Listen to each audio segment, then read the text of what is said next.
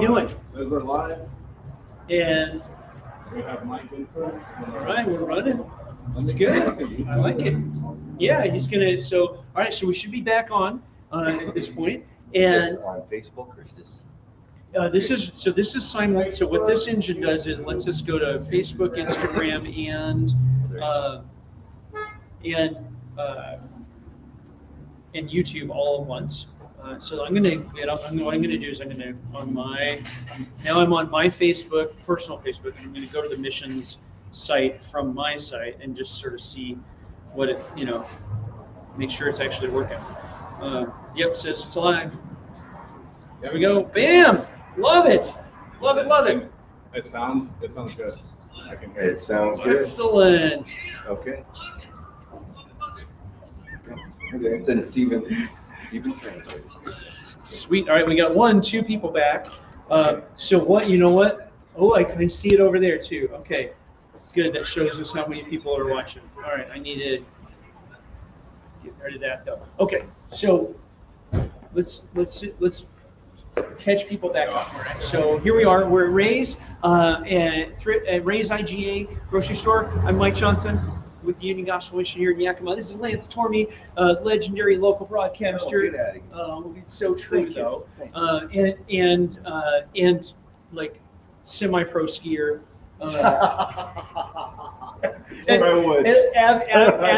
Avid ski nut at least, right? And so for years and years, almost 20 years, there has been this tradition of somebody camping out in front of this grocery store to raise money for the Union Gospel Mission. That's right. It has been called Operation Tin Cup in the past, and I actually have the Dale Carpenter Tin Cup right there. Okay, right, boom, I'm pointing at it. Right on. There it is, right over there. And we actually have our first check in the Dale Carpenter Tin Cup. We should get it engraved, the Dale Carpenter Memorial Cup. Yeah, that'd be a great idea. And so Lance is down here and came by to say hi and asked the question of, okay, what is the deal with what feels like a really big explosion of homelessness? And I got, and I gotta blame it on this. I'm looking for blame here. Okay, well, part of it is because my neighbor Sylvia just walking up. Hey, I think a lot of us are. I think a lot of us are looking for answers, and we can't help but think that, sure, with the lack of laws in the legislature. All right, come on, get in here. So Lance, this is Sylvia Green. Lance Sylvia. So you're not in the picture right now, but we're live on the internet right now. I'm going to be out here for 60 hours till 10 p.m. Sunday night. We're trying to close a $60,000 budget goal with the mission in 60 hours. And so you remember Operation Tin Cup when Dave McKinney would be out here in Dale Carpenter? Yep. So that's the Tin Cup right over there. And so anything you feel so led, to contribute, we'd be very grateful and go to a good cause. Thank you. What's that? I know that. Well, I'm glad. Well, it's the mission has built up its reputation over almost 90 years, and that has largely been because it's been capably led and well supported. And my hope is that it continues to be capably led and well supported. And again, you're not on the. You are actually there. You are. See the screen right over there. She takes it back. Takes a quick little step back. That's so funny. So anyway, I'll be here. I'll be here for 58 more hours or something like that. So how about if I come back with a check? That'd be awesome. Rather than. That'd be great. Thank you. Oh, now I would prefer that actually. Yeah. Okay. Yep. Thank you. Yep. And I've got team here. We're covering it. It's safe, and it's gonna get taken away and kept safe, So well, thank you. Yeah, because that way I can use it as a. Yeah, absolutely. Exactly. We want you. Yeah, we want you to have whatever tax benefit the government's going to give you. We want that. Yeah, absolutely. Okay. Hi, Sylvia. Have you ever met Lance before? You ever listened? You look familiar. But I mean, have you ever met him before? I know what. So KIT. Yes. in the morning. Yes, that could be. That's good. Don't worry about it. Yeah. Don't worry about it. Just, So if you listen to KIT in the mornings, this is Lance Tormey. yes. Thank you. Yeah, very much. see, I told you. He's all being humble. Yeah, He's like, about oh no. 37 years. So really, how long? About 37 years. 37 years? Yeah. Wow. 2 to go. 2 to go. We came here in '66. Well, I started, I wasn't born until 64. Hardly breathe. Yeah. We'll see you. I Yeah. forget that you're 5 years older than me because your spirit is still Thank like you. that of a 35-year-old. You know? Thank you very much. Gosh, I love this guy. Well, it's true though. You know? Yes, and he's cheery on that. He is. He is. He's cheery. He's actually cheery all the way Okay. around, not just on the radio. You know? So Well, thank good you. It's luck fun. with you, Yep, Arm. thank you, and thanks for coming back and throwing stuff in the tin cup. But not right now. I've got a big fucking coat in my backpack there, and my tent is in there, and I'll get set up at some point. Right now, Lance and I are talking about homelessness and why it seems like it's exploded. You know, because it has, and yeah, and how it's different around in different parts of the country. So that's what we were, digging into just, on the live stream right now. So we got 12 people watching us live right now, and hopefully we'll kick that number up to 20 or 30 as the day goes on. And police chief's going to be down here around noon, and that'll be fun too. So Yeah, well, I don't think you mentioned his last name.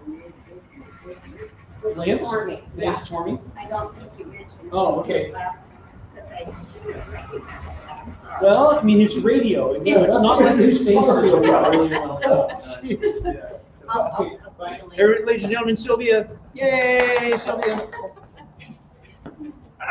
Oh, man. What a great community. Okay. Yeah, go ahead. So your question, ask the question again. Well, it's just crazy. It's just crazy. Yeah. I mean, even this morning, I was driving along the freeway and I saw people camped there. Here in Yeah. Yakima. I got a million questions for you, but I think that right off the top, before I ask what's causing this, and why the explosion in the last 2 or 3 years. Okay. Yeah. And I think in the back of my mind, I know the answer, and I think a lot of people know the answer to this too.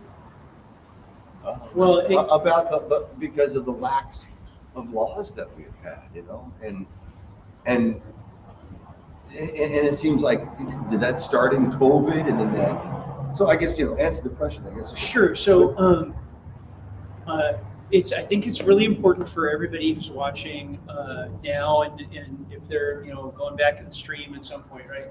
To understand that what you're really asking about is what people who do this for a living refer to as unsheltered homelessness, right? And so there's Sure. So there's actually, it's important to make sure that I'm being clear when I answer the question, that it really is helpful when thinking about homelessness to think about a couple of different things. And one of them is like family homelessness. Okay? And so family homelessness is affected by and driven by some things that are similar to what's underneath what you see of somebody pushing a cart down the street, but some things that are different, and so family homelessness is a lot more affected by the rental market, the economy, and less affected, family homelessness, less affected by, say, a serious untreated psychiatric disorder.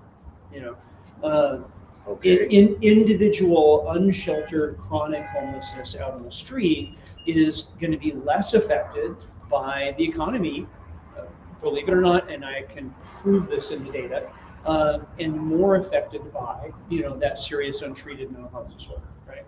And so there's a lack thereof of services and enforcement. Sure. Now in both cases, what you're talking about are folks who are not as competitive within the job and the housing market as other people, right?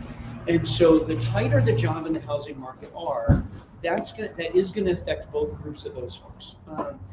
So think back to the best way to think about this is to think back to literally the 1880s. Okay, so when Yakima was brand new, we couldn't get enough people.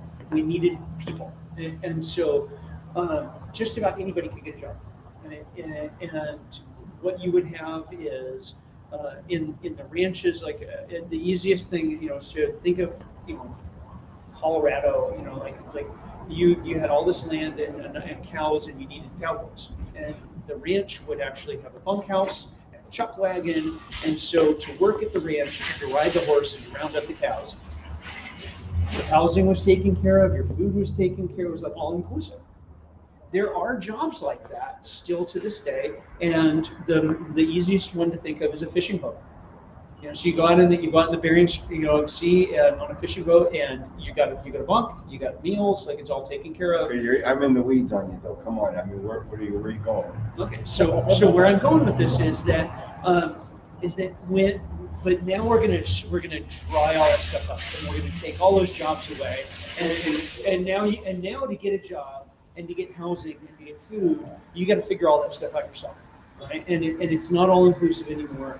And so that asks a lot more out of people. But when you had these all-inclusive things, you just had fewer people out running the street because, like, it was really easy for somebody who maybe wasn't the most. So the first missions all started in the 1880s. Okay. About 20 years after the Civil War. Okay. When people were shooting each other in the streets in Tombstone, Arizona, because of their unmedicated PTSD, right, and untreated post-traumatic stress disorder from the Civil War. So they were 20-year-old soldiers in the Civil War. Now they're 40 years old. Their marriages have all fallen apart. Their alcoholism has taken the best out of them. And so they go west. And they get scooped up, and they might be an alcoholic, but they're working. And and they might be getting in arguments over poker and shooting each other, but they're working. They're not in a tent someplace, because there's a place that takes care of them. We don't have that anymore, and so there's no frontier. There's our cities, and so when somebody grows up, when somebody's got really a lot of brokenness they're carrying around, from a childhood that they just survived because it was among the most abusive and severe environments that our community has to offer, and that their dad gave them drugs when they were 10, which is a thing that all the time, right? How do you think that person did in school? So they're not very competitive, so that issue of competitiveness, the tighter the economy is, that does affect both groups, okay? But really what you're seeing when you're seeing folks out on the street in unsheltered homelessness with the shopping cart thing, and they're pushing down the street, you're seeing somebody who survived their childhood. They almost certainly will have a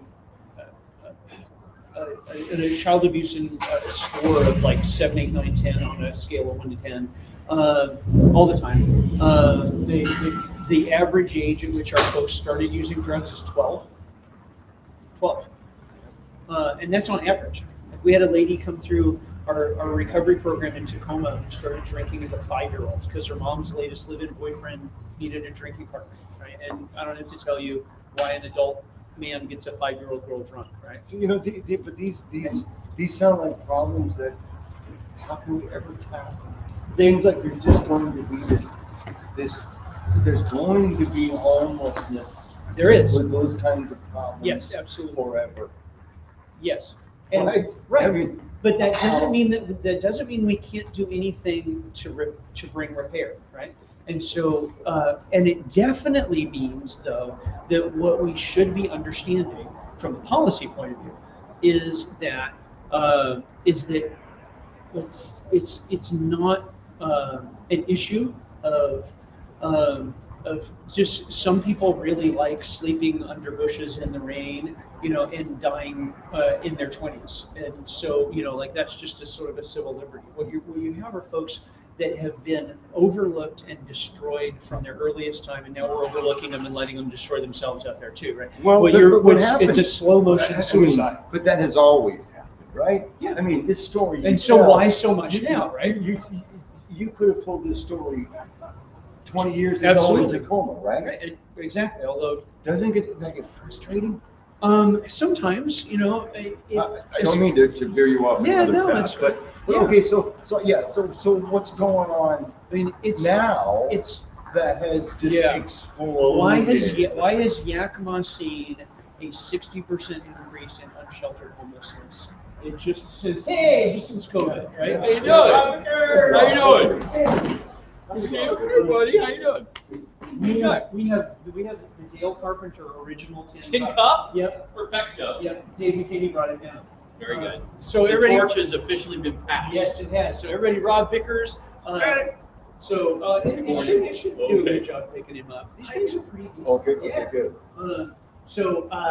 So Lance just asked, like, why does it look like homelessness has exploded over the last couple of 3 years? You know, and there's an answer, and the answer is that when COVID hit, we had to draw down the jail populations by about 75% in order to spread it, get the 6 feet distance of everybody. And so for about 2.5 years, street level drug use and street level drug dealing was essentially unarrestable. Like we went through 2.5 years of what amounts to Portland level decriminalization. Yep. From a functional point of view, right? And that Like, happened across the state. that happened across the state, it happened across the country. Right. Okay. And so, boom, you know, our Right. unsheltered numbers went way up, right? So our numbers right now are we're looking at about 143 unsheltered homeless people in Yakima per 100,000 population, right? It's 1.4% of the population right there.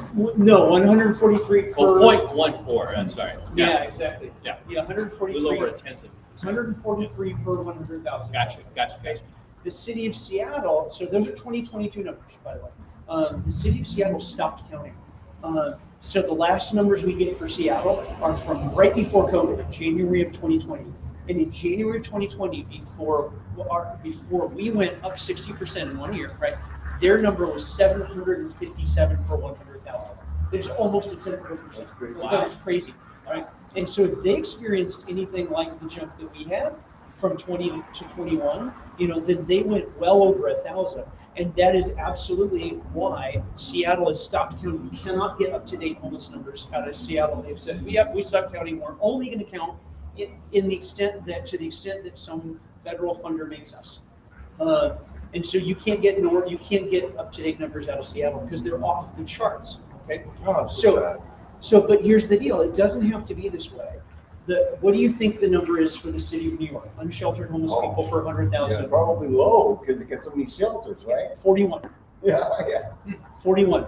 It's 143 for us. Yeah.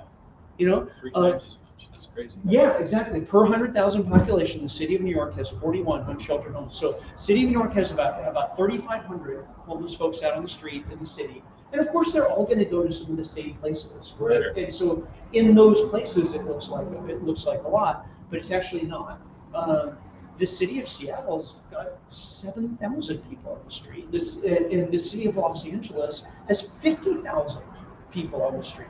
The city of New York is 3,500.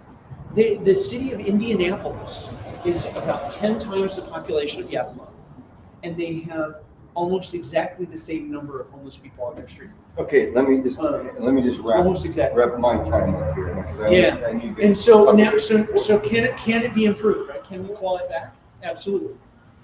What would it take to claw it back? But you know, let me ask you, claw it back or not? Yeah. Do my dollars go to those people that are out there on the freeway? How does When the you donate mission- to the mission, Right. 94% of our donor dollars go to clients and programs. And those clients are the people that are out there Yes. because they're coming in for meals, they're Yep. coming in for help. Yeah, Even so though you're they're living out there on the street. Right. So our thrift stores are able to cover all of our administrative overhead Boom. and half of our fundraising costs. You know, Right. And so your donor dollars are paying for the shelter staff, for the outreach staff that are going out there under the the overpass and on the greenway and trying to get people to come in and getting some people. and you have outreach Going folks to that are jails. going out to those Yes. people all the time. Yes. And part Yeah. of your dollars, Yakima, go And- out to help those people, even though even though they don't want to come to the mission Yep. and stay at the mission. But the only reason we have those outreach folks is because people like you support us to do that. People like Rob support Right. us to do that. And you, Because what we don't do is the government outreach contract. right. We don't do government. That's a whole We other don't do story. government operating contracts for a variety of reasons. Right. But we are entirely supported privately, not Right. governmentally. And so if we don't have that support, then we don't have those folks, right? Well, in less than an hour, the challenge starts here, right? Actually, it's already started, and we already got our first donation before I left the office. Yeah. Really? Yeah, $500. Awesome! So you'll see it on the app where the giving app. Yeah. So Okay. yeah, Congratulations. yeah. Well, Lance, I'm outta here. thank Thanks, you. guys. Okay. Yep, all I'll be back we tonight. have to do is adopt the same policy set that most other cities in the country actually run off of, where they say, hey, we have shelters, you need to go in them, and we have social workers, you need to talk to them. You don't get to stay out here because they'll die if they stay out there. That's right. Exactly, and so it's an act of kindness. It's not an act of meanness. Absolutely. And it's only on the West Coast that it's sort of nuts like this. Okay, we'll see you tonight. Okay, see you See you tonight. later, guys. See ya. Okay, I'm so excited. I know. How We're off to a exciting. great start, bro. That's all right. Yeah. Okay, so we have 14 people watching us live right now. Really? Yes, and I have to admit, I haven't looked at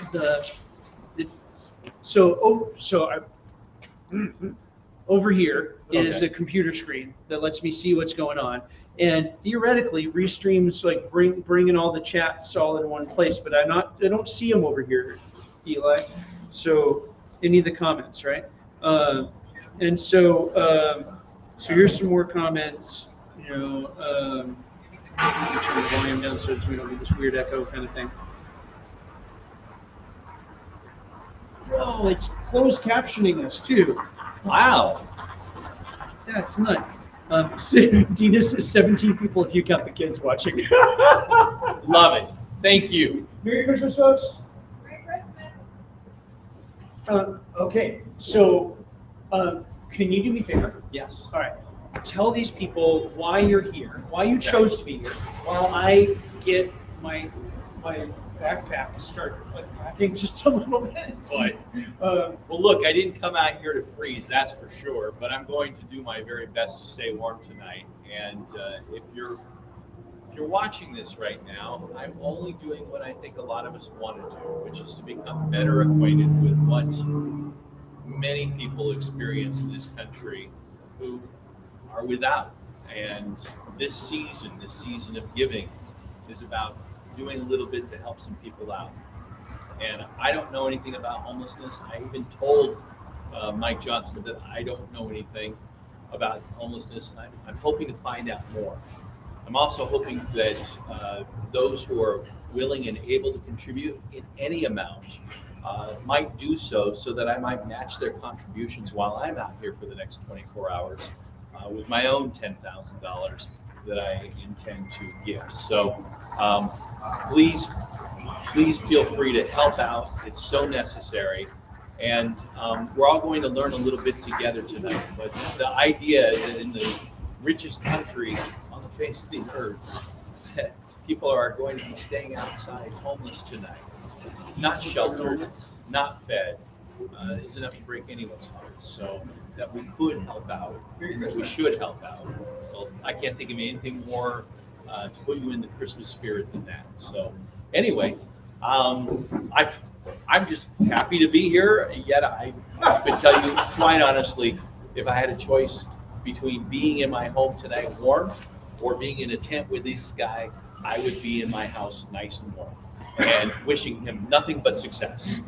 I'll try not to take it. No, it's okay. I'm glad to be here with you.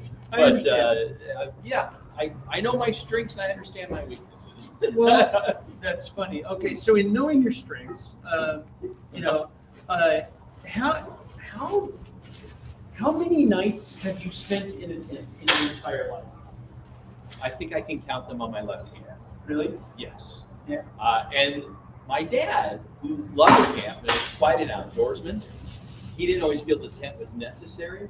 So he would pitch. Oh, I have he would something pitch- called a bivy sack, which is like Yeah. a Gore-Tex little sack that you throw out around your sleeping bag. Sure. Yeah, and I definitely, I'll go a hike with just the bivy sack instead of the tent. Well, when we were kids, we went camping and we had those cloth sleeping bags with the birds in them and the mallards and stuff, and we pitched them underneath an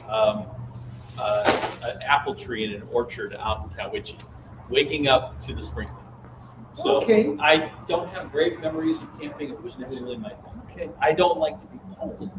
Well, so my goal will be to help you not wake up cold. Oh, God, no. So that maybe I can change your mind and Okay. make you realize you don't have to wake up to having sprinklers. Yeah. You know, Wet in the sleeping, Yeah, exactly. sleeping bag, right?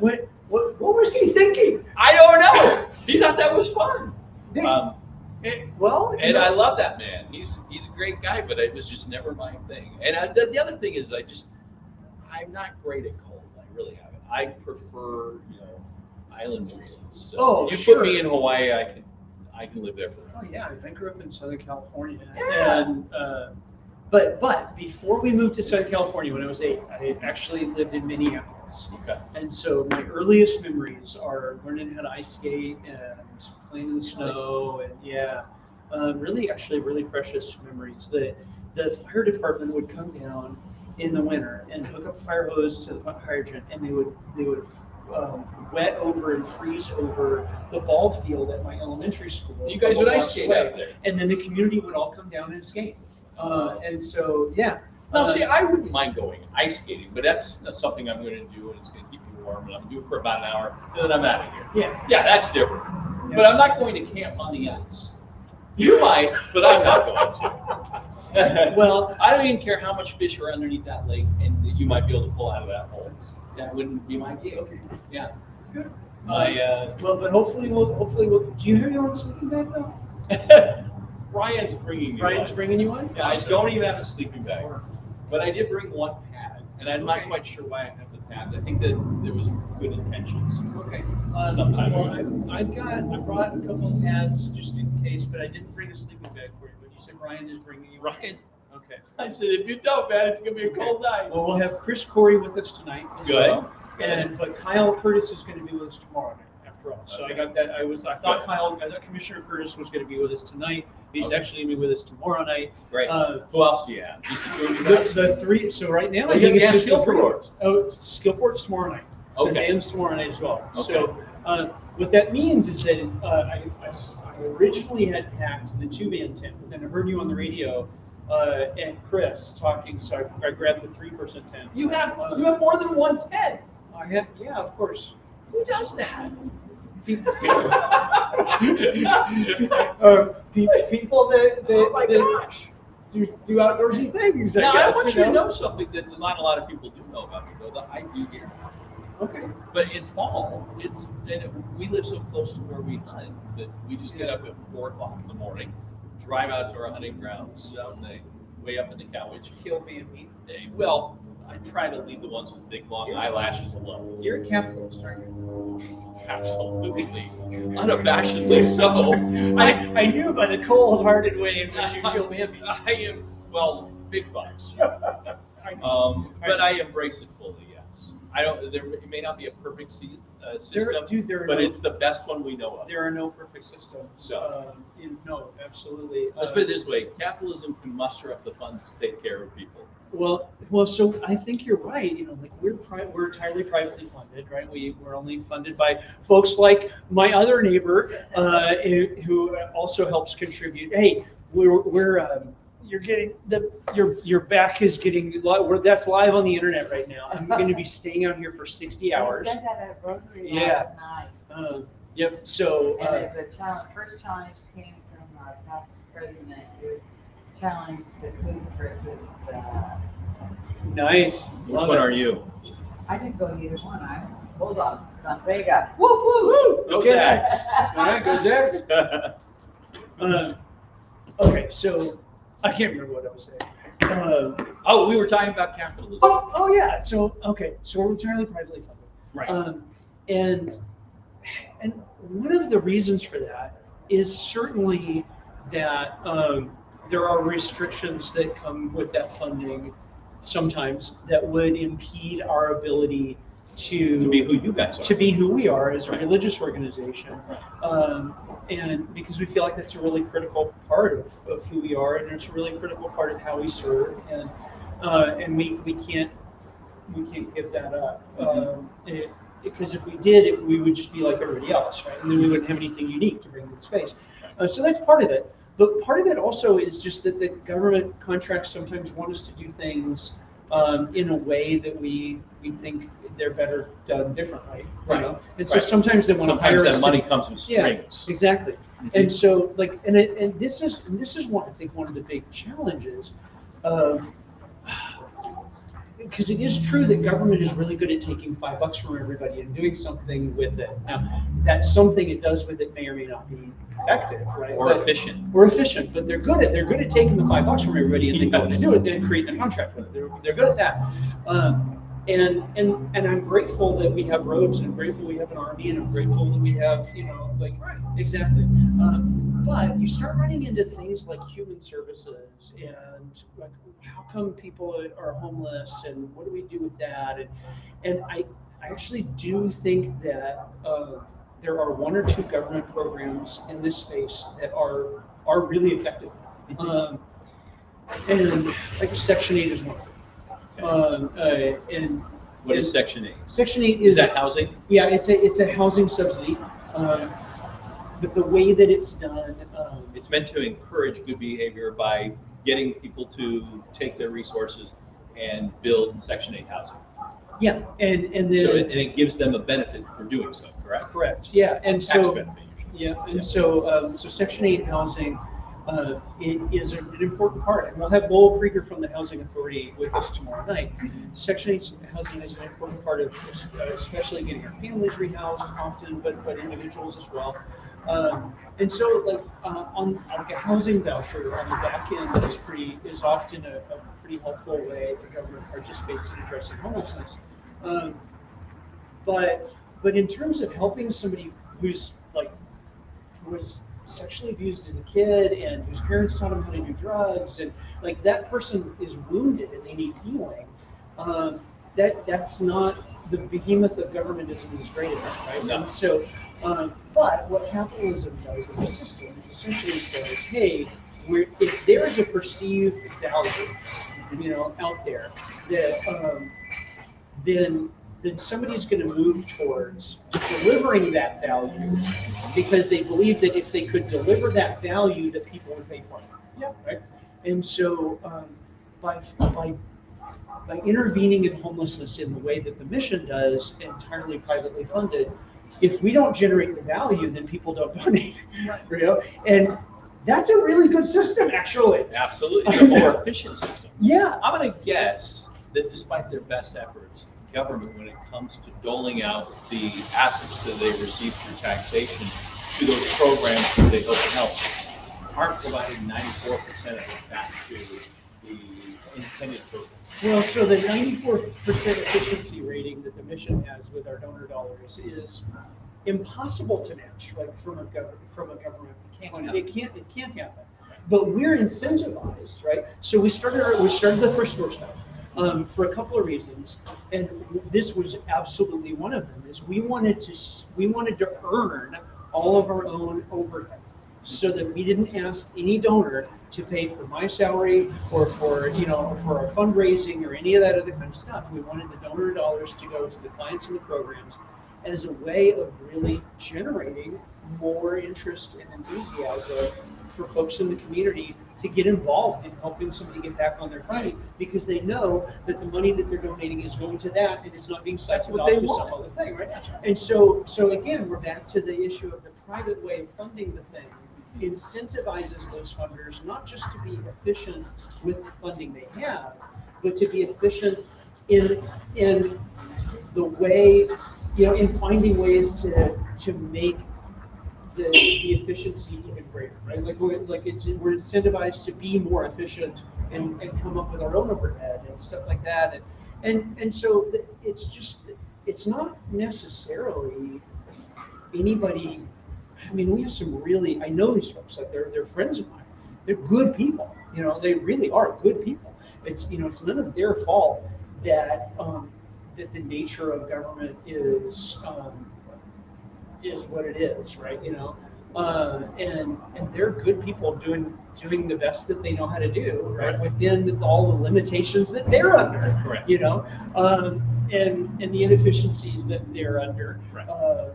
And so, but To an extent, I mean, when the military is buying $400 cameras, in this case, when I say they're good people doing their best, I mean like the nameable folks that are friends of mine in our county government working with homelessness. Yeah, Like that, certainly there are vultures that circle around government money. Oh, yeah. But that's the easiest way for those vultures to get their meal is at the national level. Yes. Because that's where you're so just taken away from the neighborhood connection, right?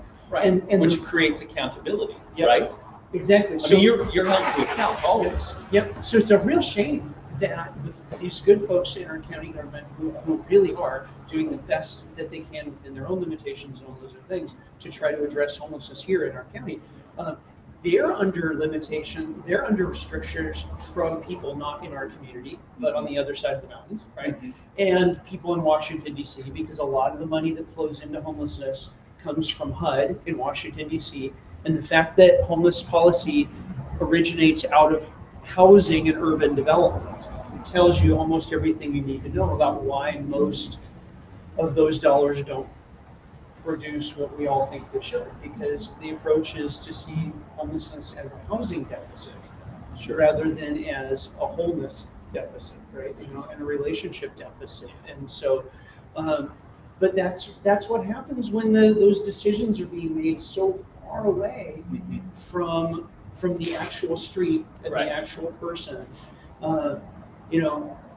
If we could not suck it all the way to Washington and have those folks take their cut, then ship it back to Olympia and have those folks take their cut, then ship it back down here with all those rules. Then even what is happening governmentally here would be more effective and more efficient. Believe it or not, that's how it began. What? Yes, it was for the defense and the welfare of our country, and most of it was done, especially the welfare, was done at the local level. Oh, there's where I see. That's where the comments are.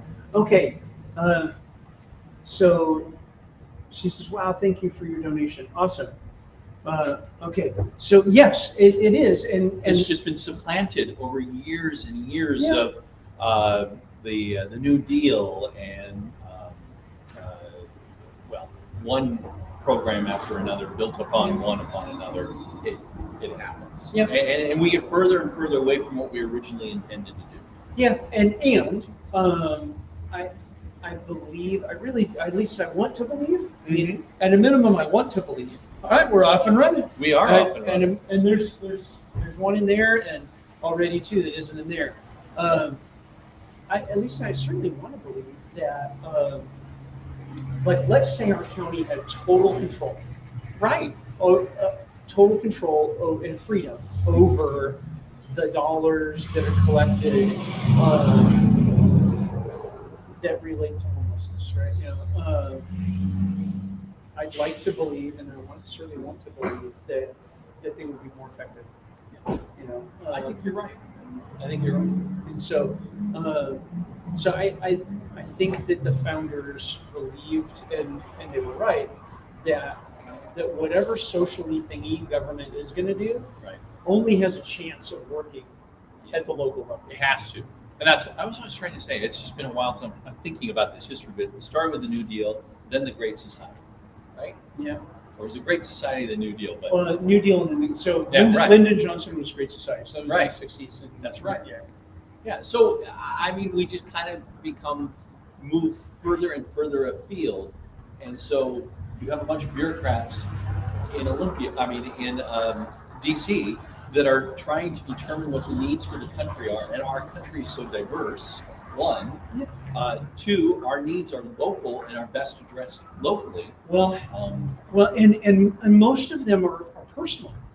You know, Totally. so they're local, like to the person. Mhm. You know, and so, but you know, the people want to help, right? And so they're like, okay, you know, like, let's let government do this, that, and the other, because they believe it can help. So you want to help. People want to help.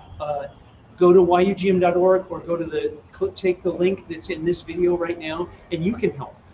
Because I really believe that if social work is going to have any kind of chance at succeeding, it's because it's hyper local.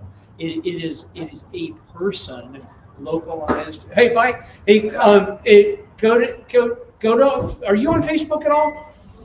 No. Okay. No social media. No social media. All right. Neanderthal. Okay. Then you're not a Neanderthal. You're just wise.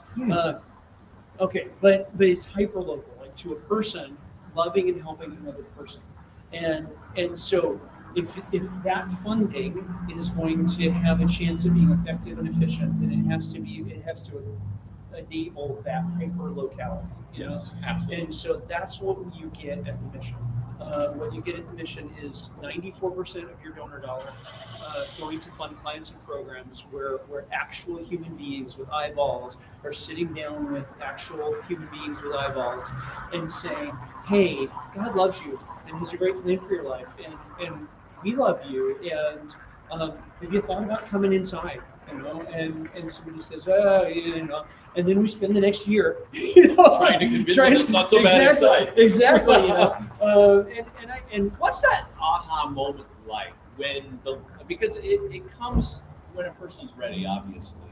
yeah. And for whatever reason, that light flickers on, and there's just that glimmer of hope that says maybe I can live this life, maybe I can be helped, maybe I can move on with my life in a positive way. What's that like when you see it? Quiet.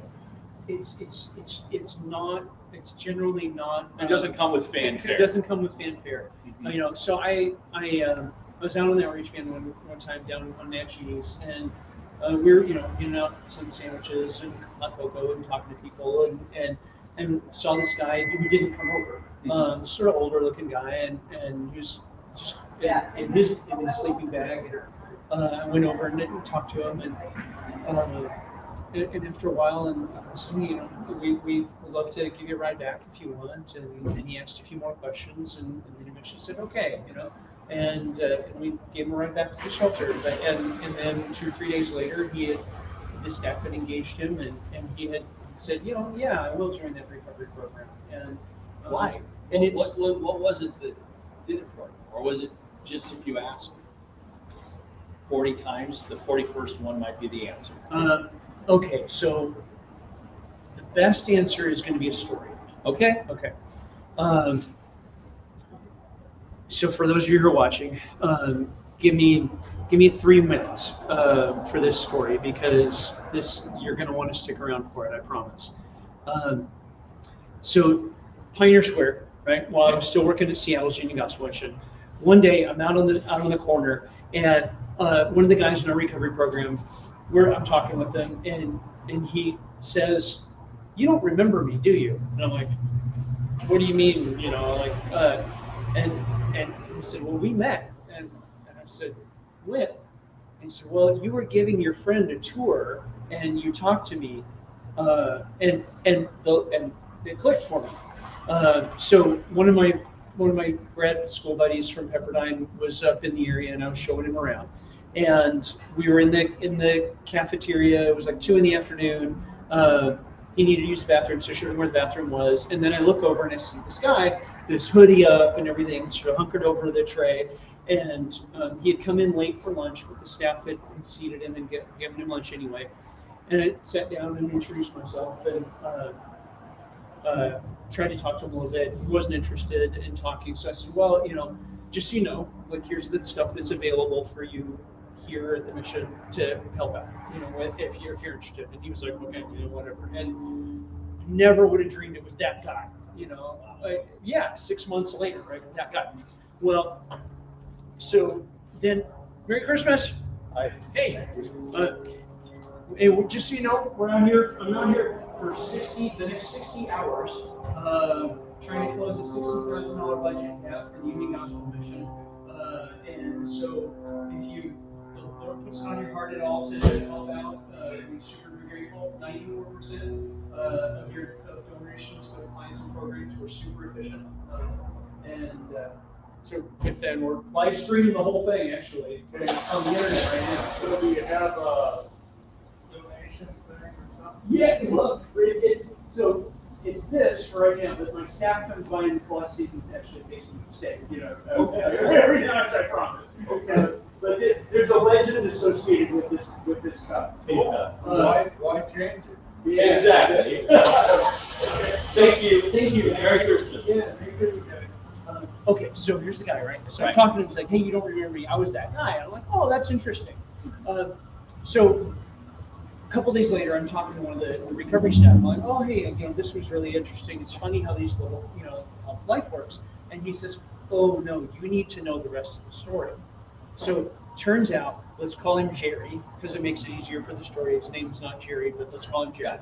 Turns out Jerry had come in that day because he was getting ready to jump off a bridge and kill himself in Seattle. And he heard a voice in his head say, even condemned prisoners get a last meal. Wow. And so he came down to the mission in the Seattle Union Gospel Mission in Seattle, right? And was late for lunch, but the staff served him anyway. And then while he's eating, the director of the place, is showing a friend around, and that takes the time to sit down and introduce himself and tell him what, and what was going on. And so when it was all over, he didn't jump. And then he came back the next day and had another meal. And people were nice to him again. And he heard more about the stuff that we had to offer, and one choice at a time, chose his way into the recovery program. And now, then 6 months later, he's standing on the street corner saying, "You don't remember me, do you?" And he's not on the street corner panhandling. He was. We were at the mission, and we were talking, and I just happened to be outside of that day, and he was actively in the men's recovery program. That's awesome. And we were just talking about some stuff, and we just happened to be standing outside, when it happened, right? So to be clear, and so like here was this, here was this guy, right? And he was literally getting ready to kill himself, and what I believe is the Holy Spirit of God, said to him exactly what he needed to hear at that right, time. at that moment, right? And then he came in, and the staff were kind to him, and and he got fed, and he was like, well, okay, maybe I'll come back and do that again, and so most of the problems that we get in like one step at a time. Yeah, it's very subtle, this movement, isn't it? Yeah, exactly. And most of the movement out of those things, they're punctuated by these really critical moments of God saying to him, hey, even a condemned prisoner gets a last meal, right? And I've had those moments in my life, and you probably have had too. There's actually very few of those, and which is why they're so memorable. There might be an average person might have 2 or 5 in their whole life of those kinds of moments that are, but even those are often, they're quiet. They are. They happen inside of him. Like nobody there would have heard God talking to them. They would have seen a guy standing there for a while, and then they would have seen a guy walking away. And they would never have known what was even happening, right? And so even those moments, they're often quiet. And That's a good way to put it. Yeah, and so you say, what's that look like when someone says, okay, I'll come in, And my answer is it's quiet, actually. It's someone who just says, okay, the most powerful thing in recovery is surrender. Yeah. Surrendering oneself. Surrender. The most powerful thing a human being can do is to surrender. That requires humility, doesn't it? I mean, we talk about this all the time, and I think that's the one thing lacking today is humility. We've got lots of great answers to a lot of problems, but that's not generally how things change. It requires somebody to humble themselves. Well, in our society right now, you don't get very far by saying the words "I don't know." Isn't that amazing? Yeah, you don't get anywhere. It's sort of refreshing. I mean, that's coming from a guy who's been doing public speaking and radio and television for most of my life, and as a financial planner, we're expected to know what's happening next, what's coming next, Yes. what we would recommend, what should we do, and sort of get used to being in that in that place. But obviously, there's so many things we don't know. That was my whole point in today was I honestly don't know, and I doubt that I'll ever know what it means to be homeless. Yeah. I mean, what would it take? Well, I hope you won't. It would take the complete financial economic collapse. Merry Christmas, folks. Hey, I'm going to be out here for Hey, Rob, how are you? Hey, how are you? Doing good. Hey, we're going to be out here. I'm going to be out here for the next 60 hours. All right. And so you remember Operation Stand Up? Oh, yeah. Yeah. So this is, Dale Carpenter. yeah, sure. So there's the Dale Carpenter 10 Cup right there. Okay. So we'll be out here for the next. I'll be out here for the next 60 hours. We're live streaming the whole thing on the internet. It's gonna be a lot of fun. So anything we can do. We can buy with the donation later. Thank you. Appreciate it. It's good to see you guys. Thanks. Take care. Yeah, it's very cool. That is very cool. Merry Christmas. Okay, so that's yeah. So so it's. I hope you don't know, right? But and we're not out here imitating homelessness. No, not Merry at all. Christmas. Again, I don't think we could do that. No, you couldn't because like even if we demonstrated our houselessness, for the next 24 hours or whatever, right? We have people in here. Yeah, exactly. And so sometimes people think that the term homelessness is not actually a very good term. I think it's a perfect term. I think it's actually perfect. If it's meant as houselessness, then that's not a very helpful term. Correct. But homeless is such a perfect term for the folks that are out on the street. And God, They're not. There's no space for them in here. yeah, and so God loves them and wants to be their eternal home, and wants to give them a home among the family of humans, right? And that's what we get to do. But we only get to do that if folks support the mission. And so, Yeah. so And I again, we want to make it known. we got to get. Now, do I get to go home early if we hit the $10,000 mark that I'm matching today, or do I stay until? You know what? I'm gonna let God sort that out. I knew you would. But in the meantime, what I need to do is I need to start getting. So Chief Murray, the police chief's going to be down here, and in about 30 minutes or so. And so I want to encourage you. Oh, awesome! I'm checking. Yay! Okay. So. Go ahead. So anyway, police chief's going to be down here in about 30 minutes, and we're gonna have a Nerf gun shooting challenge for him. Oh boy. And we're going to see if we can get folks on to pledge. Hey, I'll give like $25 for every solo cup that the chief can shoot with the Nerf gun or something like that.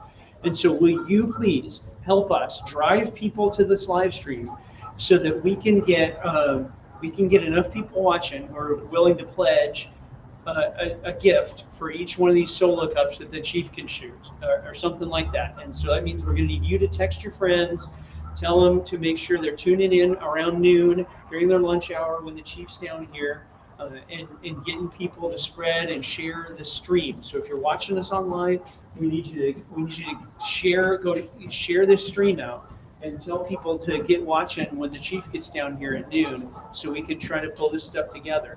Merry Christmas, guys. I'm going to send KIT a few quick reports too, do, so please. Our listeners there will know to Okay. come on in. Yeah, so let's see. Got 9 people watching us live right now. We want to get that to like 90 if we could. That'd be amazing, wouldn't it? You bet. So What do you need help with? Well, okay, so this. I don't know how you're putting stakes in the ground. We're not, but, you know, so, this is a tent. Is it? Yeah, There's like a bunch of material. This is called, we call this a tent. Merry Christmas, ma'am. Oh, Merry Christmas. We'll be out here for 60 hours raising money for the gospel mission. So I promise we're allowed to be out here. The tent is not me. The tent is not me. That guy would really turn you in. Well, exactly. Well, I guess people would say, oh, you're a homeless person sitting down here. Well, yes, no, I'm not. But I am Mike Johnson. I'm the CEO of the mission. And we're running a little behind this year. So we're trying to raise awareness and trying to see if we can raise $60,000. Unfortunately, yes, to help raise So awareness Bob here, and build funds for the Union Gospel Mission, and a little bit behind. Hey, Rob, will you come down here so that That's fantastic. Thank you. Yes, and it'll be cold, I am certain. down on the camera? Living Faith Victory Center is. Oh, I know. Now, Yeah, yeah, and, yeah, yeah. because that's where I go, we do a lot of different things. We've got, that's great. We've got, Hey, Mary Foster, how are you? I'm out here helping today. Oh, this is what is set up. Yeah, help you sleep in that tonight. great. Thank you. And I'll give you one more. Is it insulated? It looks like it might be. That doesn't look insulated. It's not insulated. I love when they do that stuff here. I think that is so cool. Yeesh.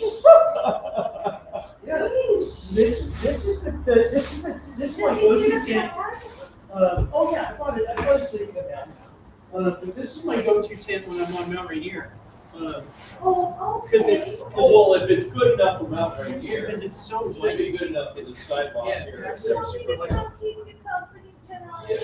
Yeah, I brought the propane and fire ring and everything, so you should come down. So from starting at 7 o'clock tonight, we're gonna have some testimonials and we'll be, live streaming those too. You should come down. Okay, my son's back down. coming in from Seattle tonight, and maybe after dinner we'll come down. Dude, we'll be here 7 to 9. We're gonna have folks down here share their testimonies. And He's gonna fire that up. Yeah, we'll have the fire ring going. I try not to light our tent on fire, Are you gonna stay? I'm here for the next 60 hours. What's your name? I'm Mike Johnson. I'm the CEO of the mission. Oh, I give to the mission all the time. Well, thank you I so read much. stuff, I buy stuff, I give money, I do I it. love you Thank for that. you. I Thank do, you so I much. love the mission. I love that store, number one. 20 I think years. this store's just been such a I success. love it. This is the mission. Oh, really? Yeah. So This so is the she's, mission. so she's, Looking good. yeah, so she's wearing the thrift store stuff right there. From Summit Thrift across the street. So, how about that? Yeah. Oh my gosh. In my small- Thank you, and Rod. Oh, I hope I can make it here tonight. I want to see this. Yeah. All right, guys. Please. Okay, so here we go. Is that your frame? Yep, so, well, it's, wow, it's kind of doing it by itself. It is, yeah, it's pretty easy to put together. And Just put your eye out, kid. see, look how easy that is. You want to get that one? Okay. Okay. Yeah, seems like it's easy enough. It is. It's way easier than picking good investments. Well, I think you might be right about that. Okay, so now this is super simple. You're going to take this, they're color coded, right? So see the orange lines? Yes. Right? So the orange goes in the orange, and the silver goes in the silver. So, so here's the silver corner, right? So let's, I'm going to stick that Okay, sticker right in so there. I stick this part in there? Yep, the end of the silver one. Yep. And it's going to bend when you do that. I'm Okay. sorry, I changed purses, and I don't have my cards, and I always carry my cards. Well, But I'll take 20 years. Is that right? Just kind of, yes. Yep. So hold on, I'm going to get her one of my business cards because I want. I'll get a door pass. Because I want to, yeah, please. Tell me out. I'm going to be here for the next 60 Well, I hours. probably won't see it until Sunday now. Okay, well, Sunday after church, guys, we can have him come down. Okay, I will I'll give be them. here till 10 p.m. on Sunday. Now, you're not gonna stay all night, are you? He's the long end. Yes, I'm gonna stay all night. Oh, that's not. Yeah, for 6. Well, then I'll probably bring your card back down and use the card back right tomorrow, because I got it. I just changed purses, hurried up, and Oh, I will. Yep, come back with one of the, come back with a card. Okay, probably the evening or tomorrow. Great, we'll be here. Okay, and then you can grab the other, the one on the other side. Okay, all right. And hook it up to that, right there, yeah. And that's it. And now we hook up, now we just put the clips on. You think you can get 3 people in this? Yep. Get out. Yeah. So now We're gonna put sardines. Oh, we'll be warm though. That's gonna help us stay warm, is we'll be all cuddled up, you know? Okay. Yep, you and me and Chris Corey all cuddled up together. Oh my God. But look how big that thing is. Clips.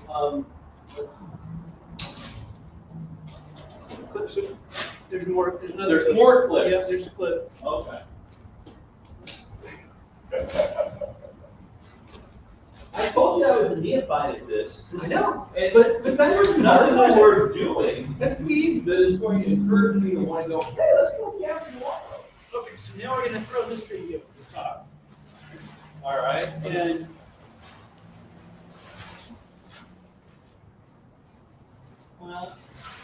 oops, hold it.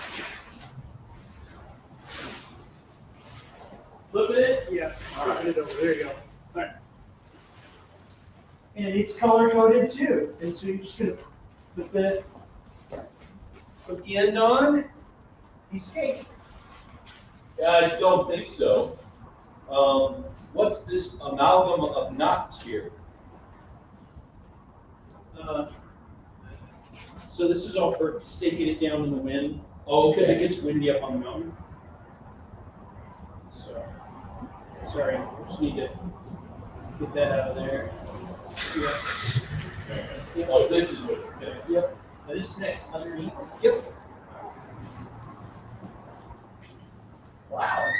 Just like that. You get the other corner. All right. See, that ain't hard. I didn't say it was hard. Just confused. All right.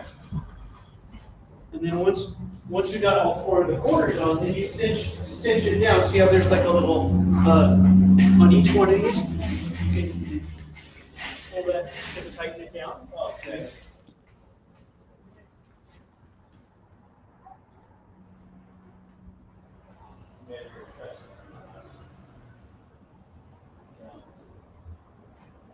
But it feels like that's enough, so I'm just going to suggest this.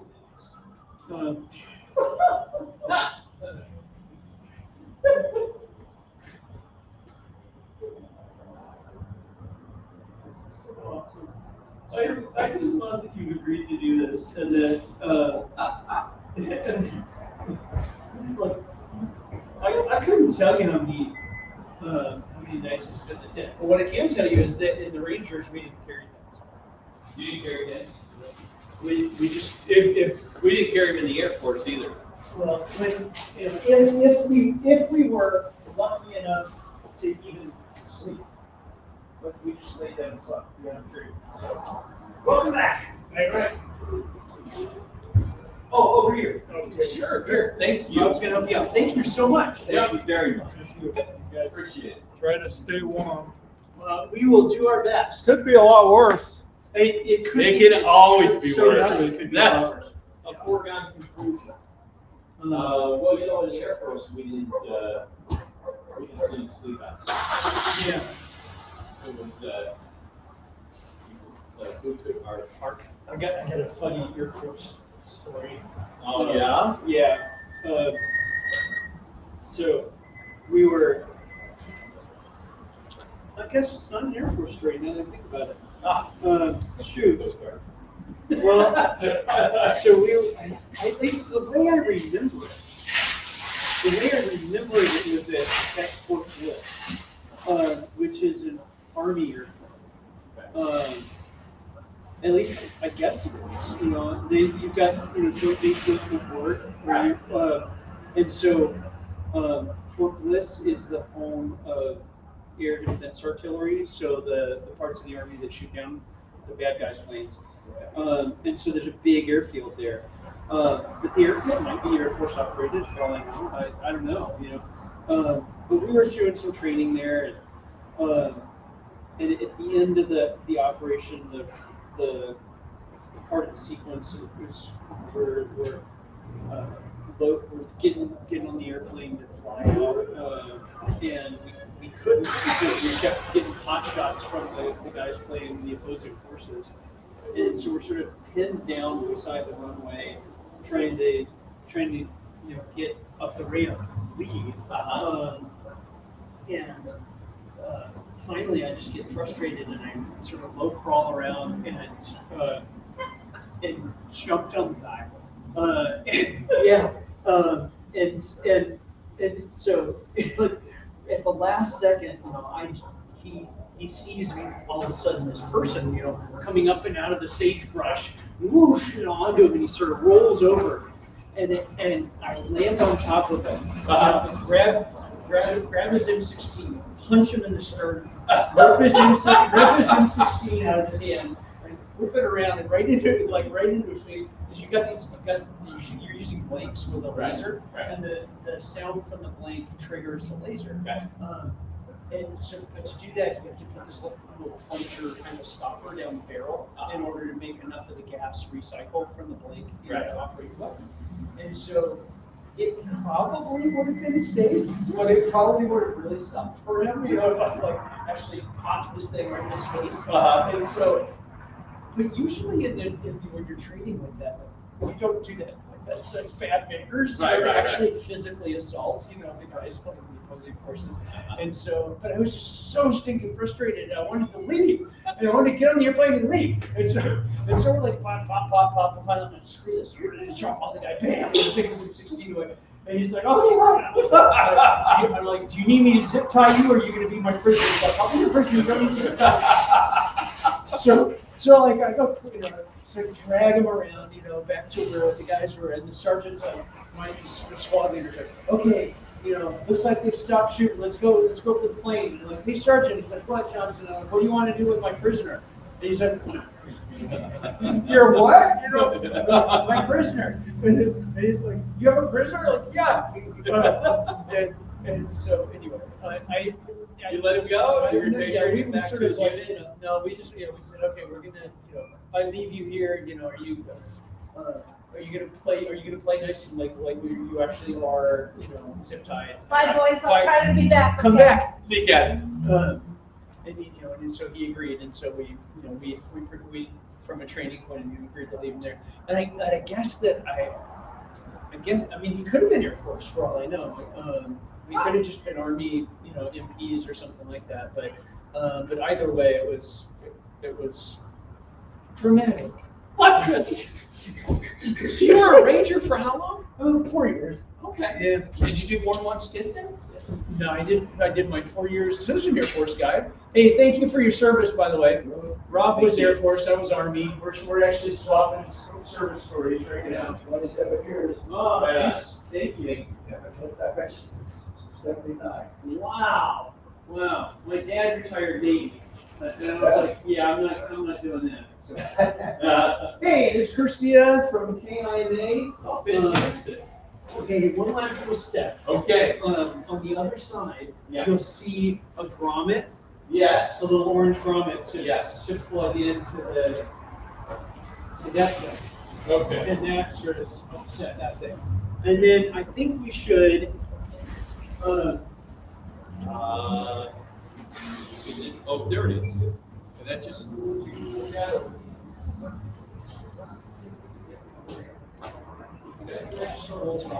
okay. And probably, you know, we should, where do you think we should put this thing right now? That's not a bad spot. Yeah. I can get close to it first.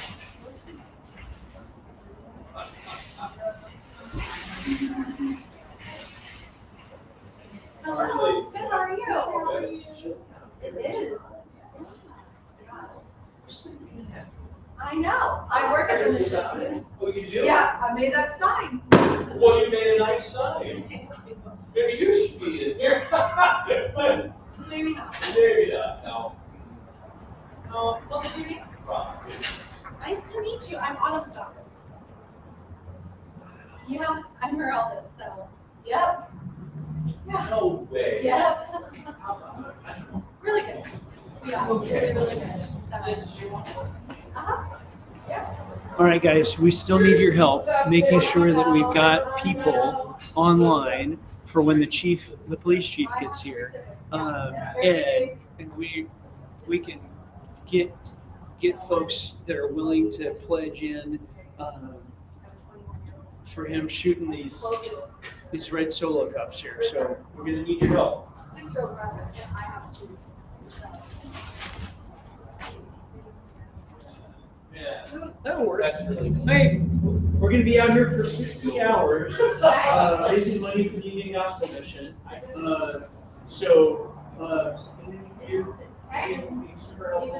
We're running a lot of skill on the mission. And it's been just solid getting here. All the way around for a lot of organizations. So I'm like, okay, well, what can we do? So Rob and I are gonna be spending the night out here. Oh, thank you. We're actually, thank you. Thank you. Yay. Appreciate it. Merry Christmas. Thank you. All right, you want some help? Yeah. We need to like do a deep end and lift this or what? No. No, I think that yours probably fine. Actually. Okay. Yeah. I have my pad in the forerunner too. Well, I actually got you covered from that. Oh, sorry. Let's just slide it in. You're hard on there. We can move the neighbors up too. Yeah, I mean, you can move all of this. I was just coming to fix the sign and then I ran into Christie at the next one. Okay.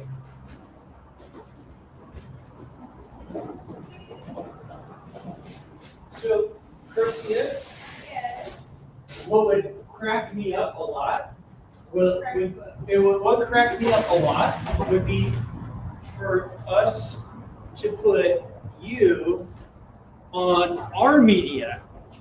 So Rob, so it's like Inception, right? It's like a camera with, so there's Kirstia right there with KIMA. Yep. So she's come down to cover the story too. Hey, sir, for what it's worth, we're out here for the next 60 hours. We're going to be spending the night out here and everything, trying to help the Union Gospel Mission fill its budget hole. We got a $60,000 hole in our budget at the Union Gospel Mission this year. And Rob Vickers here is a local investment guy. Kirstie is with KIMA and IOCD. Yeah, exactly. And so, no pressure, but if God puts on your heart to help out, we'd sure appreciate it. It's been sort of a slow giving year for just about everybody because of inflation and other stuff. Thank you, sir. Thank you so much. Thank you. Go Air Force. Go Air Force. There you go. Aim high, brother. Thank you. What a great community. What a great community. Awesome place to live. Yes. Awesome place to live. Okay, so, all right, so what we want to do, I think, with the chief Okay. is, Oh yeah, there's Brian. at least my idea with the chief was to create something functionally like a carnival game here. Okay. Where he's gonna have the Nerf gun, and he's gonna see how many of these red Solo cups he can pluck off. And the idea here is is we want to find some folks online that are gonna be watching and cheering us on, and maybe oh, there's Ranger Frank Osinski. Okay, so Frank, hey Frank, put something in the tell me if in the chat if you're actually watching live right now. All right. I'm watching the chat stream right now. So Frank, throw a yes in if you're actually watching live right now. I see the thumbs up, but Hey Brian. Oh, I hope so. Mike. So Oh, yeah. Autumn said to check you your phone. good guy. Autumn says check my phone. Huh? Okay. Wow! I got my camp chair. Where's yours? Okay. Whoa, man! Oh, that's nice. Woo. Is that a seat warmer I feel? Ah. Yeah. And I got a sleep bag. So, Thank you, Brian. so just so, for everyone who's watching, it is true. Autumn has just reminded me, we don't just have a $60,000 budget gap. It's just we're hoping to close 60,000 of the gap in the next 60 hours. The gap is actually larger than that. And it's getting a little risk. She's right. No, I don't think the tarp. Okay, so what I'm going to do right now, so Frank, I guess I don't think we have Frank, because I asked him to throw something in the chat, and he didn't.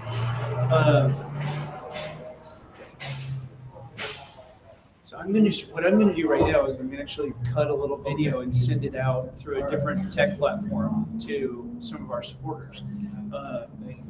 So you're going to get to see how that works live all the way from the police chief. Thank you again. Yeah, good luck tonight. Thank you. Thank you for your help. We're, let's see here, last check. Show you something.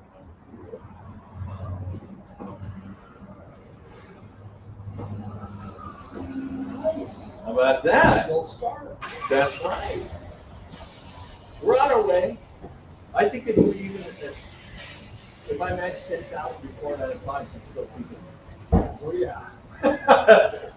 That's how that's going. Nice. This isn't going down any other way. Because Walmart's are doing on the premise that you suffer through. Yes. That's right. Well, I'll even do a separation. Well,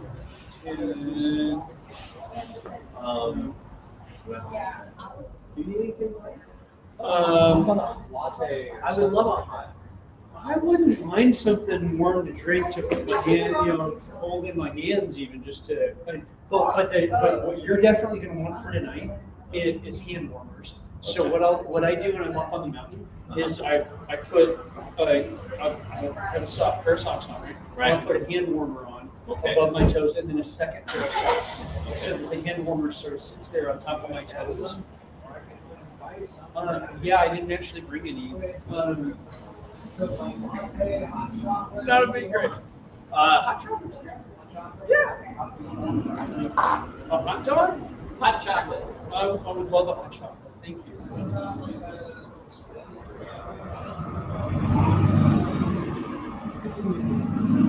And I would graciously take whatever. That's just who I am.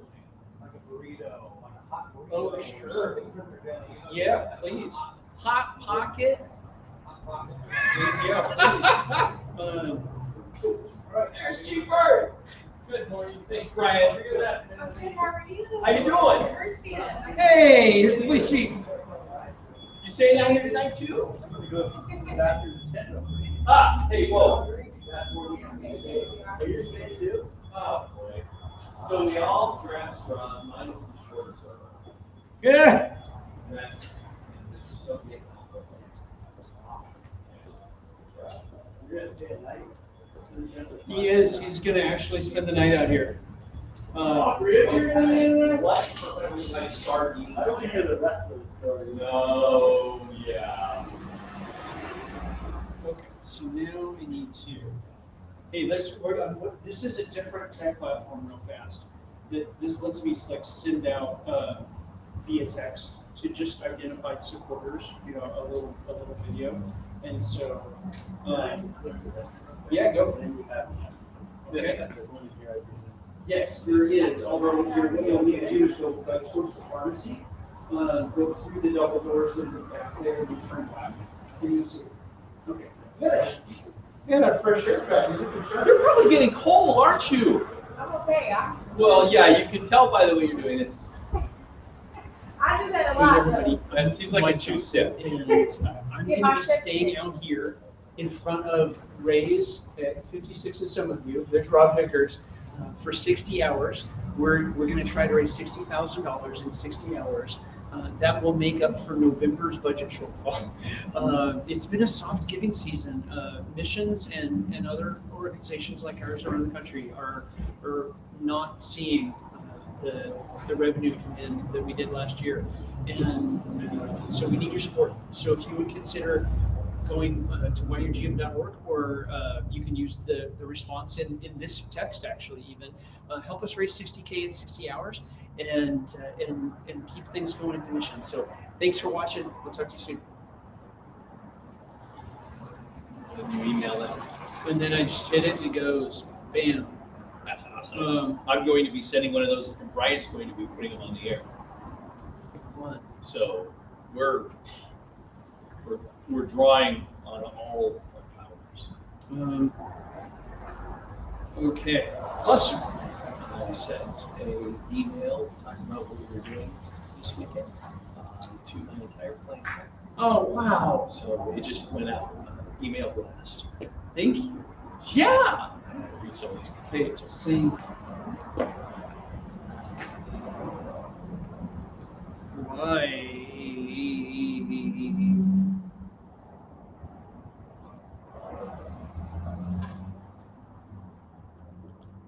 Right on. How strange.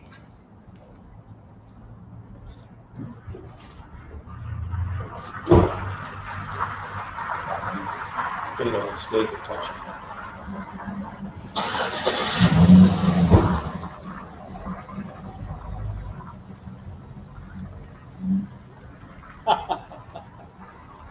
This person makes a very good point. I like the way Dina Yakima Johnson thinks. Who's Dina Yakima Johnson? My wife. Yeah, she said, just think, if you got 60K and in 6 hours, you can come home and spend the holiday weekend with your family. She's not half wrong. She is not half wrong. For whatever reason, this is not. So you can feel the free push. I don't know why. Yeah.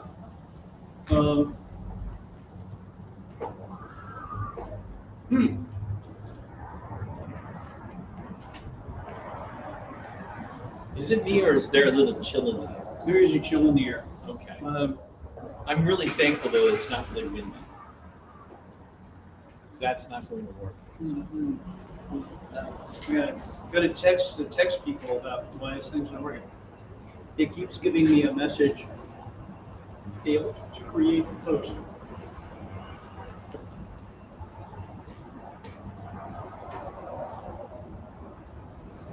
I like windy things. I do too. If we can raise $60,000 in 6 hours, then we can go home and spend the holidays with our families. Because we're not homeless, because we have homes, and That's right. and that's why we're out In here here, or so out that there. we can. That's why we're out here, so that we can help people who need homes to have them. So. Awesome. Okay. No. I gotta climb in the tent real fast. So you work at KIMA? I do. How long you been there? Almost 2 years. It'll be 2 years in March. Okay, all right. Congratulations. What's your next stop? That's a great question. Are your tapes getting out? Say that one more time? Well, you guys don't use tapes anymore, but are you sending out your tapes? No, I don't think I will be able to anymore after this. Really? Yeah. No, I did what you did for a living. You did? KNDO television, Really? back in '87 and '88. What'd you do? Television reporter just like you. In fact, you know who Susanna Frame is over at King Television? No, I don't. She was one that got out and got on and works over in Seattle and has been Alright. doing very well over there for some time as an anchor. I used to shoot her. That's my stand-ups. favorite thing I've been looking forward to. But I do stories, she'd do stories, and anyway. What is that? What the heck is that? This thing is fun in a bundle, man. This thing is so, I sometimes joke that I should get a set of business cards made Man. listing me as the organization's chief projectile officer. Okay, so Alright. the Nerf rival. the balls are sort of like have the little dimples like golf balls to help them fly more ballistically here. Everybody, Chief Matt Murray, thanks for coming down. Yeah. Okay, and that's Kirsty with KIMA. We know each other. Okay, and so so what I need to know here online is there anybody online who's willing to pledge $25 for each one of these red Solo cups that Chief Murray can shoot off the table? If he gets all 4 of them, there'll be a $100 gift, right? Is there anybody? So I'm going to watch the chat stream here, and we're going to see we've got a few people watching online. Is there anybody who's willing to pledge $25 for each red Solo cup that the Chief can shoot off of the table, sort of carnival style? Heck yes. And we're gonna put him over here, and we'll back up the camera and everything. We'll see you going. Okay. Rob, I think we want to make sure that you're doing crowd control, so we don't have any anybody getting accidentally shot. Because it actually, I think I've just been shot. so That didn't come out it slow. doesn't hurt. It doesn't hurt that much, but because you're padded, right? Yeah. Yeah. But if it was a surprise, if it was, if you weren't, oh, here you go. Thank you so much. Are you Rob? Here's Rob. Yeah. Brian's in there. Donate some money and I did. Oh, thank you. How awesome. Appreciate it. Thank you. Okay. Mike, repeat your.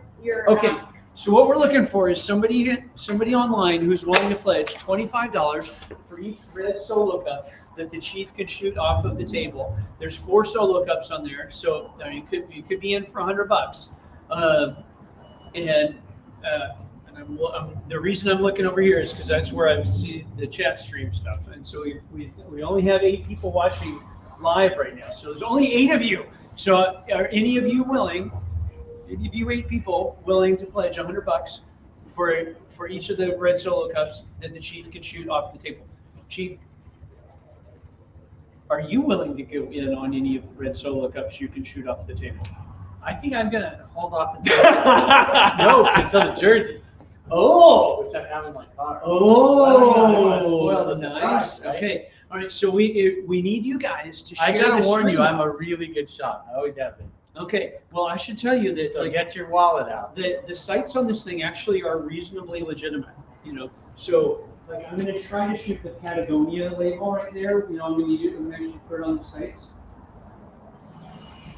I'm sitting here going, Whoa. I sure as heck hope you get it. This is not how we do things at I the was range. not anticipating this. I don't know why the. Uh-oh. Please don't shoot me in the side of the head. You got 10 down, Mike, repeat your ask. What? I got 10. Okay, so we're looking for somebody online. Can you toss me the little yellow ball? We're looking for somebody online who's willing to pledge $25 towards our $60,000 goal for each one of the red Solo cups that the Chief can shoot off of the off of the table over here using the Nerf rifles gun. So we're yep. So pretty good. Rob over there is our target dummy, but he's no dummy. Okay, so we got 10 people online. Is there anybody online who's willing to pledge $25 for any one of these red Solo cups that the Chief can knock off the table? And if none of you are, can you get somebody onto this stream who will do that, right? So grab your phone, text them, hey, go over here, go to the Facebook live stream, for the mission. We need somebody who's going to pledge $25 for each one of these red Solo cups that the Chief can shoot off of the table. Chief, I'm going to get us started. I will personally pledge $10 for each one of those red Solo cups, just because I want you. Oh, hey, there's Dina, because I want you shooting something, because it's going to be really entertaining. I was gonna make the pledge. You were going to make the pledge? Yeah, Okay. come into your mind. What's it gonna be? All right, $25. All right. All right, $25 for each one of the red Solo cups. But we got to back this up here a little bit. Is there a distance? Is there what are the Yep. rules? So In the room. yeah, the rules are you got to stand over there. Oh, You gotta- really? yeah. You want to come out here? Okay. For this? And- Okay. And Rob, we got the Chief? Do we have the Chief and the cups? Back up a little bit. Yeah, you should be good. You've got 5 rounds. All right. Are you seeing? Okay, let me see. Yep, we got the Chief and the cups in the Yep. All right. Let's see what you can do. Never fired this before. Exactly. So he's brand new. He's never used this thing before, and that's part of the challenge. Okay. But he says he's a pretty good shot. Oh, yeah. Oh, there's one. There's $25. I didn't put it on. Yep. Yep. You got it. Say yep. Yeah, I don't know. Like it was I was struggling. Oh, you got to push it back forward. Ah, yep. So it's like bolt action. You got to pull it back and up. So right there's 20. This is not an auto. No, it's not. Nope. Okay, so let's see what we get. Oh, Whoa! that's our chief. Oh, I got 5 rings. Stop. Hey, that worked for $50. Oh, that's it. Okay, so Dina, you're on the hook for $50. Okay. There we go. So, all right, folks, we need your help. We need to get people on this stream who are willing to step up to the police chief solo cup challenge. Because, red solo cups are apparently what we do things with in America.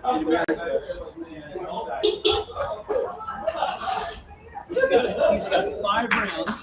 Okay. I can't. You want me to do the interview with Chris here? Or do you want Here, let's tell you what. I'm gonna give you guys a chance to get. Like, we got to get your friends on here. And like, hey, we need you to log into the mission's Facebook stream so we can get people to take the Red Solo Cup Police Chief Shooting Challenge. While you guys are doing that, I'm gonna get over here and we're gonna get interviewed by Kirstia for KIMA. And so we'll show that here too, like that. Yep, that works. It's perfect. So, Rob, will you hold the Yeah, I feel like shooting you right now. Yep. Still Okay, running. so we need you guys to get your friends onto the stream, and we need to see in the comment section. Yep, I'm in for the Chiefs $25 solo cup challenge. Oh, How much do I get for that? $10,000. How about your ear? Ma'am, Merry Christmas. We're out here for 60 hours. We're out here for 60 hours trying to raise $60,000 for the Union Gospel Mission. They're running a little behind. I'm the CEO of the mission, and so you know what the carnival is all about. This is Police Chief Matt Murray. We're trying to challenge people to donate $25 for each red solo cup you can shoot off the table with a Nerf gun. That's important. Yeah, that's all right. Thank you. Okay. I do know the drill. Plug in there. Thanks. Okay. All right, guys. Looking at the comment stream, we're looking for folks that are willing to do the $25 solo cup challenge.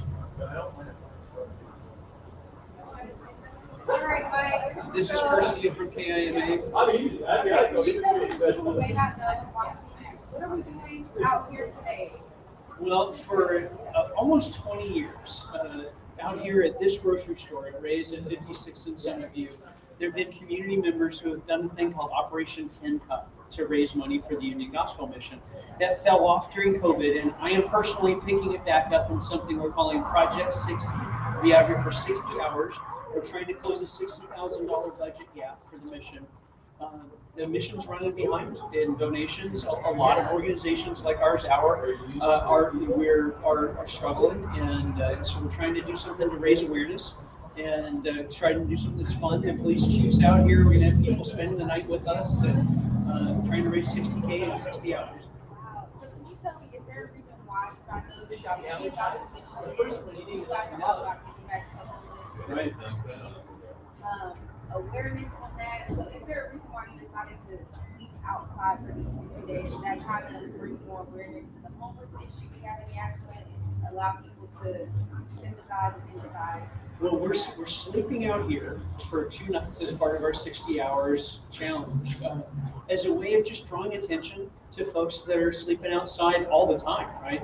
And how we have to make a pathway back for them, and that takes all of us working together. And so, if me spending a couple nights outside draws some more attention to that and helps create opportunities for those folks to get back on their feet and have a new start, then that's a small price to pay. And I know you mentioned you got the chief out here right now.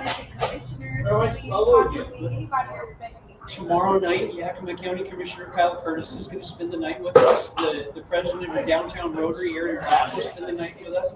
Tonight, Rob Vickers, who's a local investment guy here in town, he's made a $10,000 matching challenge.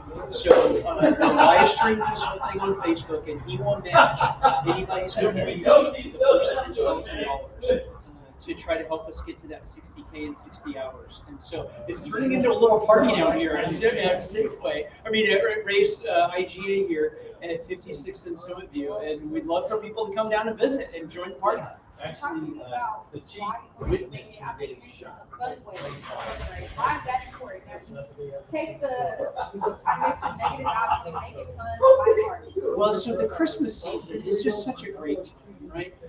For those of us who have homes and have families, but if you're out on the street and you don't have that, it's a really hard life. And so we want to be down here, not recreating homelessness. I couldn't do that, right? I have a home. But calling attention to homelessness, and we want to make it fun because that's what we're trying to offer to folks is a chance to come and participate in all the great things of life, And so let's come together, because coming together and looking out for others is fun. Yeah, and for people who watch this and they're not able to come out, how can they donate online? So folks can go to the website, yugm.org. We want to encourage them to check out the live stream on the mission's Facebook page. So they can, if they're on Facebook, they can go to Yakima Union Gospel Mission and find us there. On our YouTube and Instagram, we're live streaming the whole thing, so they can give that way, or by going to the website at yugm.org and making a gift there, or coming down and putting it in the original tin cup that we've had and put in use for almost 20 years now. And one more question, why 60K? Is That loaded. Yeah. So organizations like ours are experiencing a really hard giving season. Inflation is up. The monetary supply is getting all, interest rates and everything, and it's made for a really tough season of giving. And we got into December and we were looking at November, and November was off by $60,000. And usually, Thanksgiving is a really good, strong time. And so we said, okay, well, what can we do, to try to fill that gap from November $60,000? And we said, well, we need to get Operation Tin Cup going again.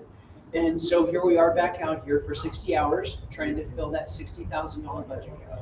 Hey, anything else you want to say to people to give, or about what you're most looking forward to? I know you just started today. Yeah, well, I want people to know that 94% of donations to the mission go to clients and programs. We are one of the most efficient nonprofits in the Valley because our thrift stores are completely covering our administrative overhead, half of our fundraising costs.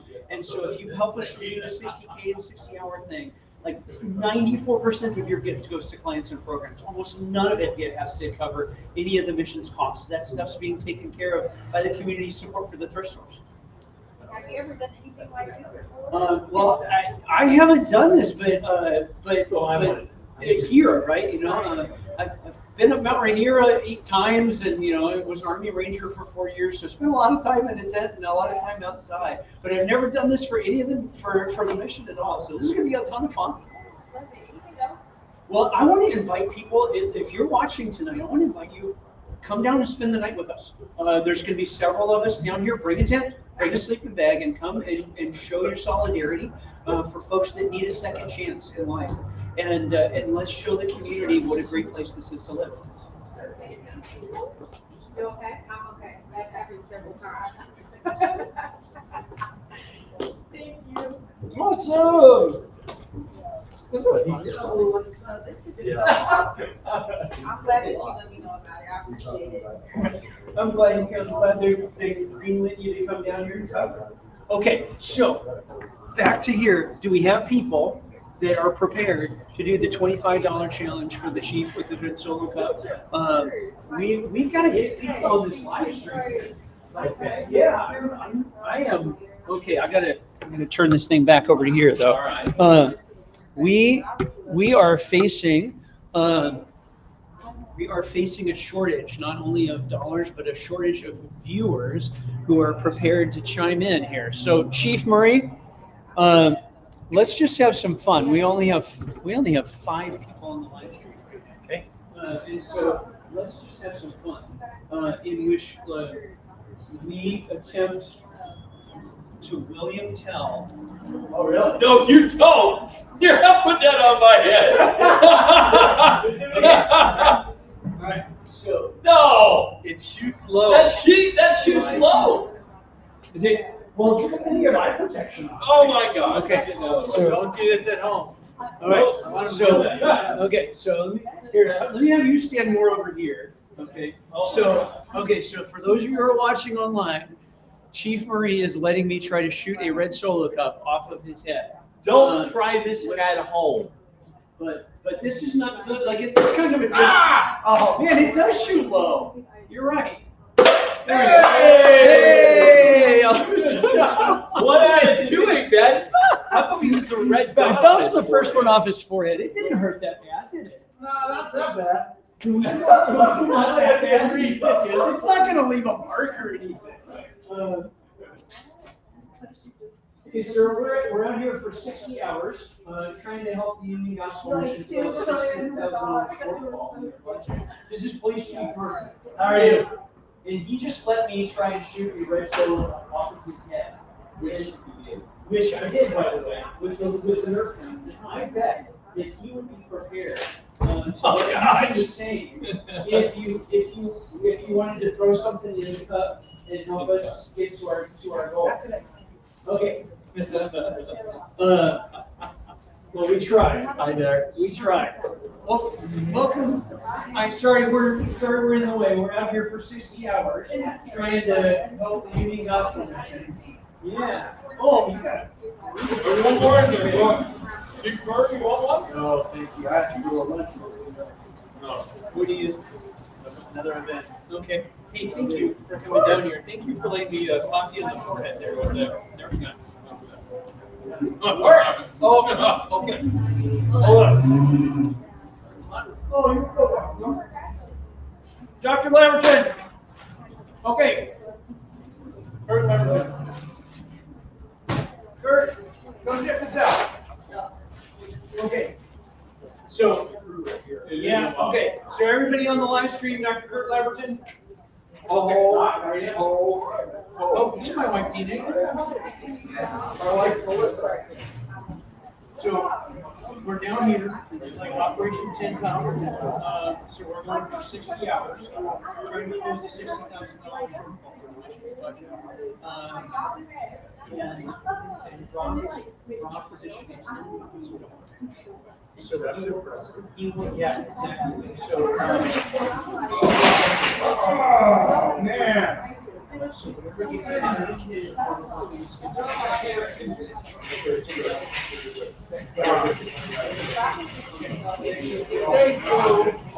all right. Okay. Hot food? Isn't that bad? Awesome. Thank you. Bye. Bye, Nina. Nice meeting you.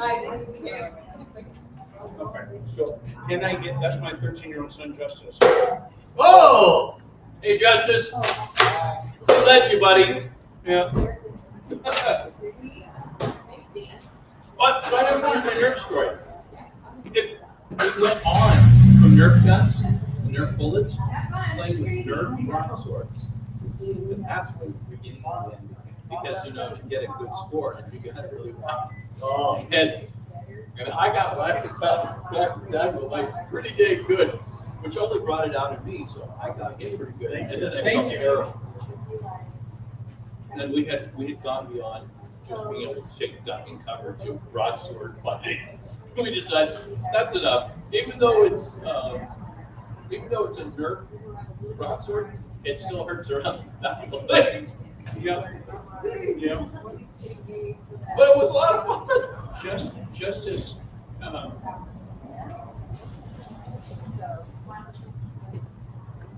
what you checking out? Just seeing where we're at. Yeah. Right. Well, right now, hello to our viewers. Hey, will you please, if you're viewing live for us, will you please say hi to Chief Murray or let's see. Oh, there's Lance Stormy. Oh, Lance Lance. Stormy says, "Hey, Chief." Okay. Is he on the skate? Is he skiing All right. somewhere? Lance Stormy, I got a question for you. All right. Will you pledge a $25 gift up to $100 for each red Solo cup the Chief can shoot off the table? So there's 4 cups. He'll have 5 rounds, and will you pledge for up to 100? So there's only 4 cups. And let us know in the I'm calling you out, bro. Will you in the chat stream here? Will you take the Police Chief Red Solo Cup challenge? And also, Lance, he just shot a cup off my head. He actually did. Yep, I did shoot a red Solo Cup off the top of his head. So if you don't want to do the red Solo Cups off the table, then if I can shoot a red Solo Cup off the top of his head, will you jump in on that one? So I'm watching the chat stream. He says sure. Oh, Okay. which All right. one? So Lance, we're going for the. Oh, come on, it's okay. You're good. I'm sorry about that. We're all good. All right. So here we go. Let's set it up. Chief, we need to make sure. Lance, are you wanting him to shoot it off my head or the table? You got to talk to the camera over there. Right. Lance, do you want him to shoot it off my head or shoot the table? We got to we're watching the chat stream here. Okay. So Lance. All right. So slide your forward. Your 5. He wants it off my head. Okay. All right. Same. So let's have you. He has 2 shots to get it off my I head. only have 2 shots. Knock the red Solo Cup off the Chief's head. Okay. See, Brian. Okay. Gotta have you back up over here. Oh, he shot him in the forehead. Oh. Yep. All right. So everybody, that's Brian Stevenson right there from KIT. Right there. Okay. Yep. Can I have you scoot back over there though, just a little bit? Yep. That's good. Okay. All right, Lance, you watching? We're gonna shoot the red Solo Cup. Yep. Head. All right. So.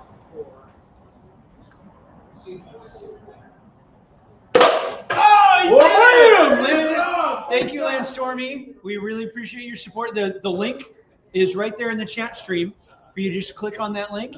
And thank you for your support, bro. I really appreciate it. That's above and beyond the call. Okay, nice. So now here's another question, though, Lance. So Lance is laughing. Lance, will you do that again if I can get Brian Stevenson to let me shoot a Solo Cup off of his head? Hey, Brian. Your eye out, kid. I'm trying to challenge Lance. So Lance just made he stepped up to the William Tell challenge. Yeah. The Chief. Yeah. And I asked him if he would do the same thing. He says no, I'm broke. Lance, I forgot to tell you, you have a lucrative endorsement deal when you come back, so. Okay. So, all right. It does inspire confidence into a ranger. Well, Maybe you feel a little more. once I realized it does run a little bit low, So, okay. You gotta have it be high, you know what I mean? Yeah. Oh, yeah. Okay. That's So, true. Brian, you wanna get us a try? I'd rather have you shoot at me. I'll do $25 if you shoot it on my, this, Yeah, I'm not a good I'm in. shot. You're I'm a in. trained, you're a You want me to hold that for trained. you? Okay, how about we let the Chief shoot it up here? Either way, you guys are better. What I do when I shoot is I panic like Barney Fife. You never know what's gonna happen. Okay. Pat one back. Sure, pat on backwards. Very nice. You're a good man, Charlie Brown.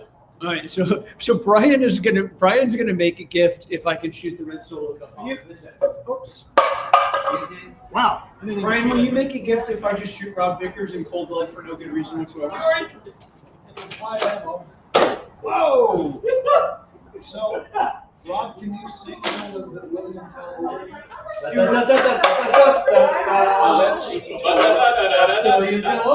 No, that's the Same thing. Yeah, we gotta work on it. We gotta make it sing. No.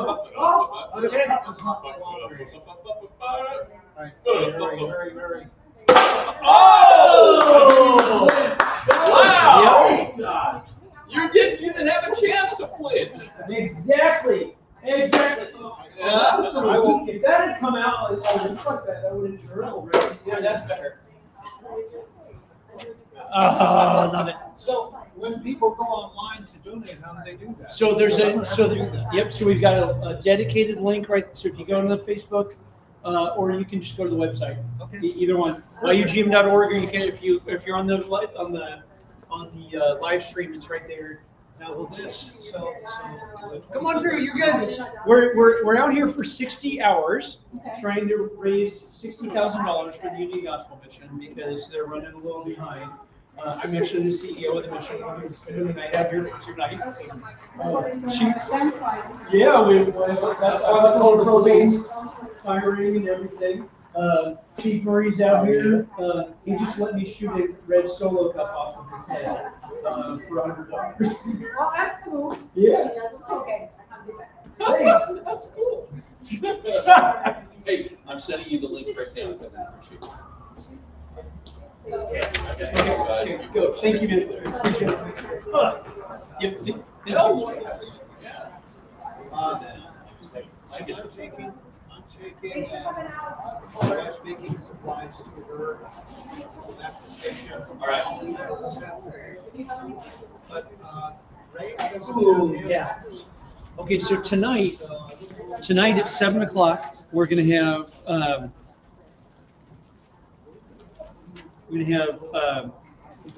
so we're gonna start with 2 hours of testimonials of folks that have overcome through the power of God and with the help of others. And we're gonna start with really just we'll see you.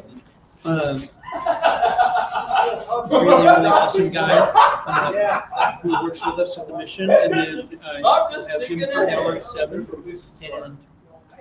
and Travis Maltos, and then we'll have Carla Schneider at 8 o'clock, sharing her story. So you definitely want to be tuning in tonight at 7 and at 8 to hear Travis and Carla. We sit around the fire ring, and I'll put out the challenge again, like I just did to the TV. If you actually want to come down and spend the night with us here, you should come down and join us. Thank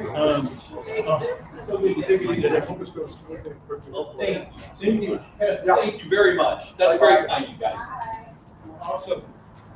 So like I say, if you just want to record 5 of them, Okay. about a minute. Okay. If it's a couple seconds, I can condense. Just if they're 5 seconds too long, that's too long to condense. But I can put it in the computer and go, and it won't even sound weird. Okay. But let's say 4 o'clock this afternoon, somebody makes a big donation, you want to jump something.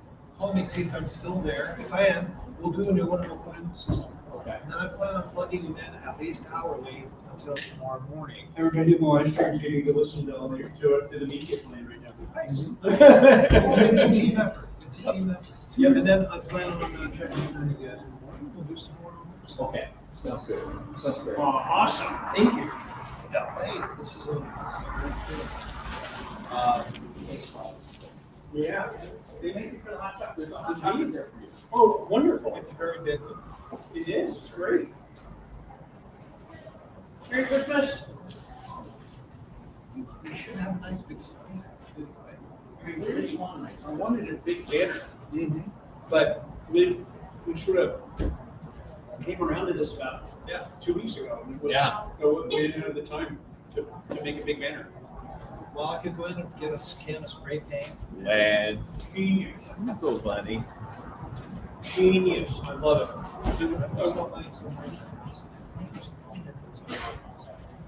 Appreciate that. Merry Christmas. Where are you collecting Oh. the money? Right in here for right now. Thank you. Thank you. Oh, This a is so lot. awesome. Thank you so Merry much. Merry Christmas. Thank Happy you. holidays. Merry Christmas. Ah. All right, guys. Thanks, Brian. See you soon. Appreciate it. See you in a little while. I'm not gonna touch you with this. That's all right. I like, there's worse things to smell like than chicken, right? Hey, so come down to Ray's here at 56 and some of you and say hi. Dina came by. We're having a lot of fun talking about homelessness and how we can come together to help solve homelessness one person at a time, one broken story at a time. Ultimately, of course, by the power of God. I don't have the power to reach into a human soul, right, and bring healing there. But I do have the power to share love. And so thank you for sharing love. Thank you for sharing chicken. Thanks for going to yugm.org. We're making a gift right here through the link that's in the live stream. There it goes. Shoot. Well, you know what? 30-second moment. I think it was 5. Yeah, that's good. Who's counting? Merry Christmas, sir. Okay. Have a Merry Christmas. Thanks. Okay, I can't eat cheese, so this is still nice warm mac and cheese if you want. So Sure. I can't do cheese. Are you lactose? I didn't used to be, but apparently I am. Merry Christmas, lady. Hey, Mario. Came up here just to see you. Oh, how fun. Yeah. Thank you. Thank you. Yeah, we'll be out here for another couple of days. So Yeah, we'll we're spend the night already kind of, yeah. Oh, gosh. You gotta stay warm as you can. We'll do our best. Yeah. You have a good one. Take care.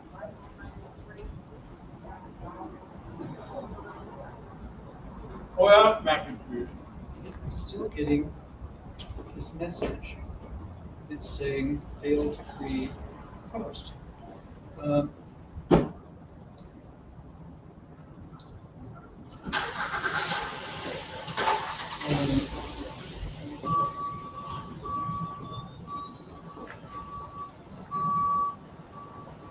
gonna have to.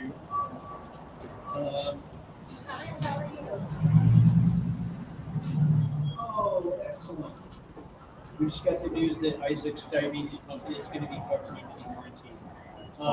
Yeah, because if we had to pay for a new type of diabetes pump, it would be $5,500. Yeah, and it's a lot of money. I mean, type 1 diabetes is, yeah. Hello.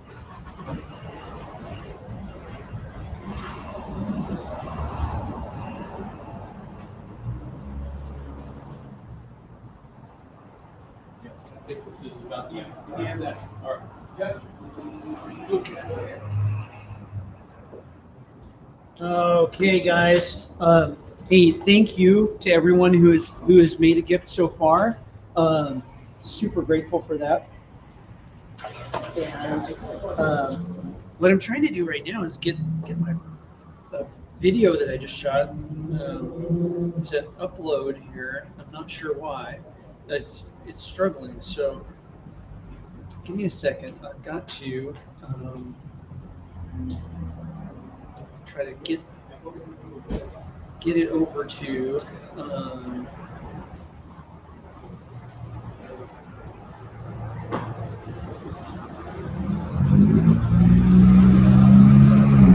see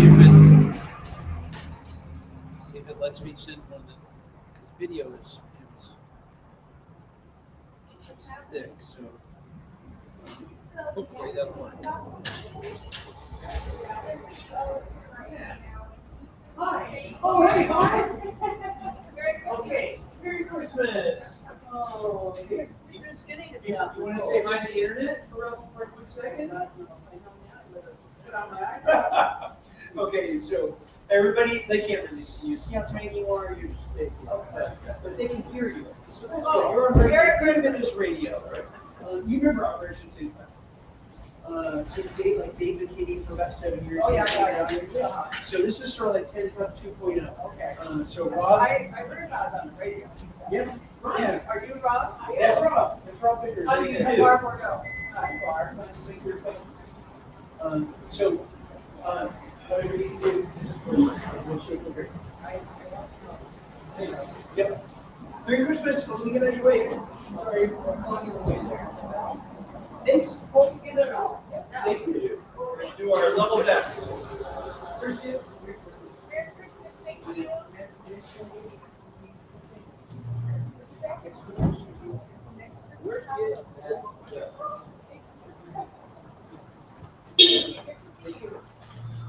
I've got to set this down.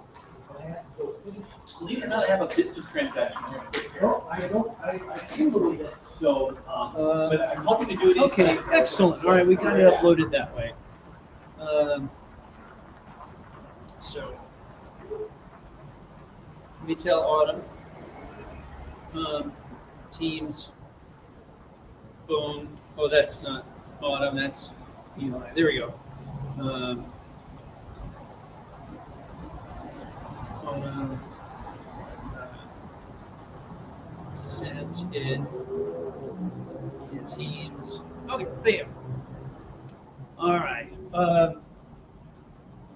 So it is. So we're 2 hours into 60 hours. We have 58 hours to go down here, and I will admit, I'm a little cold. I've been out here for two hours, and I've got a fleece on underneath this, and yeah, I'm a little cold. But I've got this hot chocolate that Brian Stevenson brought for me. So one more time, just say that, you know, what we're not doing here is pretending to be homeless. You know, that would actually be sort of demeaning to the real suffering that is the lives of folks that live outside. I mean, if you've seen people camped out and pushing a shopping cart down the road, and when I say real suffering, you know what I'm talking about. And so we're not. We would never want to be demeaning to the terrible stuff that takes people out to the street, or the struggles that keep people on the street, or the trauma of being on the street itself. You know, which is so heartbreaking, right? Like, childhood trauma is actually the most accurate predictor for adult homelessness. But then somebody ends up out on the street, and that becomes its own trauma, layered on top of the other trauma. And so what we're not doing out here is making light of that, or in some way thinking that me spending a couple nights in front of the grocery store is in any way indicative of the suffering that takes people to the street, or the suffering that is the street. But we are out here just trying to raise awareness and make sure that the ability to keep offering hope and keep offering a way out is secure for folks. The mission is entirely privately funded by your donations, and 94% of which go to clients and programs. It's like incredibly efficient, because the community support for the thrift stores mean that almost all of the mission's overhead is self-earned through the work that we do at the thrift stores and the support that the community provides for us there. So please know that if you help us meet our 60K and 60 hours goal, that almost every penny of that is going to clients and programs. Also, we'd love for you to share this stream on your Facebook, and get other people watching. We've had a pretty consistent number of folks watching, but I'd love to have 10 times as many watching this live stream, and especially as we get into the nighttime and we get to hear the stories, make sure you come back from 7 to 9 tonight. and when we're sitting around the fire and we're getting to hear people's stories that have been on the street and aren't anymore, and how that came to be. And so we definitely want to invite you back for that. But I'm going to be so bold as to invite you to actually bring your tent and your sleeping bag and come down here and join us tonight. There'll be 3 of us in this tent, me and Rob and State Representative Chris Corey. And I'm not sure when Chris is going to get here, what time Chris is going to get here exactly. But you could come down here and join us too if you want. So tomorrow night we'll have probably 3 tents out here. County Commissioner and Housing Housing Authority and all kinds of folks. And tonight, it could be you. So Merry Christmas. Oh, very good. Yeah. I'm Mike Johnson. I'm the CEO of the Union Gospel Mission. Oh, cool. Yeah, and I'm out here for the next 58 more hours, 60 altogether. The mission is running a little behind right now. It's been a hard giving season. I don't know if you saw the headline a week or 2 ago that nationally the Salvation Army is running behind either.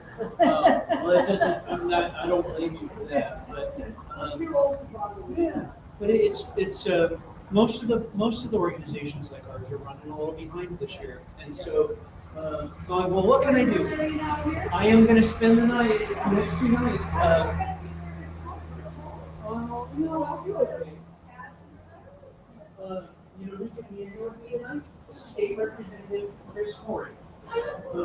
He's coming down to spend the night too. Exactly. So we'll be able to snuggle up. And guy Rob Vickers, who is the local investment guy. And I invited him to come out because I knew that we usually do this.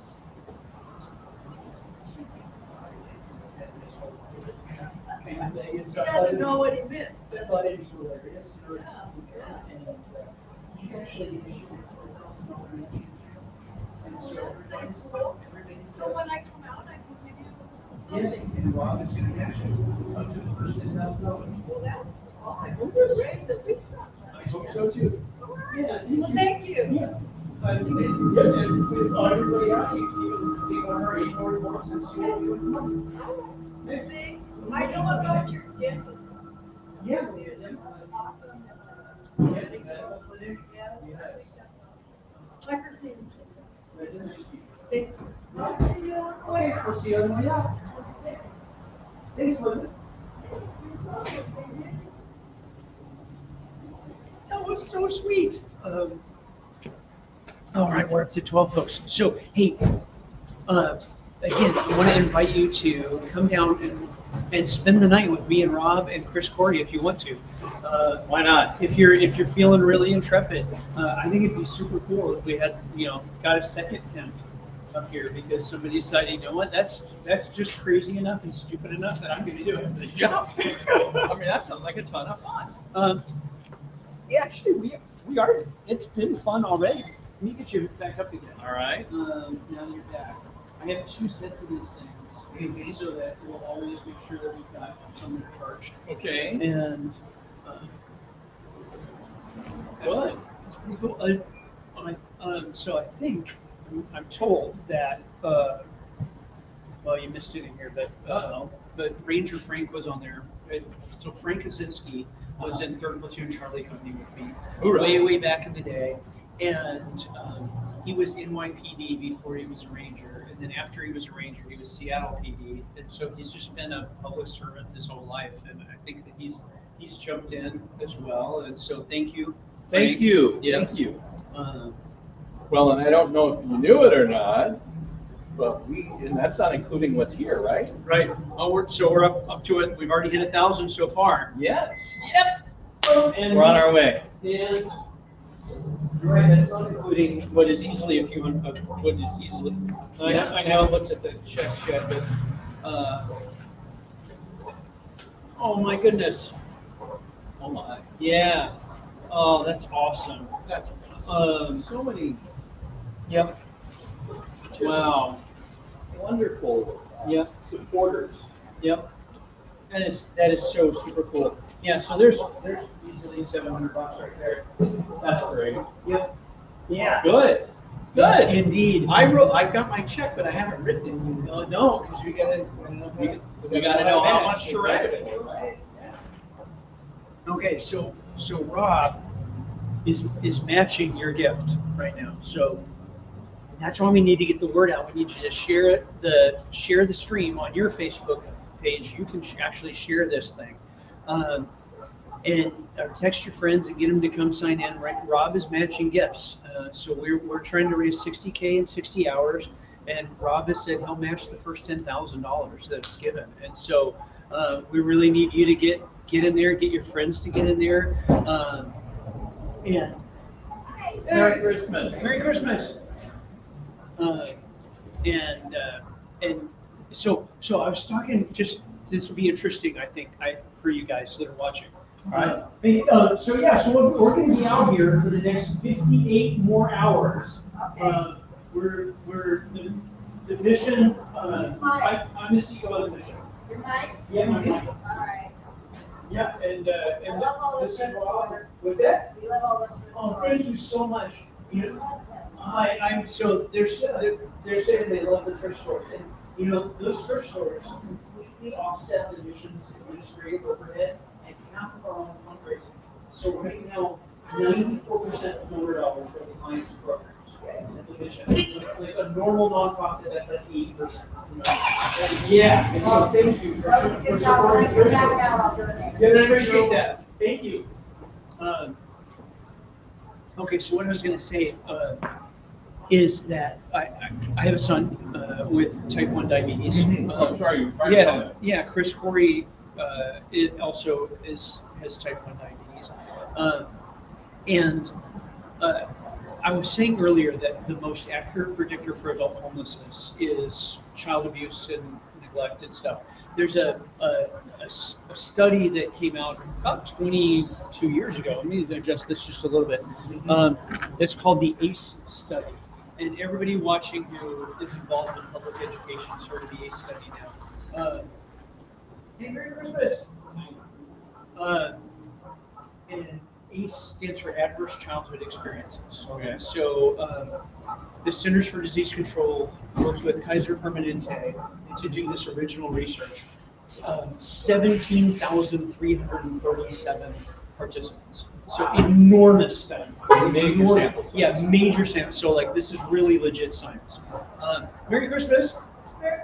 We're out here for the next 58 more hours. Yeah, we're going to be doing everything. I'm the CEO of the Union Gospel Mission, and we're running a little behind. And so we're out here for 60 hours trying to backfill $60,000 that we were short in November. Rob is actually agreed to match everyone's gift for the first $10,000. He's spending the night with me out here too. Oh, really? Yeah. The police chief was out here earlier, and we got somebody online watching online. We got like, I don't know, a dozen people or so watching us online, and we got somebody online that donated $100 if I could shoot a red solo cup off the police chief's head.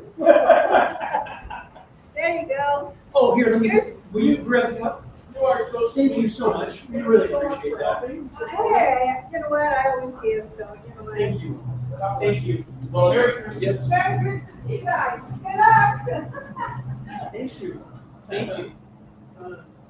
So, ACE survey. the ACE study, yeah. Adverse childhood experiences, and a person's ACE score predicts homelessness better than anything else. You get a score of 0 to 10. Oh, thank you. Rob's gonna grab the cup. All right. Appreciate it. Yeah. Thank you. Thank you very much. Thanks for your God questions. bless you. And the 10 ACEs are physical abuse, sexual abuse, emotional abuse, physical neglect, emotional neglect, witnessing domestic violence against mom, parental separation or divorce, substance abuse in the home, mental illness in the home, incarcerated immediate family. And so you get a score of 0 to 10 based on how many of those things you experienced before your 18th birthday. Okay. And folks with a score of 0, they didn't experience any of those things, they become homeless at a rate of 1.3%. 99% of them. Hey, thank you. Merry Christmas. Merry Christmas. But with each one of those, like it goes up like about 3%. So that at a score of 4, 11% of those folks become homeless. And at 7, it's 27.3%. And at 9 and 10, you're over 50%. And so what's really interesting is that the research was originally done not just to look at behavioral health problems like addiction, but physical health, because what they found was that ACE score also tracks with incidences of autoimmune disorders like type 1 diabetes. And so when this kid is like growing up under all this stress of this child abuse and neglect, like their body is so filled with stress hormones that it triggers their immune system to basically shoot anything that moves. And so ACE score also tracks with type 1 diabetes prevalence exactly. And so all 7 of our kids are adopted, and that means they've all got this childhood trauma of adoption itself. And so type 1 diabetes is like way overrepresented in the foster care population and among adopted kids. Yeah. And so Isaac has type 1 diabetes. Well, like his insulin pump, it got some damage, and we weren't sure if the insurance was going to cover it or if the warranty was going to cover it, and it was going to cost us $5,500 to replace his insulin pump if we had to do that out of pocket. What do you think happens to somebody out on the street with type 1 diabetes? The answer is they die. That's the answer, is they die. And so we were talking earlier, with Lance, told me about what does it take to solve, what does it actually take to make this better? And in most places in the country, they don't let folks live out in the street because they die. And so in most places, like New York or any of those places, they're like, hey, they make a shelter system, and then they say, you don't get to sleep out here, you need to come into the shelter. Right. Because people live in shelter and they die on the street. Merry Christmas. Hey, we're out here for about 57 more hours straight. Gonna be sleeping and spend the night out here. So stop by and see us if you would. Hey, Merry Christmas. Go Hawks. Yeah. Merry Christmas. There you are.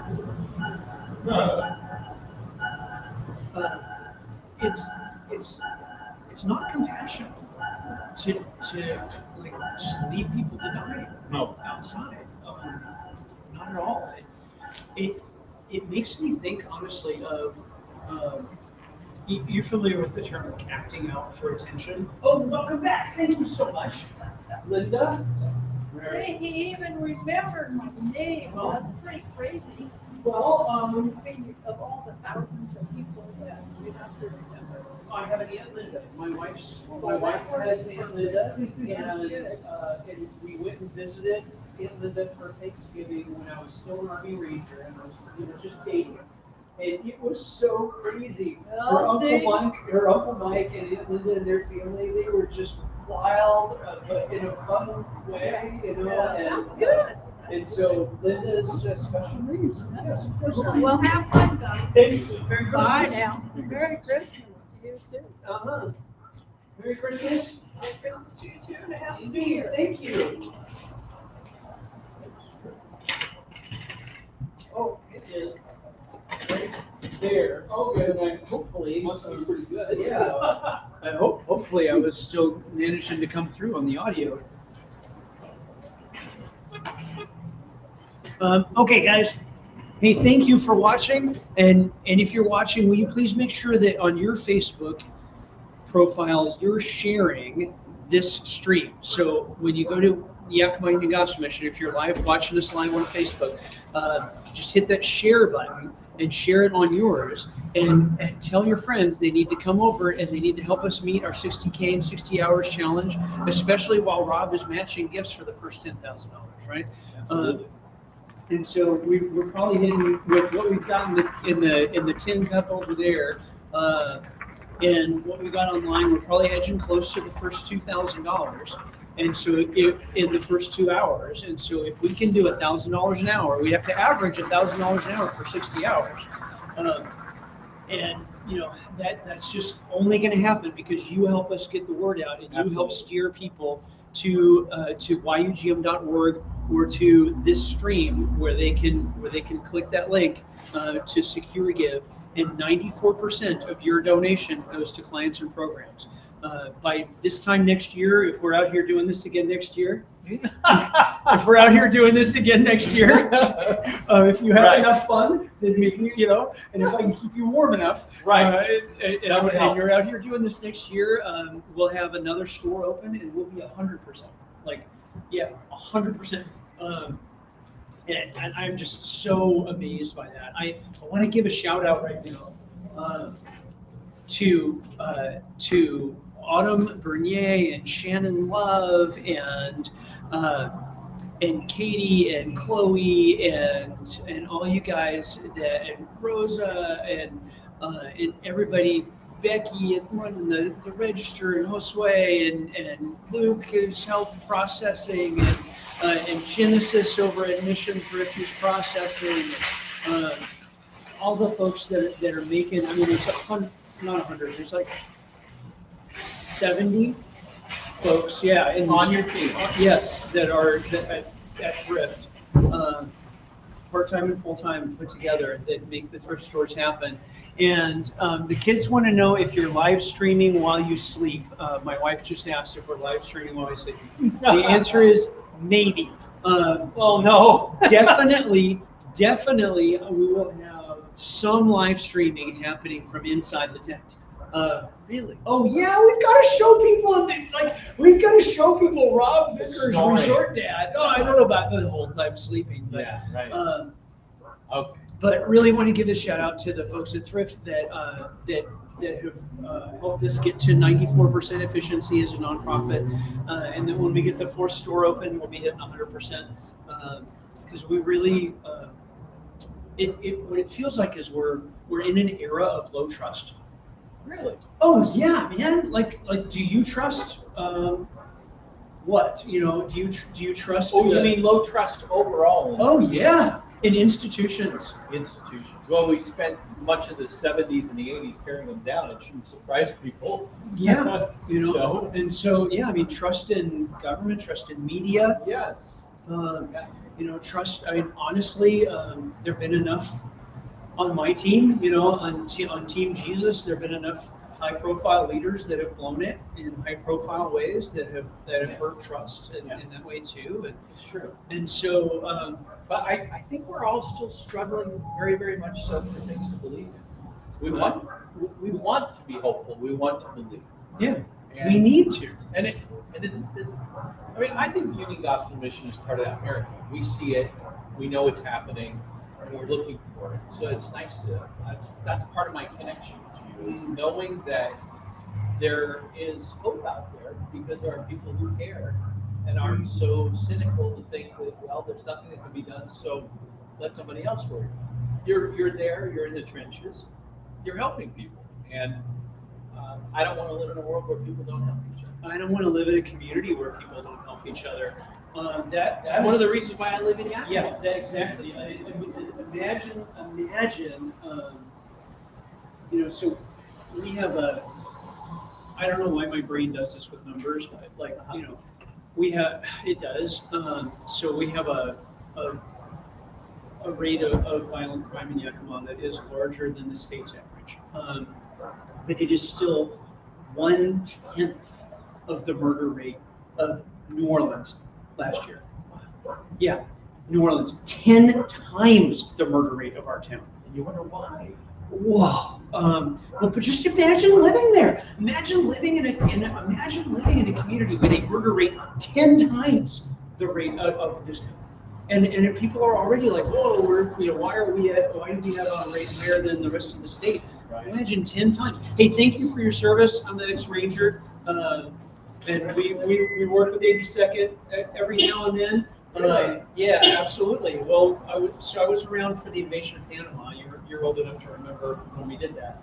and they dropped all three Ranger battalions onto Rio Hato Airfield, and then right behind us came the 82nd, and so our company and platoon ended up going to the south end of the airfield and securing Manuel Noriega's beach house, and then we turned that whole line over to 82nd and went on and did other stuff. But so when were you in? Okay, right on. My dad was Navy in Vietnam. He was on the USS Enterprise, and he was intel. And so what he was doing is he was the guy, the spotter, in the prop-driven Pipers that would fly around and get targeting info for the fast movers. So when the F4s would come in, right? And so Dad would come back to the aircraft carrier with holes in the wings and stuff. Those guys rotate every 3 weeks. Or they come back and try them. Yeah. Or let's step up just so we get through or something. I'm Mike Johnson. I'm the CEO of Union Gospel Mission. Oh, cool, here. Nice to meet you, Neil. Thank you. This is Rob Vickers. Hi, Rob. How are you? My dad was First Infantry Division. What did you do more I specifically? was a JAG officer. Okay. Second, but I still have to be a trainer. Yeah, no, I get it. Yeah. We were afraid, first time, 5 nights after we got up there, we got attacked by a group of sappers. Kids were on the perimeter. So for the viewers, sappers are tunnelers. Yeah. They came through the fire. We ended up killing 52 of them. They got 25. Wow. So I was in the foxhole, right? Yeah. What We were you? right at the foot of the Ocean Valley. Okay. And down on Rock Clay. Yeah. Northern part. Yeah. South Vietnam. And they come right up the occupation ground. And that's where we went a lot. Yeah. We had a lot of action. The big howitzer firing over our head. Sometimes they come back there. Nice to meet Well, you thanks for your guys. service. Thank you. Merry Christmas. We're out here for the next 57 hours. Yeah, we're going to be spending the night in here. I'm going to be out here for 60 hours total. Raise money for Union Gospel. Raise money for the mission. When I was looking at our financials, we got in December, and I was looking at how much we did, and we were $60,000 off of what we raised in November. And so talking to You're your team. meeting with the Southers. Well, no, we're not. It's not local Salvation Army, but I'm friends with them. And so I mean, think of this as like, Taco Bell and McDonald's always end up in the same place, right? Because they actually, if you're coming to fast food for one, like they actually draw for the other ones. Yeah, exactly. And so, but Salvation Army and us are both running behind, and it's just it's a hard giving season. Inflation made it hard. Well, there was during COVID, there was a ton of money during COVID, right? But now that What they do with all that money? well, I can tell you what we did with it. We fixed a bunch of stuff. We kept some people that we otherwise wouldn't have been able to keep employed. We added some staff, and in the first, in our last, let me see what our year reports. In our last fiscal year, we moved 101 people out of shelter, and that's just shelter, not including our addiction recovery and feeding shelter programs. And so, what we did with it was we beefed up our capacity of people, and during COVID, we were able to open a store. And so our first store across the street is Summit Cook. That's our biggest one. Yeah, I drove it over. Yeah. That's a Well, great story. Thank you. I'll make sure but because of the stores, we're running 94% efficiency as a nonprofit. Only 6% of donations. Very good. Yeah, exactly. Have to go to so 94% to clients and programs, and so we tried to build our ability to do this better in the long haul and really generate results. You're a good talker. You've been a warrior. I'm glad that God called me into ministry instead, but I'm also super duper glad for my time as a ranger. I've had incredible leaders. Proud of you. Yeah, thank you. Yeah, see Have a you. good day.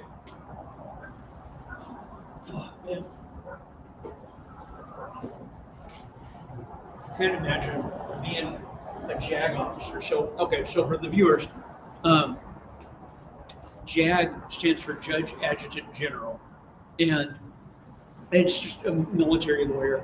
Right. And so, I was gonna tell him it took one to know. yeah, so the military needs lawyers because there are these things, the laws of land warfare. And in basic training in infantry at Fort Benning, one of the days they took us into this classroom and gave us a big presentation on the laws of land warfare and what a legal order and illegal orders are, and taught us, like you don't get to obey illegal orders, and so part of the reason that military units have lawyers is because there are things that are illegal, for them to do, and so They enforce the UCMJ too. yeah, exactly. Uniform Well, so Code the of Military Justice. so the military has its own law code called the UCMJ, and so this is another reason that they have lawyers, and so so that who's in Bill? I think it was Neil. Yeah, so Neil was was one of the lawyers within his unit in the 82nd Airborne in Hue in Vietnam.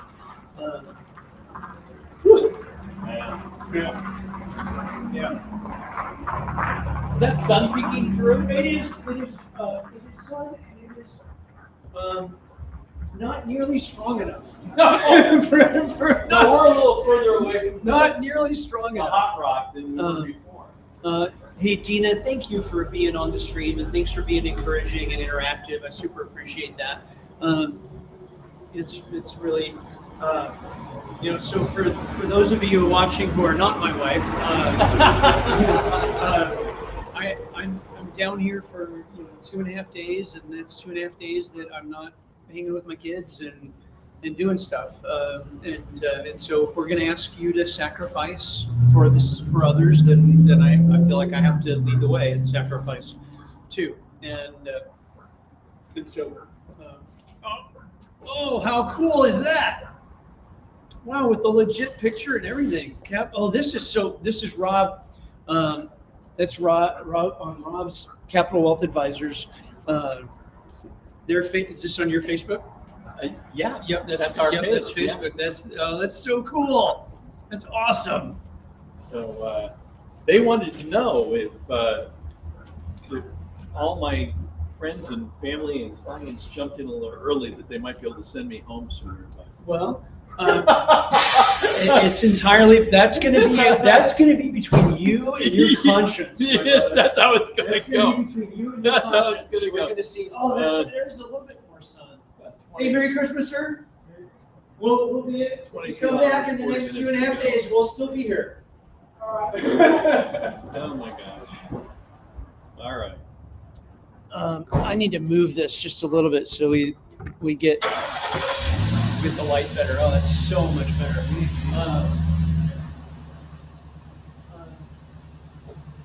I'm checking the tape here. Here we go.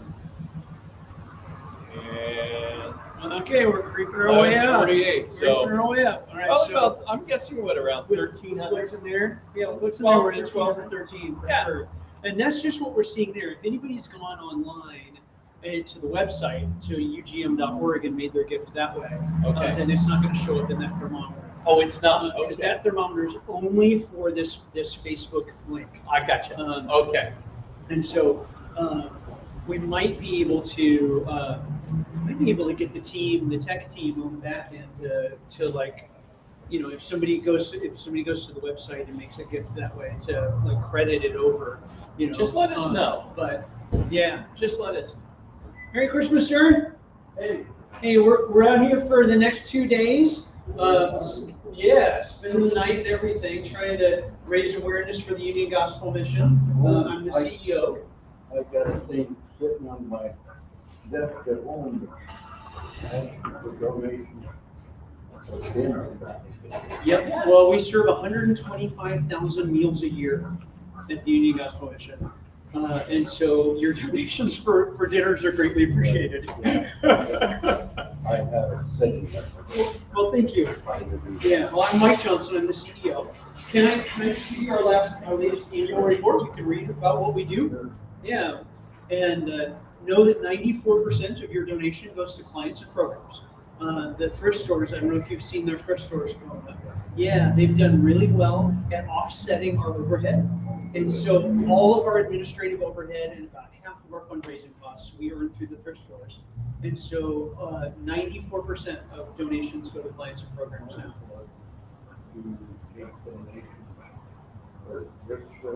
Oh, we do. I mean, people bring donations of clothing and household goods. Yeah, absolutely. And we get so much stuff at the thrift store that we're able to meet all the needs for clothing and shoes and stuff down at the mission. Run the stores that offset almost all of our overhead, and then we still have enough. We still have more clothes left over after that. We found this company that we sell those clothes to by the pound. We get like 12 cents a pound for it, and then they bale them up and bring them to like Indonesia and Africa and put clothes on the backs of kids in other countries. My wife passed away. Oh, I'm sorry. 7 or 8 years ago. And I have a large house, and I've got sort Okay. that I wore. Yeah. I wore Right. and I haven't worked for 2 years. I've got all the shirts and stuff Yeah. that don't fit anymore. Dress shirts are perfectly good. Yeah. But Well, please bring them down. You know where the store is across the street, right? Okay, so our biggest thrift store is just literally right across the street. Okay? You'll see it's called Summit Thrift. Yep, and the donation dock there is open until 5 today, and it's open from 9 to 5 tomorrow. And they'd be happy to be able to take those dress shirts and put them on the backs of folks that are going for job interviews down at the mission, or if we don't need them down there, then we'll sell them there to fund the mission and make it work for you. Yeah, thank you.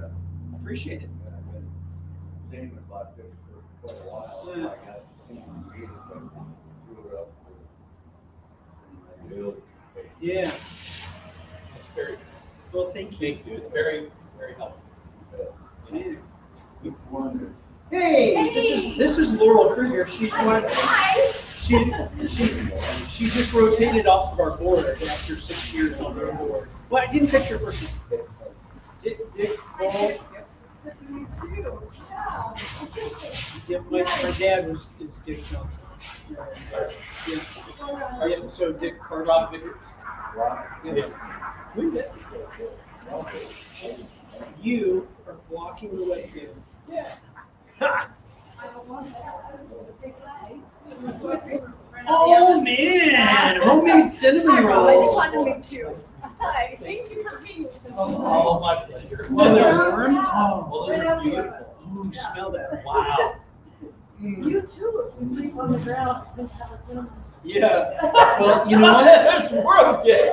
Yeah, you can take my spot. Jake, I'll share a homemade cinnamon roll with you even if you don't sleep on the ground. Yeah. That's right. Oh, thank you. Yeah. So this is what we need to. Fabulous. This is like, yeah, this thing is bad. This is like it's in Europe. You Oh, I love that it. is. That's great. Well, I'm coming back You know, again my on son, Sunday. Okay. first Okay. My violin with Josh. Yes. He's gonna do a guitar. Oh, beautiful.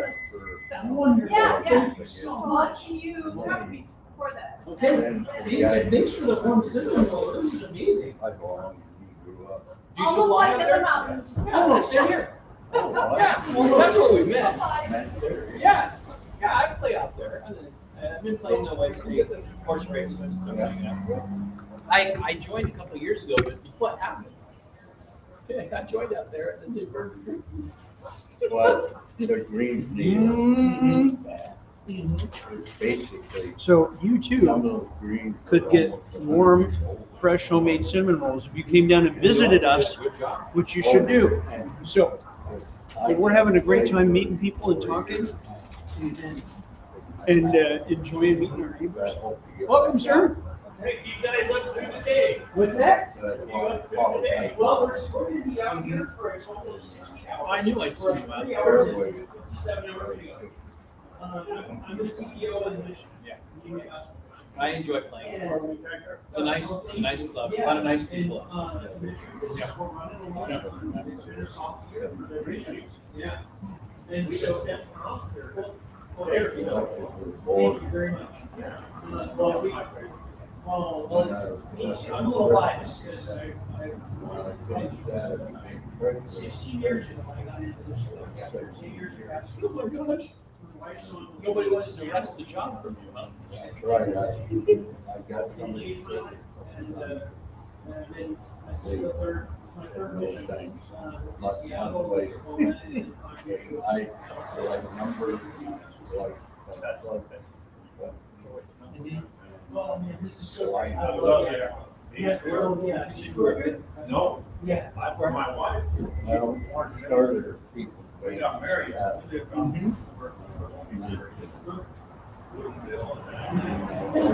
Years.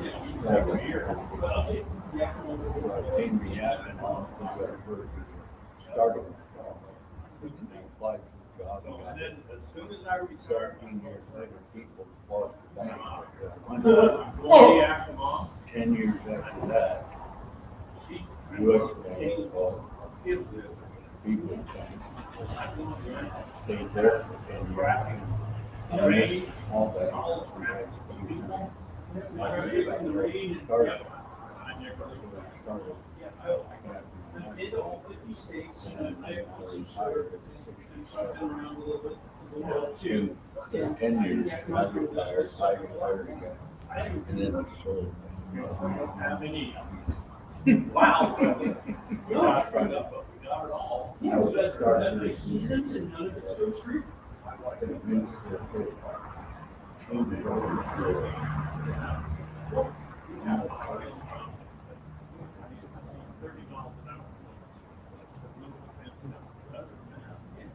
lived in Yakima for 6 years. Boy, banking has changed their lives.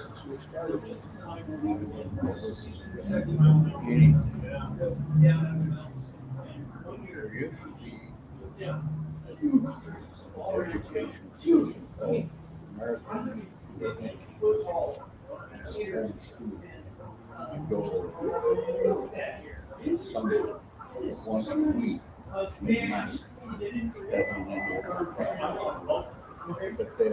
46 different subjects. Nemo was So 87 when years you hire a old. new person, you have to go He was Navy in Korea. and so the people they hire, you know, are brand new. I know, it's so and funny. need something. We never had Now they Yeah, oh, we were the ground. don't have any knowledge. Both those guys. I know I gave them a lot. You never eat. And she had a certified. They like chow. And the big guy, and he took the chicken and went capture. And she said, why not? Well, they made out the meat. So I had to do some work. And she said, and I go, dog said, no. Can't do it. I mean, there's no training. They just hired.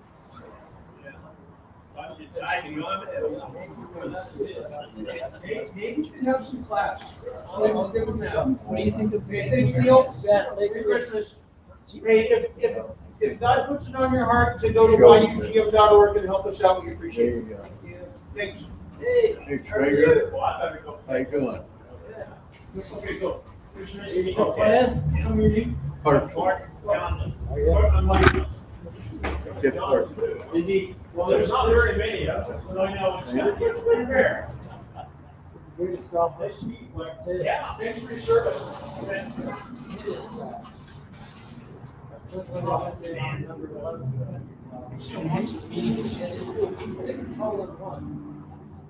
had 8 there. That's 14 altogether. That's awesome. I haven't even come close to one. See you, Neil. Out here for couple of days. I've actually the only thing that was closest to me was I was playing with my son out. I wasn't doing anything except fun. And I hit the shot, and I could tell right when I hit it, it was going to be a home run. And first thing I did is I dropped my glove. Oh no, please not here. You want your first one to be memorable, right? Couldn't come an apple tree. Couldn't come an apple. The glove was gonna come a rigid about 65 yards out. And you know what? It's like the Lord said, no, we won't go that there. And so it landed just to the side, that far right at the end, but just that far in the field. Yeah. It was like, like. I don't know what it is about that. Yeah. So it suits your eye, doesn't it? Yeah. Your eye sees it. Isn't that the greatest? I've had holes like that where you just know. Other people fear it. The way it's sensitive to your eye. We are one of the and your most screen. efficient nonprofits You see in the that? valley. 94% And of donors I always said, complaints programs, almost a million gets. I would go Gets 5 to 6 forward rounds. because of the Not thresholds. necessarily. We're able to cover all of our own administration and half our own fundraising. And so it goes a long way and it matters a lot to give people It's a not hard. chance. No.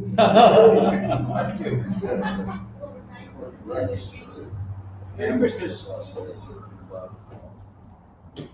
80. All right. This guy's a golf legend. Is he really? Oh, yeah. Yeah. How many hole in ones? Dick? 14. 14? Go figure.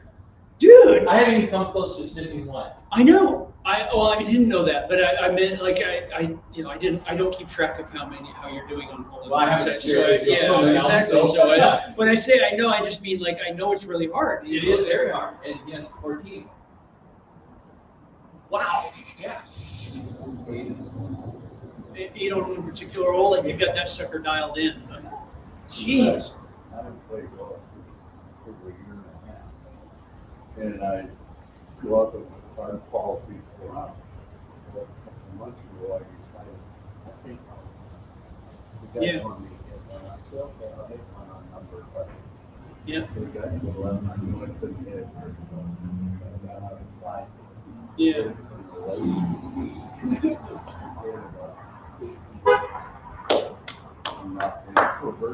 Love it. I love it, dude. Oh my Good goodness. job.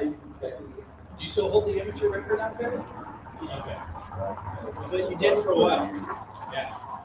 I touched my, when you mentioned your name, I knew you. Huh. That's so interesting. Yeah. Merry Christmas. Hey. Well, Well, we're out here for 60 hours, so we're like 3 hours in. Collect your money. I got 57 more hours to go to do out here and everything. Because I run the unique constellation, and the truth is that we're running behind. Of my own. And so, trying to help, well, what can we do? And so,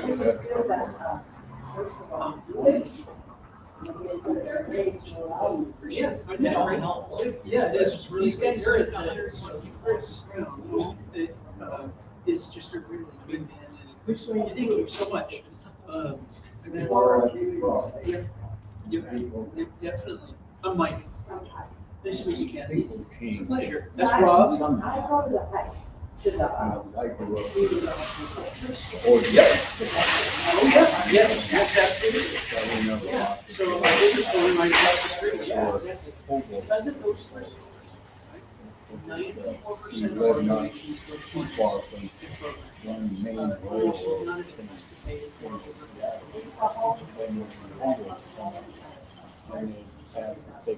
It is actually, yeah, it is growing. Yeah, it's especially growing out there, out on the street.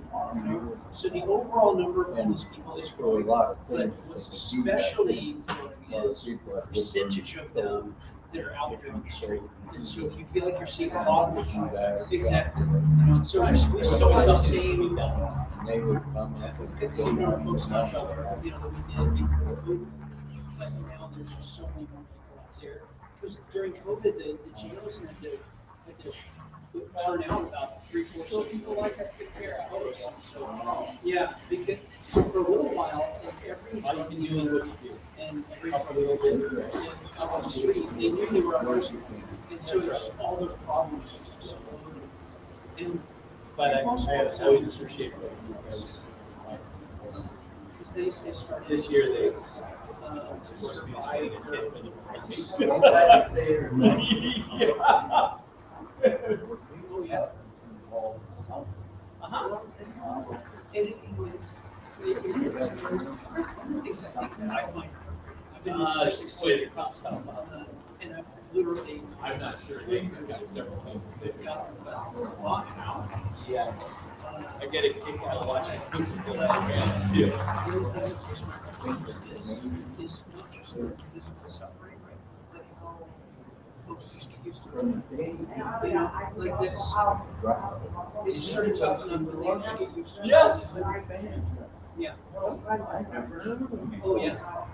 Well, unless you follow Washington University sports. They know. For the most part, people wish they just all go away. And so what God does is God wants someone who's doing it. God wants you to, and He said everything in your life, and He said great things. Because God does not make this world perfect. That's what we need to do. We need to do those things. Anyway, they were playing. Yeah, exactly. And so,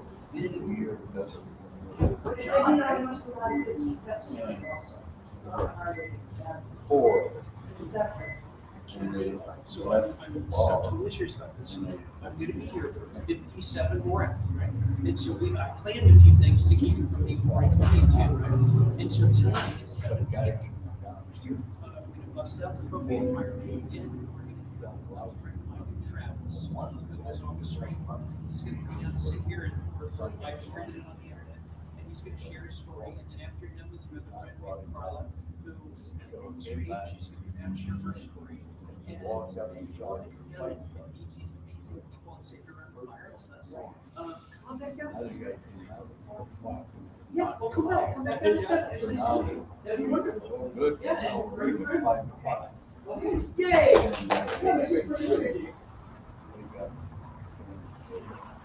Oh, what's up?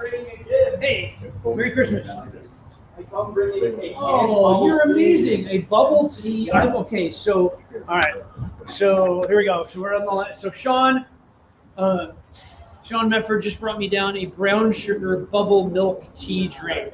That sounds really weird and strange. I can't believe that I would ever consume something called a brown sugar bubble milk tea drink. But you know what, guys? We're getting terrible backlight, so we gotta come on over this way instead. Okay, now we can see better. All right, so yeah, I'll get in here, man. All right, so Sean, say hi to the internet. Hello, internet. Okay. What the heck is a brown sugar bubble milk tea drink? Well, I've had normal bubble tea, but I've never had a canned bubble tea. And I saw it at grocery outlet, and I was like, where'd you get mine this? Okay, this thing claims to be a Taiwan classic. And so, Chloe, you were in Taiwan. If you're watching, one of the folks that helps lead the Twitch streamers is lady Chloe, and she and her sister and their husbands were recently in Taiwan. And so I want to know, when you were in Taiwan, did you see lots of brown sugar bubble milk tea drinks around, or were they just a Taiwan classic? I want to know. My head is cut off. I gotta adjust that just a little bit. Okay, we're gonna give this thing a try. Go right ahead. Does it taste good? That's the big question. I think the bubbles are at the bottom, probably. I don't even know what. I've never had bubble tea in my life. Really? So what? I mean, is it just carbonated tea or what? I don't think it's carbonated. I think it's like a brown sugar like tea, like it describes, with tapioca balls in the bottom. Tapioca balls. Yeah. I don't know if it's going to be as good as normal bubble tea, but I thought it looked really cool. And I was like, you know what? Might as well give this to Mike to try. Oh my! This thing is 229 calories. Wow. That's a lot. That's a lot of calories. I'm not sure I want to consume all of those calories. Yeah. So if I poured some of this out in a red Solo cup, would you help me out with some of the calories? Dudes, anybody want? Okay. Man. Yeah. And, Taste the Taiwan and then Yeah, I feel like if I close my eyes, I feel like I'm in Taiwan. Oh, I bet. Yeah. Yes, absolutely. I think if you really go at it, the bubbles will come in. Wait, I actually heard you in Chinese just now. Is that what they speak Yeah, in Taiwan? yeah, oh yeah. Yeah. Well, hopefully I'll get it. So, little history lesson here. The islands of Taiwan is an island country, right? But the island was actually, the name of the island is Formosa. And these Taiwanese people Putting a name and a face together. I'm sure I'll see you out there. are always folks that got pushed out of mainland China during the Communist Revolution. And so, like, hey, nice to meet you, Dick. Thanks for your Christmas. Thanks for stopping by. Oh, thank you. Thank you very much. Thanks, Dick. Yeah, so after World War II, this guy named Mao Zedong led a communist uprising in China. But not everybody wanted to be communists, right? Like, they're like, hey, you know, we're not really sure we're in for the whole commie thing. And so there was this civil war in China. And the commies won. And the folks that lost sort of steadily lost ground and lost ground and lost ground and lost ground and lost ground until they were completely pushed off the mainland and they ended up on this island. And then the island was really easy to defend, right? Because, and you know, that's like why in World War II, like England never fell. Like France was like, you know, because you could drive a tank right through, you know, from Germany through Belgium into France. But it's really hard to drive a tank across the English Channel, you know, because it's water, you know. And so so once these folks ended up once the folks that lost in the Communist Civil War in China ended up on the island, they were pretty safe, you know, and they became Taiwan. Dang, that's crazy. And so of course they speak Chinese. They are Chinese, Right. like ethnically, like just not national. There you go. Hey, history lesson for me. Yeah, but hopefully that was interesting. It was very interesting. Thank It you. wasn't You're Taiwan welcome. originally, though, was it? It was Formosa, wasn't it? Well, Formosa is the name of the island. Like the land itself is Formosa, but Taiwan is the political entity. You know, I'll say it. Taiwan's the country. Taiwan's the nation. Taiwan is the democracy, the independent nation that should be recognized as one. I agree. So we might have just lost ourselves a couple of Chinese donations. I'm not sure. Probably.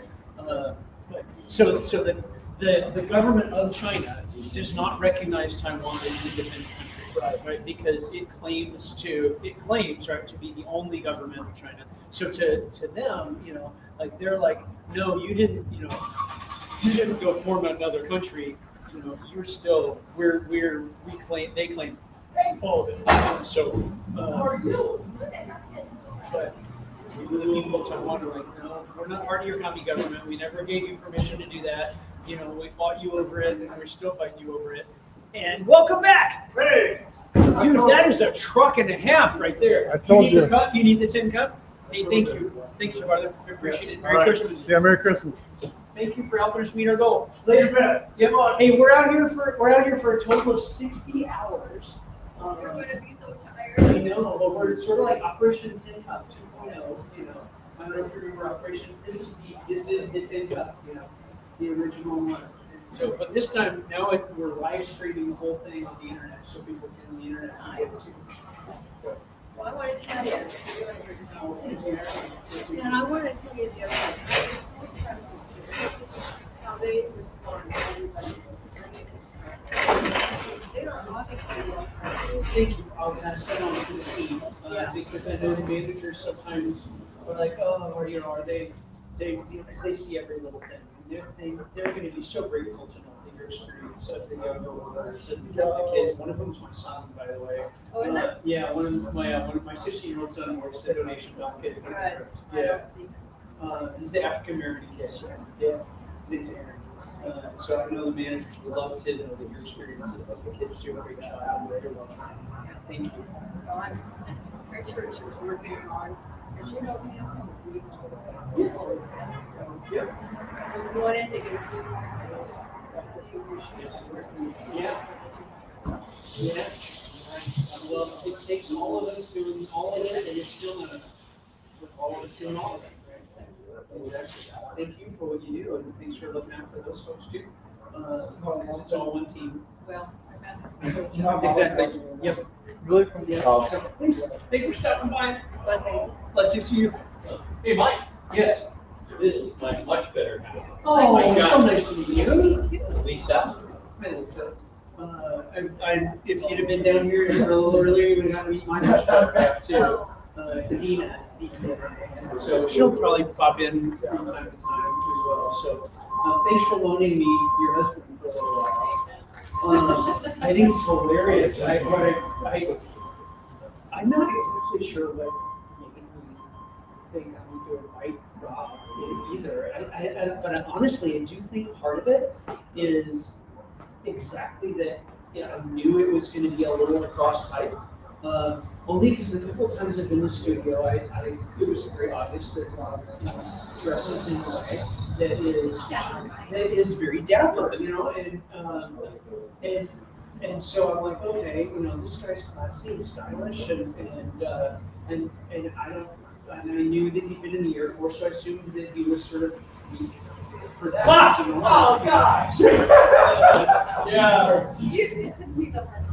I know. Well, I know a lot of guys in the Air Force, they want to be real and sort of. Oh, this Army Ranger stuff. I tell ya. Sorry, it'll get yours. It's just don't know. But no, but I really, is it your house? Yeah. And so I'm like, we're all invited some people actually sitting and I knew that Lance, it wouldn't work for Lance, because he's on a very strict schedule. And so I thought, well, you're not blind, no, it's kind of fun. And I thought, there's absolutely no way for her to so then I was like, well, maybe I'm not sure. And the more I thought about it, the more intrigued I became.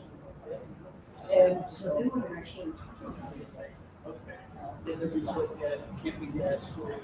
And I'm a resort dad. And it's true, right? And so it's been so much fun for me to see the way that this has evolved, and even in his homework, to result in doing things up here in the city, spend some time together. And so for the trash talk, of course, trash talk. So, the more time I get to do it, the more I'm grateful for doing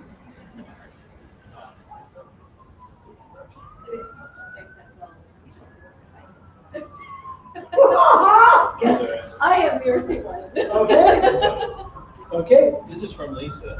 Oh, that's beautiful. Is that carrot That's cake? one's for you, yeah. It's Okay. Oh, yeah. Well, hey, from a welcome. little bake shop at Johnson's. Oh!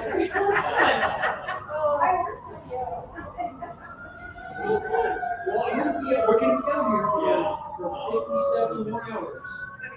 It is gonna get cold. Yeah, I got my stuff in there. I think I got the warm stuff from my mountain climbing days.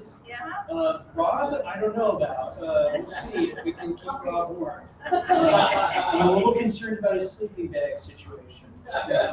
You wouldn't have to get up close personal. Well, we'll have 3 of us in there, and so we'll put him in the middle. There you go. Wait a minute. That'll do it. That'll do it. You'll be warm, you'll be warm and toasty. We're gonna have Chris Corey, State Rep Chris Corey is gonna be in this temple this time too. You have some cardboard? Well, I have some sleeping pads, some like inflatable sleeping pads.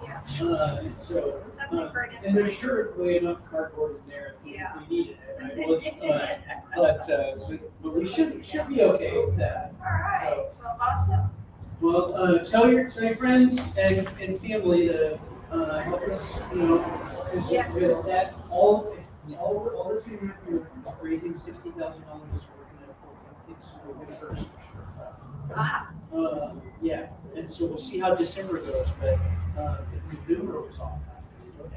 Yeah, and so that's a lot. Yeah. So, and it's not just us, it's submissions all over the country, and Salvation Army, and it's just it's a rough giving year.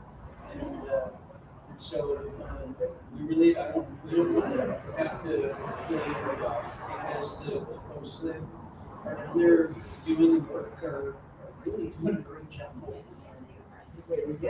So I don't know if you know this, but basically, you know, four things down there in Northwest. There's the adult shelter, the recovery program, family shelter, right? And so just the adult shelter, not including the recovery program and family shelter, just the adult shelter got 101 people up and out of that shelter. Yeah, last year. It is amazing. And so some of them into the recovery program, our recovery program, some of them into other people's program, recovery programs, some into housing, some into back into the family. But that's 101 people who were homeless. And that's just the adult shelter, not including the family shelter that was over 100 some odd people themselves. There's 72 of which were children. You know, so they're doing great work out there. People are making a difference. So if we have to balance the budget by cutting, that's an extent, right? Here, we want to try to balance the budget by bringing more lives. So they should be a part of it because of your guys' work and, you know, I'm able to tell everybody here that 94% of their donations are on the book because it's first place for the administration of the fundraising. So, thanks for doing it. You're welcome. Yeah. Okay, so right over. Thank you. Hey, you know what? We can tell you that your mic is in the chat. Okay. So, Mike, your sound is muffled. Is it better now, Dina? Thanks for watching, by the way. Let me know. I'm over here looking at the chat. I'm looking at the comments over here on my screen. Does the sound sound better now? Yes, she says. Yep, it must have just gotten all stuck in my coat there. Thank you for quality control. Every husband on the internet who's watching understands that part of why God gave you the wife that you have is quality control. So Rob's wife Lisa was just down here, and at some point maybe we'll have to see like if we can get the two of them down here at the same time. All right. She's And getting so they can meet each other. So.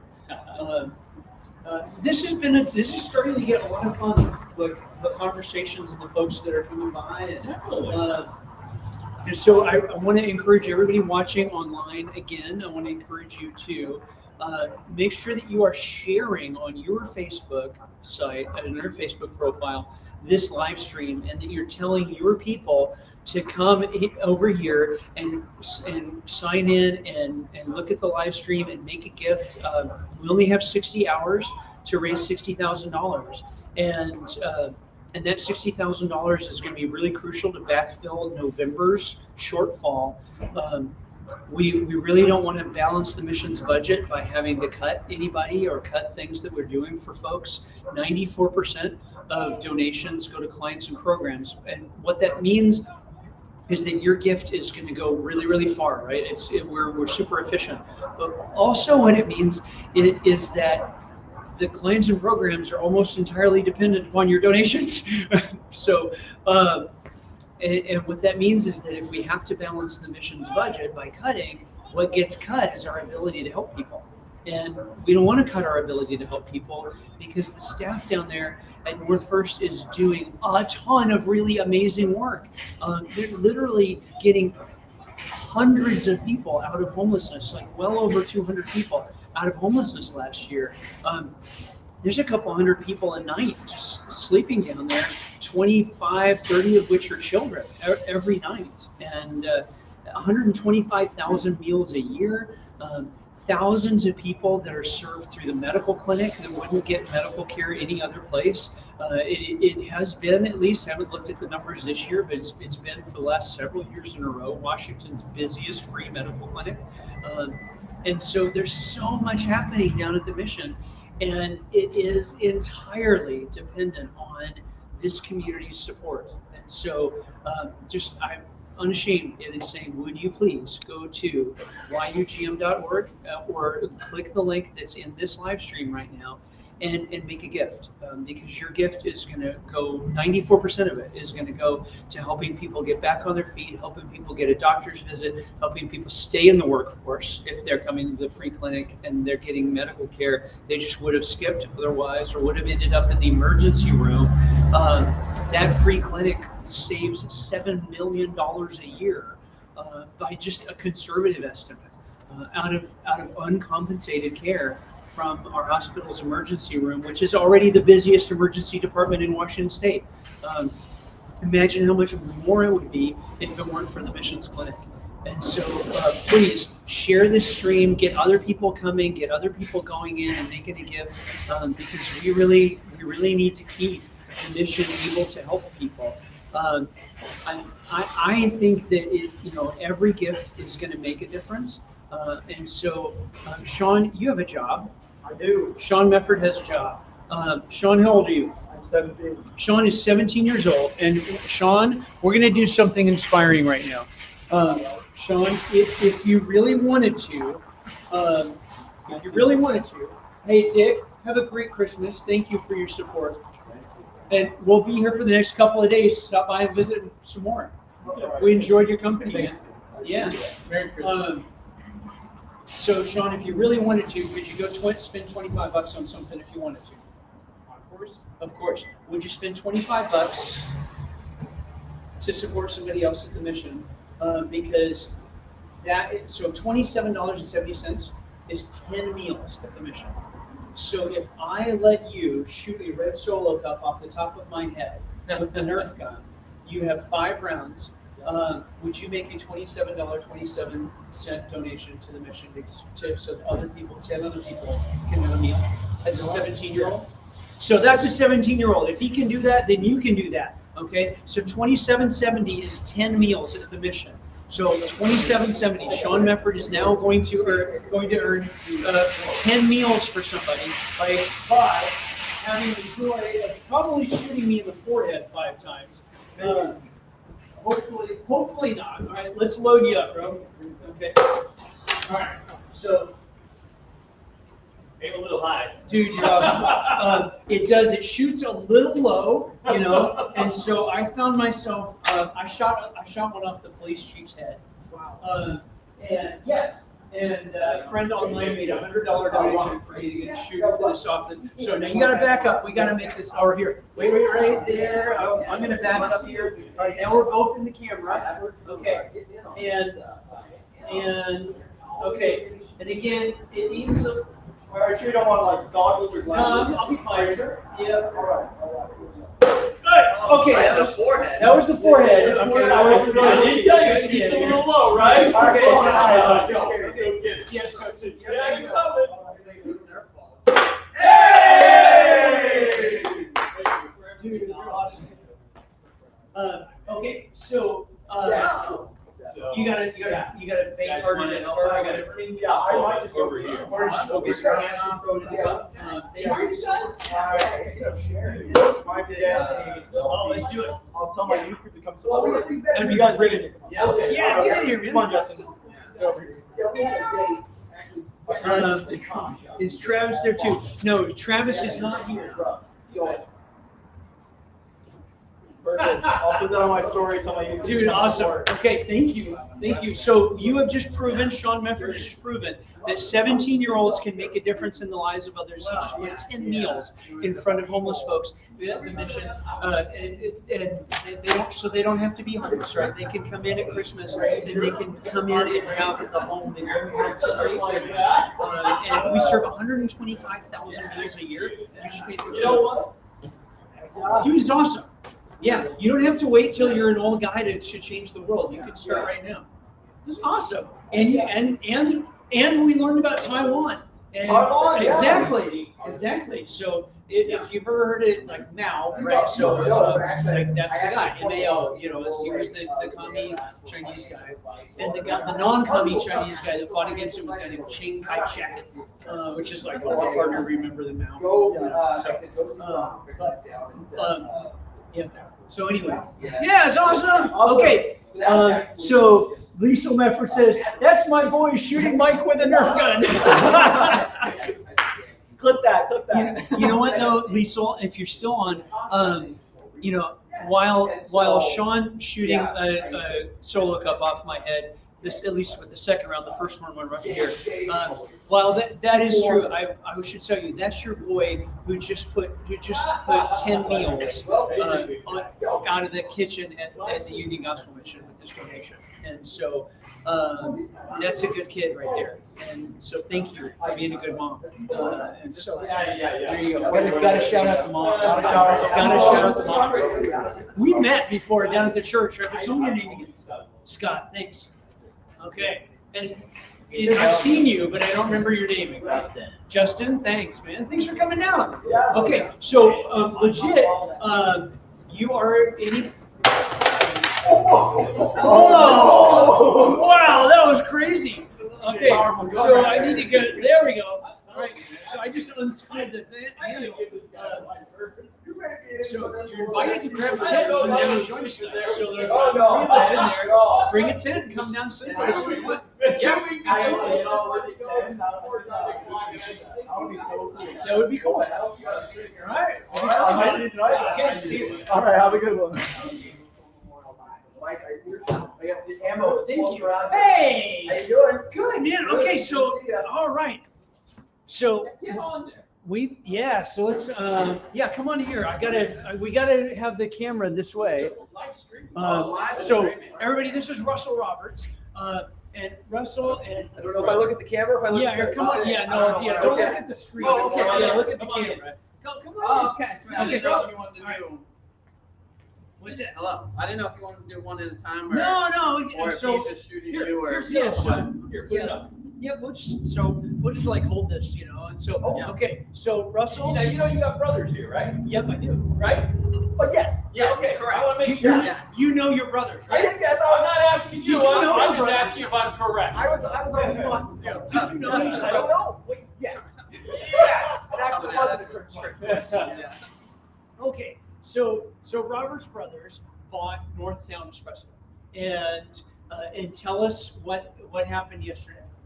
Okay, yeah, so we did, or I don't know. Yeah, go for it. Okay, yeah, so we had a day down at the coffee shop, and we had a normal day, but all of the sales, all of the profits were given to the gospel mission because we believe in their mission. Dude, thank you so much. And so we sort of put the shout out and tried to drive a little more traffic. I don't know if it worked or not, but That was a good day. it was a good, awesome. Sure. Hey, welcome, Merry Christmas. We're around here for about 56 more hours. Yeah, well, so I'm the CEO of the Union Gospel Mission, and we're running a little behind. So I'm camping out here for 60 hours to raise awareness. These guys own Northtown Espresso, which is in the old train station. Right. You know, they just did a thing yesterday where all the profits are going to the mission, and so they're now here kicking it in as part of our 60K right now. Yeah. So, yep. Okay. So you brought it down and you're throwing it in or something like that. Oh, it's on, we already did it. You Ron already already did got us. It's not very dramatic. It's already in the cup. Take our word for it. Yeah. Take our word for it.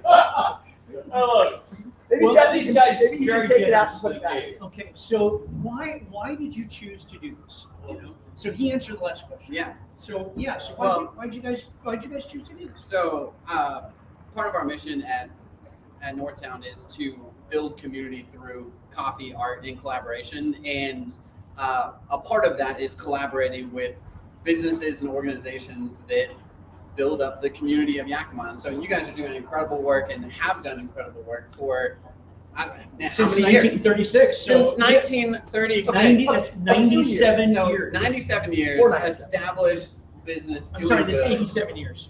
87 years. Okay. Sorry. I know that we're brothers, but math out on Yeah, the sorry. spot. Well, that's 87 like almost like radio math. Sorry. Right. You don't want to do the math. I So got ahead of myself. 87 years, 97 right around the corner. And but we just believe, like Russell said, we believe in your guys' mission, and we want to do our part in building community and being generous. And it's an opportunity where people get to drink coffee and be generous. So that's pretty exciting. It's win-win. Yeah. It's good. So you guys were presented with the opportunity to buy the company this year in 2023. Is that the way that happened?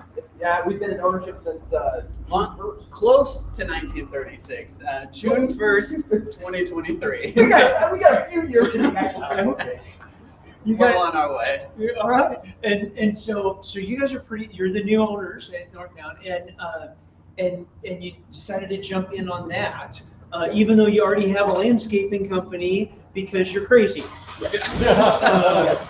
Well, thank God he knows how to run coffee shops, and so he's running it. Yeah. And that kind of explains that.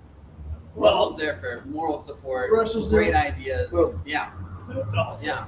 So, I mean, a coffee shop to me is like, we were talking about like little C building community. Yeah. Like that's what you're doing, like a well-established, it's called like a third place, right? Is building community. And so I want to do that, grow more and more people feel like it's a place they belong. It's a place where they feel valued and welcomed. And then you kind of think about like big C stuff, community, and kind of empowering those who enjoy hanging out in the coffee shop to, support the community at large. I think it's really intriguing to me how many. I'm aware of several coffee shops in town that are which the proprietors are persons of faith. They're church folks. Yeah. And that feels like it can't be a coincidence.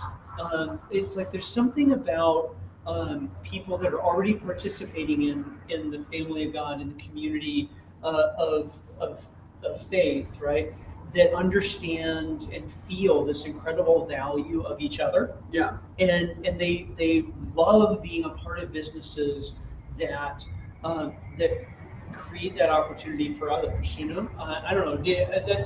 Is that resonate at all? Yeah. You want to take it? Well, I mean, there's something too. If you want to talk about like from a church or faith aspect, there is something about coffee that leads to fellowship, if you will, or whatever like that. And also, I attend, and I guess Jesse does too, an Asian church. Assemblies of God. And I think coffee is the one thing we're allowed to be addicted to. Brings us all together. No, I'm not. That's not a 100% core doctrine. I am stepping out a little. So I don't want to get in trouble here. You're not speaking on behalf of the Assemblies of God when you say not that. Quite. Just 95% of the, Well, I would want all the viewers to know that, and you can go look this up online, that I read this study about 7 years ago out of the British National Institutes for Health. Okay, so the British Health Ministry, they followed 10,000 Brits for 10 years. And then they looked at how many people were still alive out of that 10,000 person cohort, right? And when they factored out for all other things but coffee consumption, what they found is that the people who drank coffee, whether it was 1 to 3 cups, they broke it up into 1 to 3 cups and 4 and more, right? The coffee drinkers were fully 34 to 36% less likely to have died during that 10-year period than everybody else for any and all causes. I mean, like that is huge. We're just doing the Lord's work left. Exactly. That's literally huge. Like if you were to tell people that like this, if all you did, right, was eat tortilla chips every day, you would drop your likelihood of dying in any 10-year period by 33%, right? Yeah. Everyone would be running out and buying tortilla chips. Yeah. Right? There you go. And coffee was that. Like, it's amazing. Apparently there's some antioxidants or something in the stuff. And it didn't matter if you drank 1 cup, it didn't matter if it was decaf. Like it didn't affect the outcomes in terms of the incredible reduction in the mortality rate of the folks, and it was a huge study, 10,000 people. Yeah. That was not a tiny piece of research, right? Yeah. It was huge, and so you are saving lives. I mean, we're on the front lines. You are the front lines, saving lives, 1 cup of coffee at a time. Both of our wives are in medicine, and so little do they know, apparently we're also I mean, medicine. well, exactly. We're doing it. Yeah, Okay, you're, wait a second. You're There's a doing the comment real, here. the heavy Uh, lifting. Yep, so Northtown Espresso, thanks for your support, my wife says. She said, what coffee shop? Yep, so Northtown Espresso, thank you. You know, thank you for your You support. guys rock. You know, yeah. Oh no, I mean, all jokes aside, you guys truly are doing the Lord's work. Yeah, We'll yeah. do what we can, but we're going to do everything we can to support you guys. Yeah. as well. Well, thank you. And all joking aside, I need to say, like, there was, when I started out in this stuff 16 years ago in 2007 at Seattle's Union Gospel Mission, you know, I was down there in Pioneer Square every day running that place. But now as the CEO of the mission, a lot of my job is out here, right, in the community. And so, so I really want to make the shout out to our staff on North First. You know, the one, like, I'm not going to be there. I'm going to be here tonight, right? But tonight, while Rob and I are in this tent, there's going to be two folks, you know, watching over, you know, watching over 120 orphans, essentially, you know, making a safe place for them to be, because they've never had a safe place in their life, because their parents introduced them to drugs when they were 10, you know, kind of thing, right? And there's a safe place for them because your guys' support, but because of the staff that's down there. And so when you say, you know, you're doing the Lord's work, I feel like I got to pass that forward to 50 or 60 people down there on North First that are making a safe place for families and children, for people to get off of drugs and learn the freedom that God is trying to give to each of us to set us free. You know, when Jesus, at the beginning of his ministry in Luke chapter 4, for those of you who are watching online, Luke chapter 4, verses 18 and 19, Jesus is in his hometown of Nazareth, you know, and he goes into the synagogue on a Saturday morning, and they hand him the scroll of Isaiah and invite him to, you know, read a section of the scripture out of Isaiah and comment on it, because that's the thing. And he opens the scroll and he goes to the part that reads that the Spirit of the Lord is upon me, because he's anointed me to preach good news for the poor. He sent me to proclaim freedom for the prisoners and recovery of sight to the blind, to release the oppressed, and to declare the year of the Lord's favor. And the scripture says he rolled up the scroll, set it down like ultimate mic drop, right? And said, today the scripture is fulfilled in your hearing. And then he sat down, like mic drop kind of thing. And so there's oppression, right? The addiction and the mental health and all this stuff, and the generational poverty that has oppressed the lives of these folks. And God wants to set them free from that stuff. And there's, you know, the 50, 60 staff that are down there on North First, they're doing that work day in and day out. You know, my hat is off to those folks, because I was them, but now I'm doing the bookkeeping and the insurance and the fundraising and stuff like that.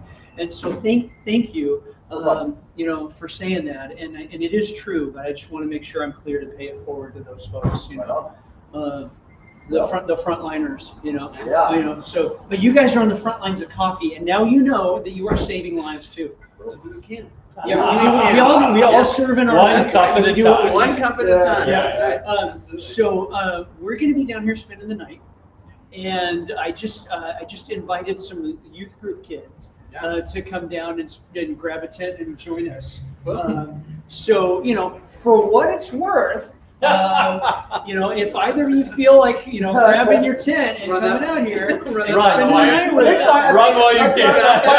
My work is running a little dry. Oh yeah, being generous is good. Have yourselves a good night. That's right. Time to go. Right? That's it. All right. Look at the time. Look at the time. Well, can we pray? Thank you. Let me get that back to you. Father in heaven, thank you for the Roberts brothers. God, thank you for coffee. Thank you for the way in which we each do what we can. And that we don't all have to work the overnight shift at the Union Gospel Mission to help make a difference in the lives of folks that are pretty sure that they're forgotten and that they just don't count. that they're like the litter of modern society, and so God, that just kills us. It breaks our hearts because we know that you don't make disposable people. We know that you made them in the image of God, and that these men and these women, that you love them. You have a great plan for their life, and that you're just ready to jump at the opportunity for them to feel your love and receive forgiveness and there's just so much wreckage in the way that sometimes that keeps people stuck out there. And so, God, thank you for these guys. Will you please bless Northtown and the work they're doing? Bless the landscaping company. And God, will you please use the work that each of us do to be able to bless folks that aren't sure that blessing is for people like them, and that they would know that you are a good God and that you love them and you've never been far. You've always been close. You've always been right there the whole time. And that you don't give up on folks. And so help us at the mission to do that. And God, thank you for the folks in the community. Help them make that possible through their contributions, their giving. And I just lift them up to you and ask your blessing on them in Jesus' name. Amen. Amen. Awesome, man. Thanks, guys. Yeah, dude. Oh, thank you so much. Oh, so great to see you guys. You too. Okay. Good luck the rest of the way. Thank you. Yes. Thank you very much. See you later. Thanks to you guys. Appreciate it. Yeah, have a good one. What are you guys streaming on? Facebook. We're on Facebook, YouTube, and Instagram all simultaneously right now. Right on. Okay. Hey, thank you for making sure that you share this stream on your Facebook profile. So if you're on the mission's Facebook right now and you're looking at our live stream, just make sure you're hitting share so that other people are seeing it too. And will you please help your Facebook friends know that we need them to go to ugm.org to yugm.org and make a gift there, or we need them to come here and use the link that's provided in this live stream so that we can raise 60K in 60 hours. That will help. That will backfill our November shortfall and put us back on track at least through November. Your giving is so important. So grateful for Rob being down here to share this with me. Pleasure. And tonight, I want to make sure that you come back to the live stream tonight. 7 o'clock, Travis will be down here sharing his story. 8 o'clock, Carla will be down here sharing her story. They've been there and they've done that, and they're not doing that anymore. Now they work at the mission and they're helping people get back on their feet and paying it forward. And they're just amazing people. We get to work with some incredible folks down at the mission. It's just amazing. And so I just want to make sure that I'm telling you guys to use that giving link and get your friends to come over and do that too. Thank you for everyone who's done that so far. It is just absolutely essential because we don't do the government contract thing for several reasons. Hey, Merry Christmas. You're welcome. Good. Feliz Navidad. So anyway, we don't do the government contract thing, and there's several reasons for that. But the most important one is that we got to be free to be the Jesus people in this space, and we serve everybody. I want to make sure you understand that we serve everybody. We don't require anybody to agree with us about Jesus for us to give them everything we have. What we have, we give freely, and we give completely. There's nothing in what we do that is dependent on anybody agreeing with us about who God is and who Jesus is. The staff, we are living out our faith in how we do this stuff. And right. So the religious purposes of the mission are fulfilled in the staff following Jesus as we help people move from homelessness to wholeness. Of course, we want to do that in a way that inspires people to give Jesus a second look too. Sure. But we're not going to require that out of anybody. Hey, Merry Christmas! Just so you know, we're out here for about 56 more hours. we sleeping out here. We're raising awareness for the Union Gospel Mission. They're running a little behind. It's been a hard giving year for a lot of charities. The economy's tough, you know, and inflation and stuff. And so Rob and I are spending the night out here, and I'll be here the whole time. Rob's got other stuff he's got to do, but How'd you get out of that? I You had to talk me into the I one tell that you, not how he got out, is how he got in. I That's talked right. him into it. That's exactly it. Well, my portion of the goal is to match every dollar over the next 24 hours at $10,000. So anything. Yep. If you like that, pitch in, please feel free to do so. The Union Gospel Mission is taking care of a whole lot of people that would not be taken care of. You do a good job. Well, thank you. Yeah, we've been since 1936. So, what's that? That's way before me. Well, and we're gonna be around until there are homeless people or Jesus comes back. You know, one of those two things. Because we're absolutely convinced that God doesn't make disposable people. Absolutely convinced. And so tomorrow night we'll be out here. One of the county commissioners is spending the night with us. County Commissioner Kyle Curtis is going to be out here in attend. And tonight, one of our state reps, Chris Corey, is going to be out here with us too. And so it's from So you guys have it. three of us in there. And it's 7 o'clock. We'll be sitting around the fire ring, and some of the folks that work at the mission who have overcome homelessness and addiction themselves are going to be down and sharing their story a little bit. The whole thing's getting live streamed online. If you're on Facebook, you can watch this thing on Facebook Live. And so if you are on Facebook, I invite you to sit in your warmth of your own place to log in at 7 and start and see how we're doing down here.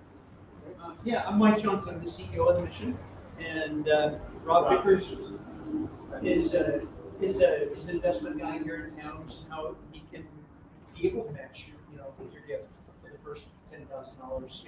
And so what's that? Yeah, We're on our way. Yeah, we're well on our way. And so the 60K will just fill our November shortfall. So hopefully December, does well. But oh my goodness, that is a San Francisco 49ers fan right there. Right there. Yep. Yeah, really. There are a lot of Niners fans.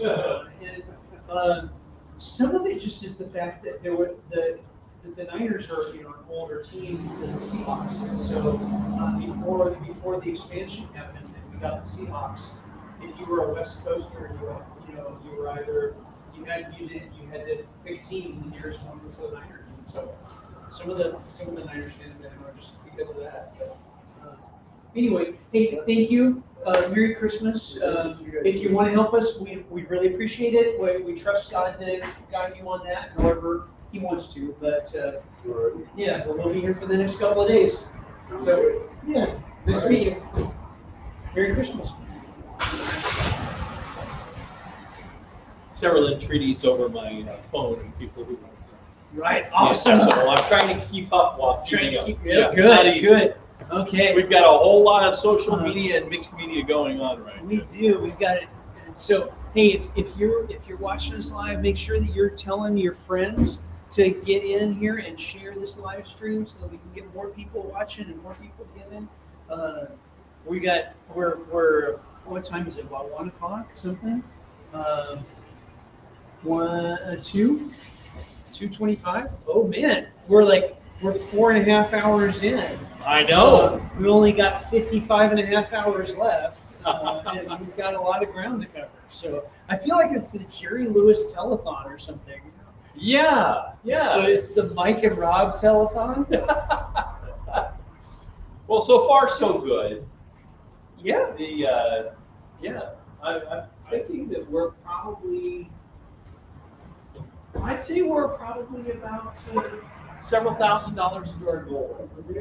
I don't know what that one's about, but I know that there's at least $1,500 right there. And in fact, hey, if one of my teammates is watching this, it would probably be a great thing if somebody in gift processing wanted to come down and sort of do a little sweep and collect up this stuff and away to a secure place and get it processed. So let's see. Yeah, so there's probably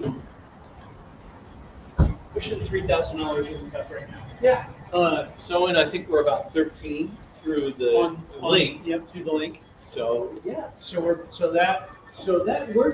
so far You're we're about hitting that halfway to my- $1,000 an hour. you're about Like, halfway to so my far check. We're on pace. Hey, this is my son Isaac. Hi Isaac, how do you do? Good, how are you? Here, come around that way so you don't trip over the webcam. But, Rob, nice to meet you. Get here. Yeah, I know. Okay, so everybody watching, this is my son Isaac. Isaac is just about done with the heavy equipment operator program at Job Corps, and I know that Job Corps, just keeping it real here. I know that Job Corps isn't always exactly the funnest, thing, but it. Tell me at least one really fun, cool thing about the heavy equipment operator program at Job Corps. Well, I get to hop on machinery and learn new things, talk to cool people. Yeah. That's something. Certifications. Yeah, so you got your forklift, you've done your loader, and you're getting ready. You're just getting almost done with the thing, and then it's going to be getting connected up with the union, and I'm so proud of you. Yeah, you've been very, very faithful, and you've worked really hard, and you've kept at it, and you've been responsible, and you've been just chipping it away at everything, and you've done a great job, man. Yeah, thanks for coming down to visit and say hi. Yeah. Mama's in the chat stream saying hi, Isaac, and showing all hearts and stuff. Yeah. Okay, so tell your friends online, okay, that we need their help. So $27 is 10 meals at the mission. Yeah. You've never heard that before. Yeah. So last time we went and did the math, we figured that a meal at the mission was about $2.77. And so Sean, Aaron's friend Sean, yeah, he came down here and he agreed to do a $27.70 donation for 10 meals for the privilege of shooting a solo cup off the top of my head with the Nerf gun. The first one, of course, went into my forehead. But he's 17, right? I know. And so, 17-year-olds can make a difference too, right? Yeah. And so, do me a favor, tell your friends, that their help actually makes a real difference. And so. It's been, and if they ask, it's been over 2 years since a single donor dollar has gone to my salary. Yeah, exactly. So all of our administrative overhead, that includes me, right? And half of our fundraising is paid for by the thrift stores. And so literally almost every single cent of every dollar that people donate does not go to me. It doesn't go it goes to help people. And so one more store and we'll have 100%. Yeah, we're at 94% right now. And so so if they're wondering about how that works, and we can prove that one because we get audited externally every year. We have an independent audit from this nationwide firm, that does that stuff. And so CLA, Clifton Morrison Allen, you won't remember that, but yeah, teenagers can make a difference. 21-year-olds can make a difference, and so you don't have to wait until you're Rob's age to make a difference. Just keep it up. Yeah, you can do it now. It is. I'm noticing. It feels like the temperature just went down 5 degrees. In the last five minutes, it was sort of not cold for a second, and then all of a sudden it feels cold again. It was the sun was out, and then the sun stopped being out. Wow. Hey, Merry Christmas. I couldn't find you afterwards. I went to the race down there. I walked in and I looked to the left and see you. I dropped all the way down the race and down there. Oh, yeah. Oh, right of it. Well, yeah, well, how appropriate, right? Right. Lisa said the same thing. She had to look around. She's like, where are you? You're on the right side. We're on the right side. We're on the right side of history, Rob Vickers, and we're on the right side of the entrance to the grocery store. That's right. Well, so David McKinney was talking about how he would be right there, and honestly, I felt a little uncomfortable with that just because I know that our friends at the Salvation Army are right in there with their kettle too, and I didn't. Right. I didn't want to feel like I was literally stepping on them. Sure. You know, because they are my friends, and they're doing important work too, and so like plopping us right in the very right literally on their heads just didn't quite feel right to me. And so I think they're a bit warmer though. they are, and If you step through that door right there, let me tell you, it's about 35 degrees warmer than it is right it is. It is. All right. Hey, keep us in your prayers. We got to be out here for 56 more hours. Whoa, okay, that's what the tent's for. Exactly. Yes. You can do it. Yeah, thank you. Thanks Thank for that you. encouragement. Keep the breeze down. Okay. Yeah. We should hope. Yeah, we hope so. You look like your old barber. He looks like my old barber, sort Yeah, of. back Except in- back in Des Moines. Yeah, he's got that. Yeah, he looks like that. Yeah, his name was Larry. Hey, Merry Christmas, man. Thank you. Keep us in your prayers. We got 56 more hours out here. Exactly. Well, we're Gospel mission. we're raising money for the Indian Gospel Mission. Yeah, it's just been a soft giving year, and well, so the Salvation Army is in there, and they're good folks, and they're doing good work too, and I agree. I appreciate your support. Yeah, and I'm out here for just really done hours. Yeah, we'll be sleeping at our I'll be done. Yeah, thank you. Appreciate it. What are you planning? Go to the union. Yep, we'll go through it too. Do they work together? Thank you, Marjorie Taylor. Really appreciate it. We try, you know, and ultimately all the good that's inside any of us and the good that any of us do is God at work in us. He's the source of everything that's good. Everything that's good in our lives is from Him, and everything that's good in us is from Him. And so, if we're doing a good job, then what we're really doing is a good job letting God do a good job through us. And Is that the and so RAV4? I hope that's true. Sure. Hey, Merry Christmas. I'm the CEO of the Union Gospel Mission, and we're going to be out here for 60 hours. We're sleeping out here because the mission's running a little behind. It's been a soft giving year for most charities, and that's included us. And so we're just out here raising awareness for that. And Rob's a local investment guy. He's spending the night with me in the tent. Chris Corey, our state rep, is going to spend the night with me in the tent tonight too. Yep, and that one right there is, yep. So this is my son Isaac. So anyway, whatever you can or want to do, we sure would appreciate it. 94% of your giving goes to clients and programs.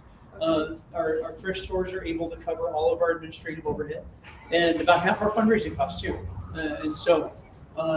But we still need the donation. So thank you. Thank you. Yep. Merry Christmas. Appreciate it. Merry Christmas. Yep. That you're running live from your phone. I'm running live off the webcam off of the don't have a computer that we cameraman? got set up here. You don't have a cameraman, like, No. Yeah, Marjorie, thank you, Marjorie. I thank appreciate you. that. YUGM.org, or you can use the link that's in this live stream. Thank you so much. Marjorie says she volunteers with Teresa Sherby. Oh, don't you love Teresa? Yeah, keep Teresa in your keep Teresa going. We're just so glad that she's there, and we're so glad for what she's doing and what you're doing. Marjorie, are you doing any of the kids club stuff? I know we've got kids club down in there, and that Teresa's one of her main jobs is working with the kids. So Awesome. So fun. Hey, make sure that, so for those of you who are watching, will you please make sure that you're sharing? So if you're watching us live, just hit that share button, and that'll put our live stream onto your Facebook profile so that your friends can see it. And then encourage your friends to check out the live stream and help us to get to our goal. It is starting to get a little. When are you gonna fire that It's thing starting up? to get a little bit cold. I feel like I gotta wait on the propane fire ring, Say that. for many a have you little bit been later. through? Man. I don't feel like I can put that thing on while the sun is up. I mean, I know the sun is sort of shriveled and weak right now behind all the clouds. Really stuff. But That anyway, was the hook. Yeah, we got Peter out here. and that was the hook. Was that you agreed to? That's it. I'm like, well, okay. That's so funny. That's so funny. But wait, for those of you online, we need your help. We need you to be making sure that you're telling people about what we're doing and driving them over here. Yeah, this is the Dale Carpenter Tin Cup. This is the original one right here. Really? Yes, it lives on. It lives on. Well, the mission's been around since 1936. That's an old community tradition right there. So I am only the seventh director of the mission. It's 87 years. Only six before me. Yeah, super grateful. Who's this? Olive. Olive? Olive, after my grandma. Oh, hi, Just Olive. two. You're so cute. Just two. Hi, I like your little smoochies. Thank you. Your little puppy smoochies. Uh-huh. Oh, Yeah. Well, my daughter. they're all close. Yeah. Right. And she's supposed to have to go. She wants, and then she thinks they're gonna, you're gonna. Merry Christmas. Well, I keep sending you checks too often. Well, Every thank time you. people die, I send it, unless they Thank have you. a special, another place they prefer. Well, thank Which has you. only been a couple I send to you, and then, but it's like 1 month, there was like 7 people in 1 month. One of my former principals, and I don't know, basically. We sure appreciate your support. Thank you. You're welcome. Know that 94% of your giving goes to clients and programs. I know. Yeah. This is good. Yep. Thank you. Good. Yeah. Thank you. I can see the heat coming out. I can see, I'm yeah, all not the heat. feeling it, you're right. That's for sure. All right. Merry You can't feel it. I can see the heat line as well.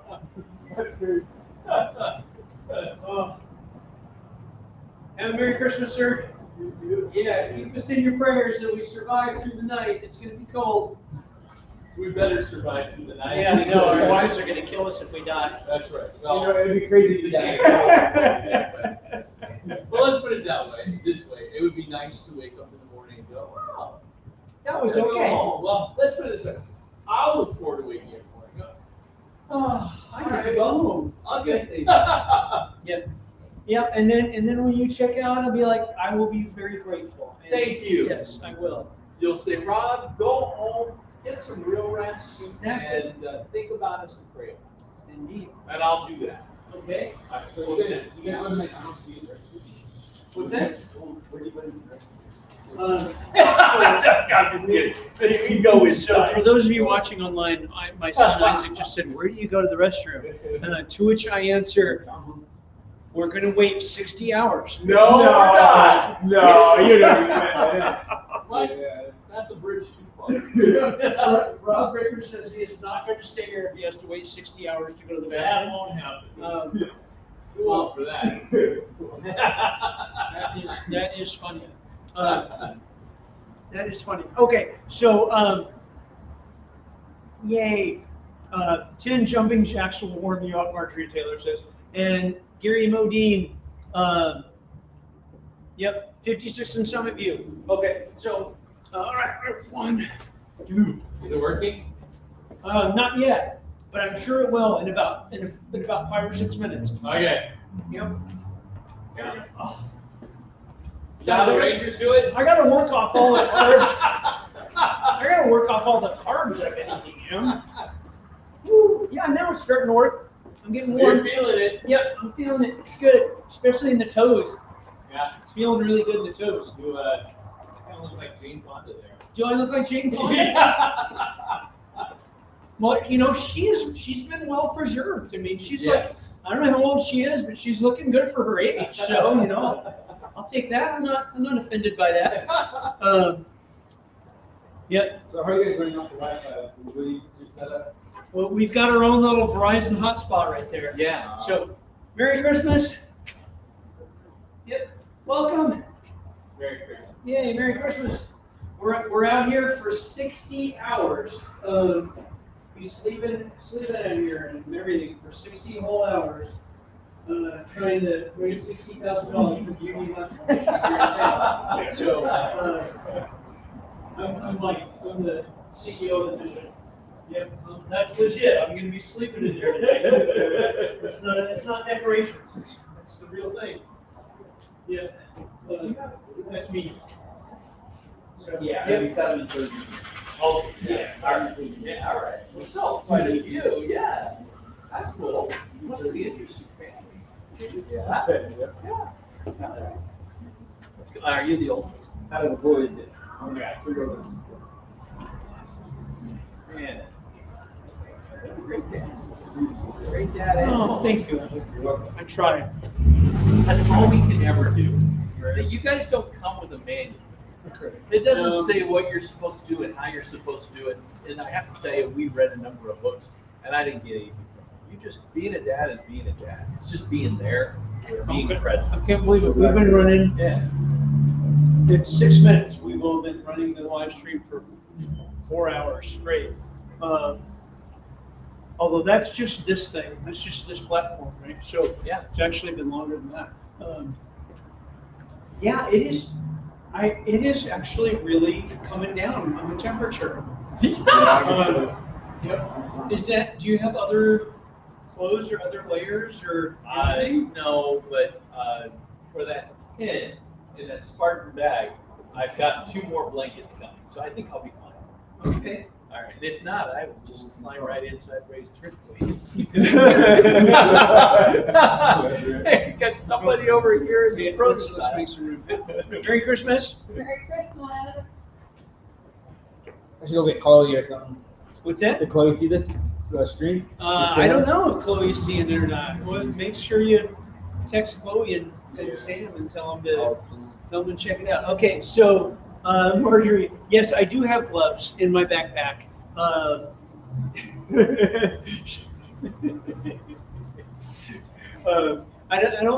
don't feel like I'm necessarily needing the gloves quite yet. Hey, Merry Christmas. Merry Christmas. We're out here for 60 hours. So I'm the CEO of the mission, and when I was looking at our November financials, we were about $60,000 below what we needed to fundraise in November. So we came up with the idea of being out here for 60 hours. So I'm actually sleeping in the tent tonight and tomorrow night. I got friends coming down to join too, so it's not terrible. $1,000 an hour. Yep, that's good. So you know what though? We're hitting it so far. Oh, good. We've been in it for about 4 hours. We raised about $4,000 so far. You can help us too, by the way, if you want. See what I can do. Okay, thank you.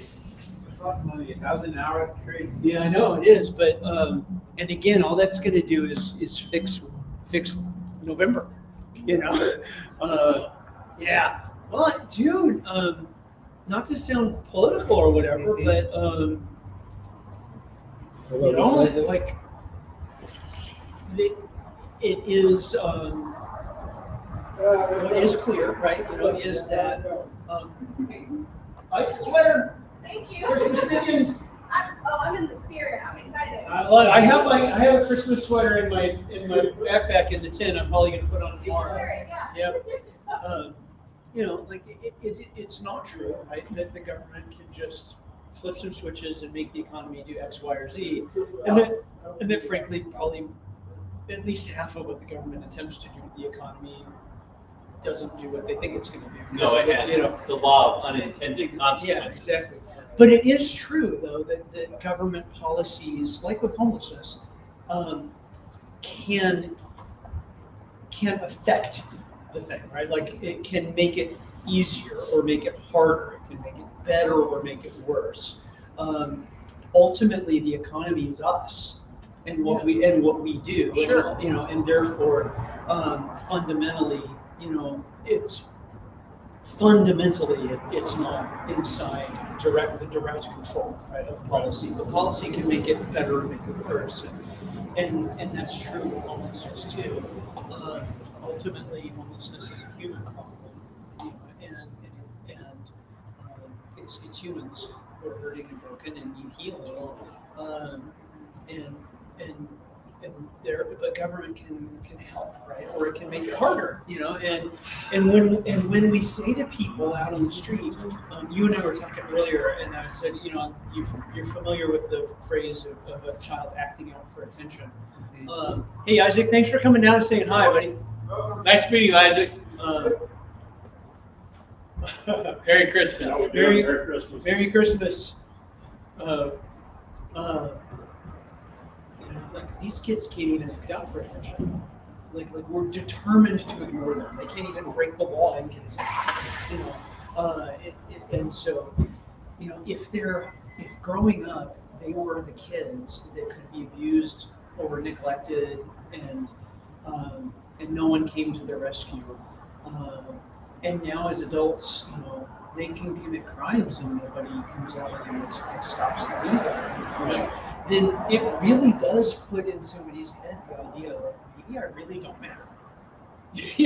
Like maybe I really am invisible. Exactly, it is. It's heartbreaking. It is. And yes, because there truly is a way, and it is true, that saying to someone, hey, you can't do that, says to them that their actions actually matter and have consequences on other people. Like whether you do a good thing or a bad thing actually does affect things. Like the people around you's lives are different. Thank you. I wanted this straw, right? Yes. I wanted to see you camping out in the cold. He is. I'm flying in the world, but now I'm the other side. So, anyway. Thank you so much. Thank you so much. I love, yes, and I love thinking, I love listening. And, yes, and I like you guys on the radio. Oh, very fun. I do the agriculture, throw it by, then I turn it on my nose like that. Yeah. And I just love it. Yeah. And I like people. Oh, thank you. It's a real privilege to let me do that. Thank you for your support. Merry Christmas. Merry Christmas. How sweet. Yep, how sweet is Rick? What I wish we would ask our government to do is encourage us to do the things we can do for ourselves, to create policies that enable us to do and make good decisions that will benefit ourselves. For instance, and we actually passed law in this state, by the way, that does encourage. Merry Christmas. We'll be out here for 2 more days. Yep.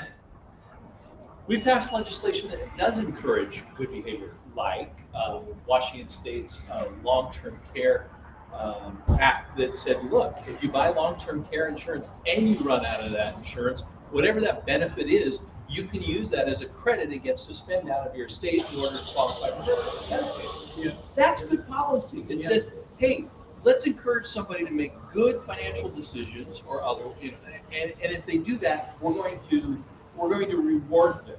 Yeah, there is such a thing as good public policy. There is. We just don't see it very often. Well, so it does make you wonder: are the incentive structures for good policy just not as strong as the incentive structures for bad policy? I guess or something.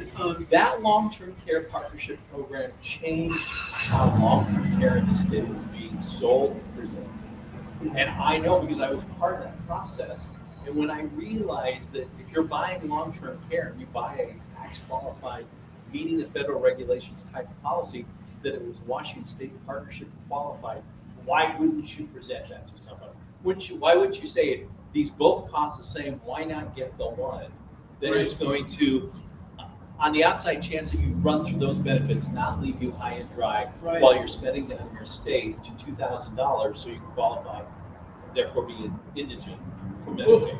Wow. And that's good policy. Good policy is saying to people, whether you itemize or you take the standard deduction, if you make contributions to 501c3 charitable contribution or 501c3 companies, that we're going to allow you to itemize up to $20,000 a year, no matter who you give it to, because that's who you want to give it to. Why don't we encourage that? That is so much better use of a person's money to be able to say, I want to help this organization or that organization, and be able to itemize that, knowing that it will come right off of what they owe, rather than putting it through the government, big government, and have it trickle down to the individual or the organizations that get 50 cents on that dollar versus 94 cents. Well, I know that, because I've heard this, I've heard this argument quite a bit, that if we relied on organizations like the Union Gospel Mission, that it wouldn't be enough. The scale of the problem is too large. And what is really fascinating about that is Baylor University did a bunch of research 6 years ago. And they looked at the value of religious nonprofits like the Union Gospel Mission, and in the homelessness space. And what they found was that 60% of the value that's being done, the monetary value of the work that's being done in homelessness in the United States is being done by private religious nonprofits like us. 60%, the majority. I believe that. The majority. And so, like, if the majority of the work is already being done by a network of missions, 300 strong across the country, then if you could just give that a goose, That's what I'm saying. Yeah, exactly. And so so the idea that the need is too large or the problem is too large for private charities like ours, to me, I think doesn't actually hold under scrutiny. No, it doesn't. It absolutely doesn't. And first of all, in the scope of things, when you're talking about a country with 330 million people, right? Yeah. And 20,000. Well, maybe 350 million since Biden. Well, we don't know who not to count anymore. But just saying. Don't go down that rabbit hole. I don't know where to start. But I'd like to see policy that. Hey, we're going to be here for 2 more days. We're trying to help out the Union Gospel Mission. I'm the CEO of the mission. We're running a little behind, and right now, as a matter of fact, Rob and I are just talking about the difference between private and religious charities and government-funded stuff in terms of its effectiveness. I noticed the hat, and so for what it's worth, we would be grateful for anything you can do to help us meet our goals. I used to be on staff at Trinity Baptist, and I've known Jimmy and Bonnie Clausen forever. Yeah. On staff Yep. for years, so Yeah. familiar with the mission. Well, hopefully in a good way. Oh, absolutely. We always do a contribution. My wife and I have mailed one in. The annual. Yep. We get That's an envelope in the deal every year. So. Well, thank you. Thank you for your Merry support. Christmas. God bless you, Brian. Yep. Yep. And okay, so why don't we, from a policy point of view, just really try to encourage people, right, to get more involved, And you could incentivize people too very easily. It's not that hard. We could incentivize people to save for their own healthcare needs by having a certain percentage of their income go to their own self-directed health savings account.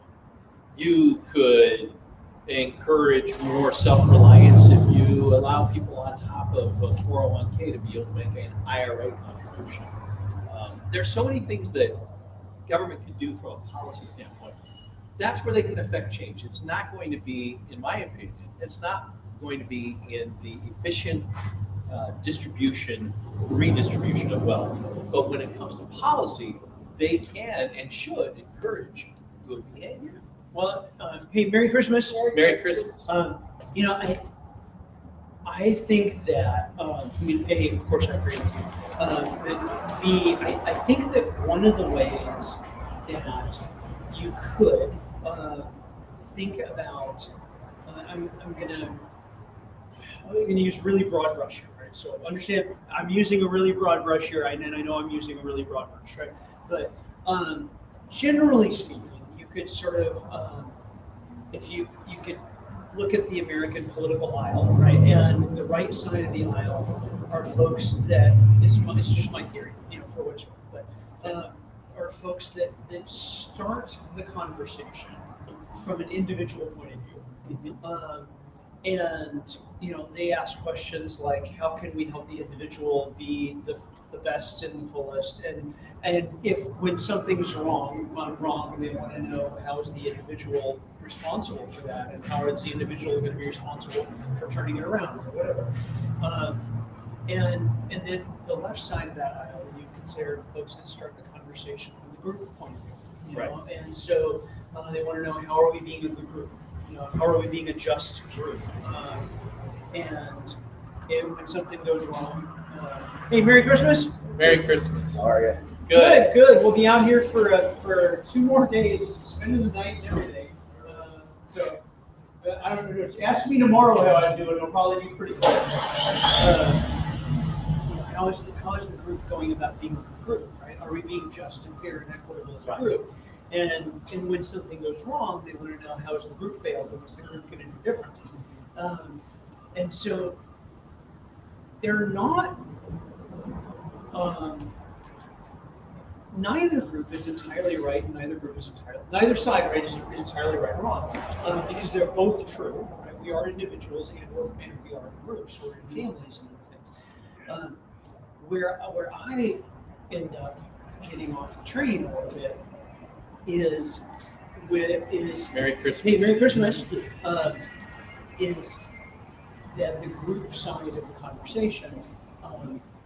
It gets into the mythology of that side, right? So there's mythology on the right side of the aisle, which is, you know, that the heroic individual can doesn't need, no, we don't need each other. I can do it all myself, and we can't. I mean, God made us in families because we need each other, right? And sure, exactly. But the mythology of the group side is that, well, then the bigger the group, the more the group can do. And the bigger the group, the more. And so, so the biggest group of all would be the federal government. Sure. And so there's this idea that you know, that we can solve things by coming together at that level, right? And so, but at that point, you're going to force and shove people into doing things they wouldn't have chosen to do otherwise. And so you have to modify the incentive structures and create punishments and, you know, and rewards and incentives that would give otherwise in America. And that ends up creating a kind of punishments. And it's just puts stuff up. And so I feel like where it just goes wrong is when we try to do things at that top level that are better done at either a state or a county or a local level, because here's where we can do a better job balancing the group and the individual. And so the Union Gospel Mission is an example of people coming together, you know, and voluntarily, you know, pooling their resources to help other people, and it works. And it works in part because it's done at the local level. It's just not true that that shoving everything up to the federal government, just gives you more power to solve the problem. Right.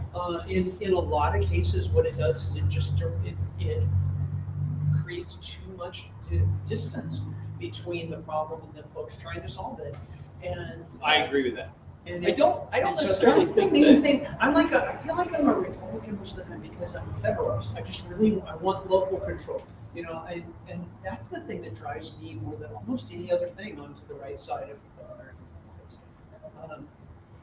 I tend, first of all, I think that the right is in the right has always been the place for the individual as it pertains to individual rights, property rights, freedoms, so forth. I don't think the right wants to be individualized. They're just saying that the strength of our country comes from the individual, not the group. And it's when individuals come together that we can do and do great things. But it doesn't require a top-down mentality to create it. We honor and lift up the American ideal. That dream is about anyone coming to this country and being successful based upon their own hard work. I don't think the American dream is dead. I don't either. I think it's very much alive. Yeah, well, we see it in our valley all the time. We see it in our valley all the time. We see folks who have come to this country in their lifetime, or their parents, and within one generation, they have moved out of poverty into the middle class, or small business owners, or successful. I mean, And those those individuals all the time. Those individuals form. Hey, Andrew Richardson. I'm well. Did you come down here and talk to us, or say hi, or are you just going to the grocery store? Pick up a prescription for Dawson. Awesome. Do you know what I'm doing and why I'm even here? I have a good idea. Yeah, well, it's pretty clear. So we've got trying to close a $60,000 budget shortfall for this thing. So spending the night out here, or staying out here for 60 uninterrupted hours. So you're welcome to come back anytime you want, and we're live streaming the whole thing online, and we'll throw a shout out for the church in front of everybody as possible. What's that? You guys talk to my agent first. Oh, really? Got to talk to his agent first. That's so funny. Since when do pastors get agents? You know, I mean, I guess Joel Osteen has an agent. You know, maybe some pastors like that. But I didn't know that local Foursquare pastors have agents. So that's some serious stuff right there. Yeah. Thank you. Yes. Yeah. Thanks for coming down and stopping by and kicking in towards the goal. I appreciate it. What's that? Well, it'll be cold. Hopefully it won't be too cold. I know, so I've done a little bit of mountain climbing, and so I know that I've got warm enough clothes for it. I don't know about Rob. Yeah, I don't know about Rob either. We'll see. Yeah. Well, I think my wife is bringing a couple of blankets on top of my sleeping bag tonight, and I asked her to bring me up a knit stocking cap. So.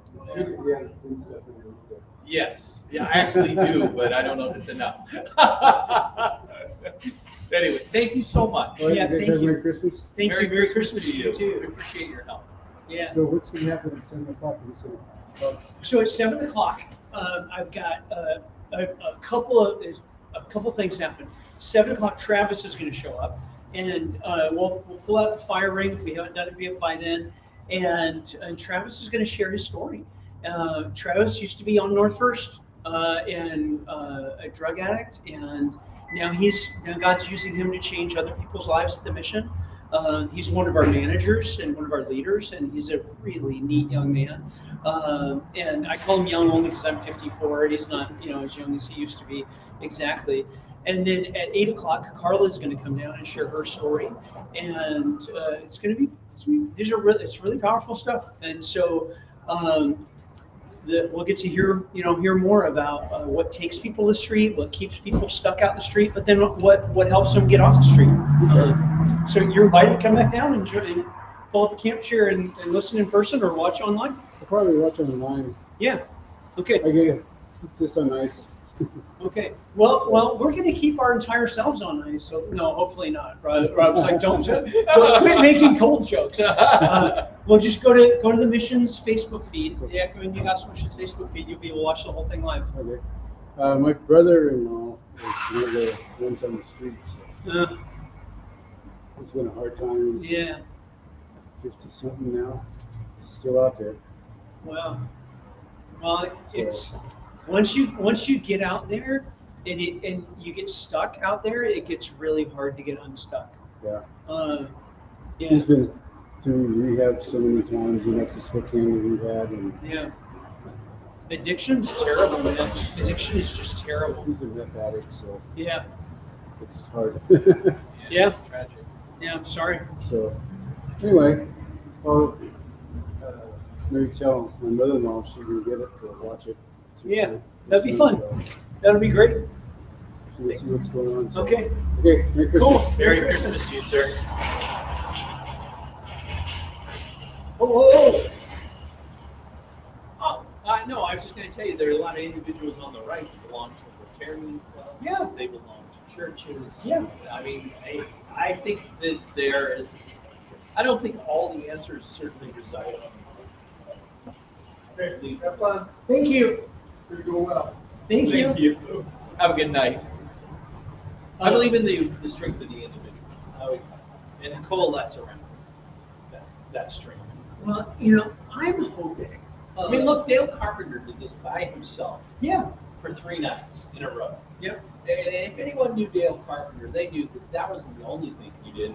He did 18 other things that he was a part of. Whether he was taking money, or recyclables down for money for church, or feeding the 5,000. That guy, he gave and he gave and he gave. That's the strength of one person. Yeah.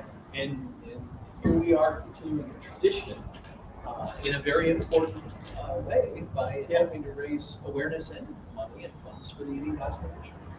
So, I mean, that's a strength of one.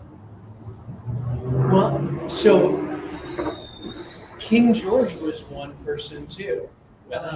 And Wasn't quite in his right mind. I was he? know. And so, when I feel like I agree with all that, right? And I would just add on to it. I think that what's embedded in what you're saying, but wasn't necessarily fully pulled out. Merry Christmas. Yeah, thank you. Merry Christmas. Thank you. We're out here for a couple of days and nights even. So yeah. What's that? Yeah. So I'm the CEO of the Union Gospel Mission, and yeah, and we're running for a global money. It's been sort of a soft trading year, and so.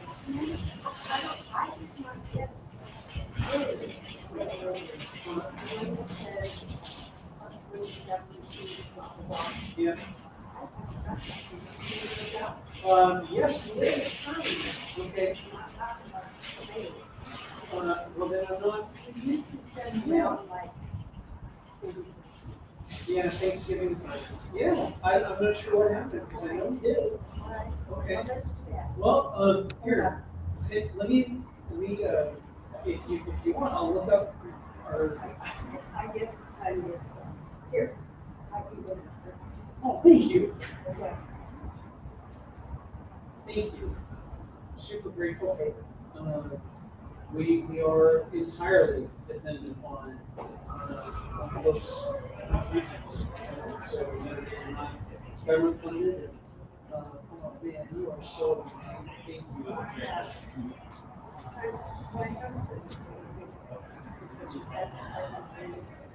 Yeah.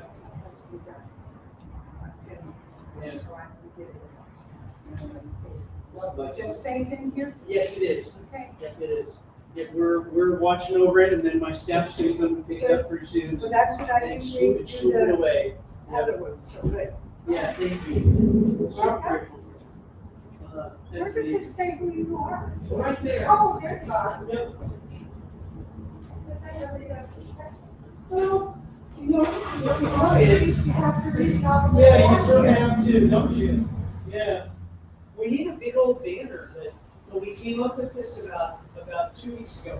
You know what? We need to do this. And so. First, you're in competition with everybody else. Always. But we're also working together. And you don't dress up, and you don't dress up for someone. Did you read the article about the Salvation Army up there? No. The two guys stole their buckets. Oh, And no. they dressed up as great bell ringers. No way. They Oh, they got arrested, caught. they arrested them. Oh, good. Patrolman drove through and recognized the guy. Well, Because he's been that's good. Well, I'm sorry you have to be outside, so I really feel sorry. Merry Christmas. Thank you, you too. Okay, so what I was gonna say is, it's embedded in what you just said, but not just like the individual as a theory, right? Like each individual person has a real entity, you know, and so when the Declaration of Independence says, hey, we hold this truth as To be self-evident. self-evident. In other words, it's obvious if you just look, right? It's obvious if you just look that God has endowed each person with gifts and talents and drive, and you know, and it's not the case that the British royalty are just better, right? And that's why they govern over us Americans, because they're elites and they're better, right? If you actually look at the real human beings, not the theory of who the royalty were, right? You know, but who the real human beings of the royalty were, you know, or one could say are, right? And then you look at the real human beings that these hardworking American colonists were, right? Then you come to the conclusion that's pretty self-evident that they're all, you know, that nobody's better than other people. And that's the tremendous. Hey, Merry Christmas.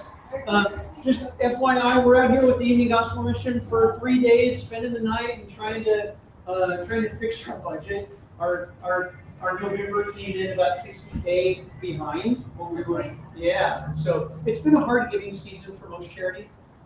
So we're actually spending the night out here. Rob is in a local investment guy. Hey, thank you. Thank you. He's actually matching the first $10,000. So. Yeah, that's we're actually spending that in there. That's not like decorations. It's parts, let me tell you. Thank you, guys. Thank you.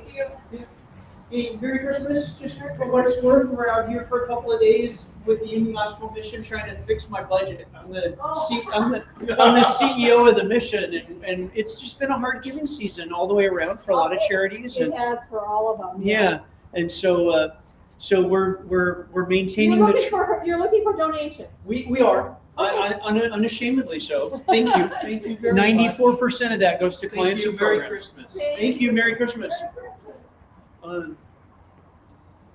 Okay, so anyway, you know, when you talk about the right as being about the individual, what I would say, I think, is fundamentally the American concept itself is that each individual has gifts and talents and strengths and opportunities,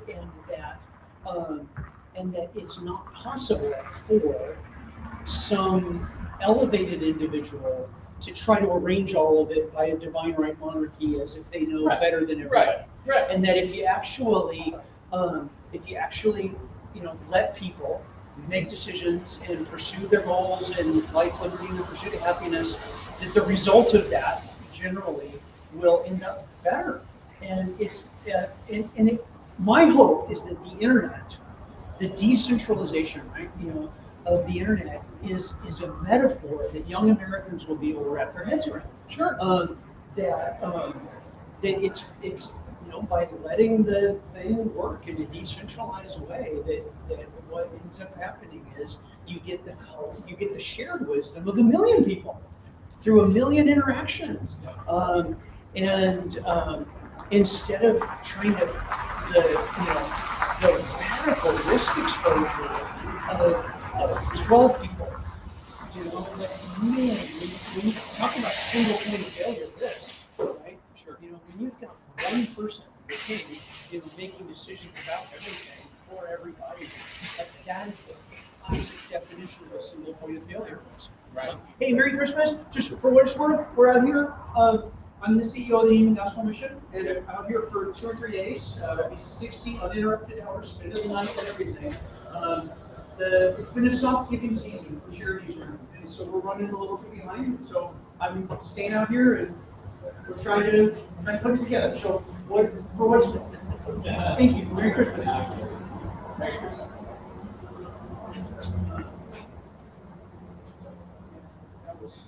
Yeah, anyway, my hope is that young Americans can actually get that, right? And that the result of that could be a whole new season in our history of Americanism. And Americanism being like letting people live their lives and pursue their goals and do their things, you know, and understanding that the result of that is actually the aggregated wisdom of all of their decisions. Hey, Merry Christmas, ladies!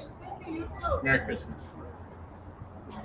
And the aggregated wisdom of a million people and a million interactions, all of whom are incentivized to make good communities, you know, to have clean water for their children. You know, that's actually a lot more wisdom than the collective wisdom of 16 bureaucrats in the city 2,000, 3,000 miles away. I don't know. So I mean, obviously, I agree with you on all kinds of stuff. Hey, Lucero Mendez, thank you. Thank you so much. We're trying our best to do awesome work. The mission is such a great organization. I'm so privileged to have gotten to move here and to help lead the place. Will you please make sure that you are sharing our live stream and you're getting the word out for folks that they're able to get in and make a gift and help us to get to our goal. We've got to raise $60,000 in these 60 hours just to fix November. This is a really tough time, and the government was just printing money like crazy during COVID, and it was easy, but that's not happening anymore. And we've got to be able to keep up this work, and we're only going to be able to keep it up because of the support from folks like you. So Rob's going to match everybody's gift for the first $10,000. Yeah. And so we really want you guys to get online and make a gift either to yugm.org or use the giving link in this stream to be able to do that. And help us to get $1,000 an hour for 60 hours in a row. It's going to be really, I'm betting that 1 a.m. is not going to be a strong giving hour. Right? And so we actually have to do a little bit better, during the, hey, Christina, a little bit better during the waking hours in order to make up for the sleeping. Hey, Merry Christmas. Merry Christmas. Well, I want you to know this is not Capital Advisors Wealth Management's money.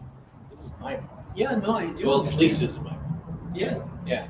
I think sometimes people think, oh, well, you're from the Yeah. firm, they are. Hey, Merry Christmas. That's not it. I just want to encourage people to do what they think is right for them. Yeah. To help out if you can. Well, yeah, and if you can, it is true. I mean, if a 17-year-old kid can make a gift for 10 meals, then is this one of yours? This is my 7-year-old granddaughter, Avea. Oh, hi, honey. Hi, Dita. Oh. I love that. I love it. Hi. I love that. Well, I've seen 3 and 7 thus far. Okay, so Avea, that's the microphone so that people can hear. Oh, those are granddaughter. And that's the camera so that people can see. Greetings. Awesome. Oh, UGM Salem, I love it. Thank you, guys. So we just got greetings from UGM in Salem, Oregon. Wonderful. On our live stream. Wonderful. Hey guys, this is my 7-year-old daughter, or 7-year-old granddaughter, Avea. It's a pretty name. Yep, Avea. And so thanks for coming down. You got your puffy coat on. Rob has his puffy coat on. I think I need a puffier coat. I'm about ready to go get my puffier coat. I think what I really am ready to do is put my second pair of pants on over these, and that's really going to be the thing that helps it out because that's what I feel like I'm getting close. I can have a lot of stuff. Yeah. Tent, inspired place. There's some cinnamon rolls over here. You guys are fresh made. Yeah. You want them? It's right here. It's floral. Yeah. Homemade. Really good. Yeah. Yeah. Yeah. Sure you can. Who had his chance? Where are you going to school at, Isaac? WCA West Tennessee. Okay. How do you like it over there? It's all right.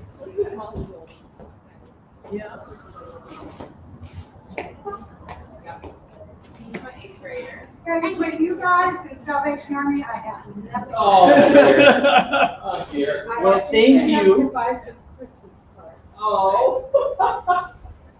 God bless. Merry Christmas. God bless you. Yes, you too. Thank you. Thank you. Happy New Year. Thank you. And you as well. Layering up? Yep, Larry up. All right. I'm Larry up. Layering up. Hey, Merry Christmas. Yep, I'm the CEO of the Union Gospel Mission here in town, and we're out here for 2 or 3 days because it's just been a sort of slow giving season. We're running a little bit behind, so we're spending the night out here tonight, tomorrow night, and trying to close our shortfall from November.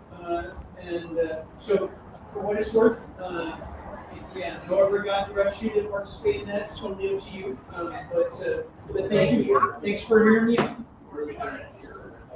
You can hear, yeah, right in here. Yeah. Or online. Yeah.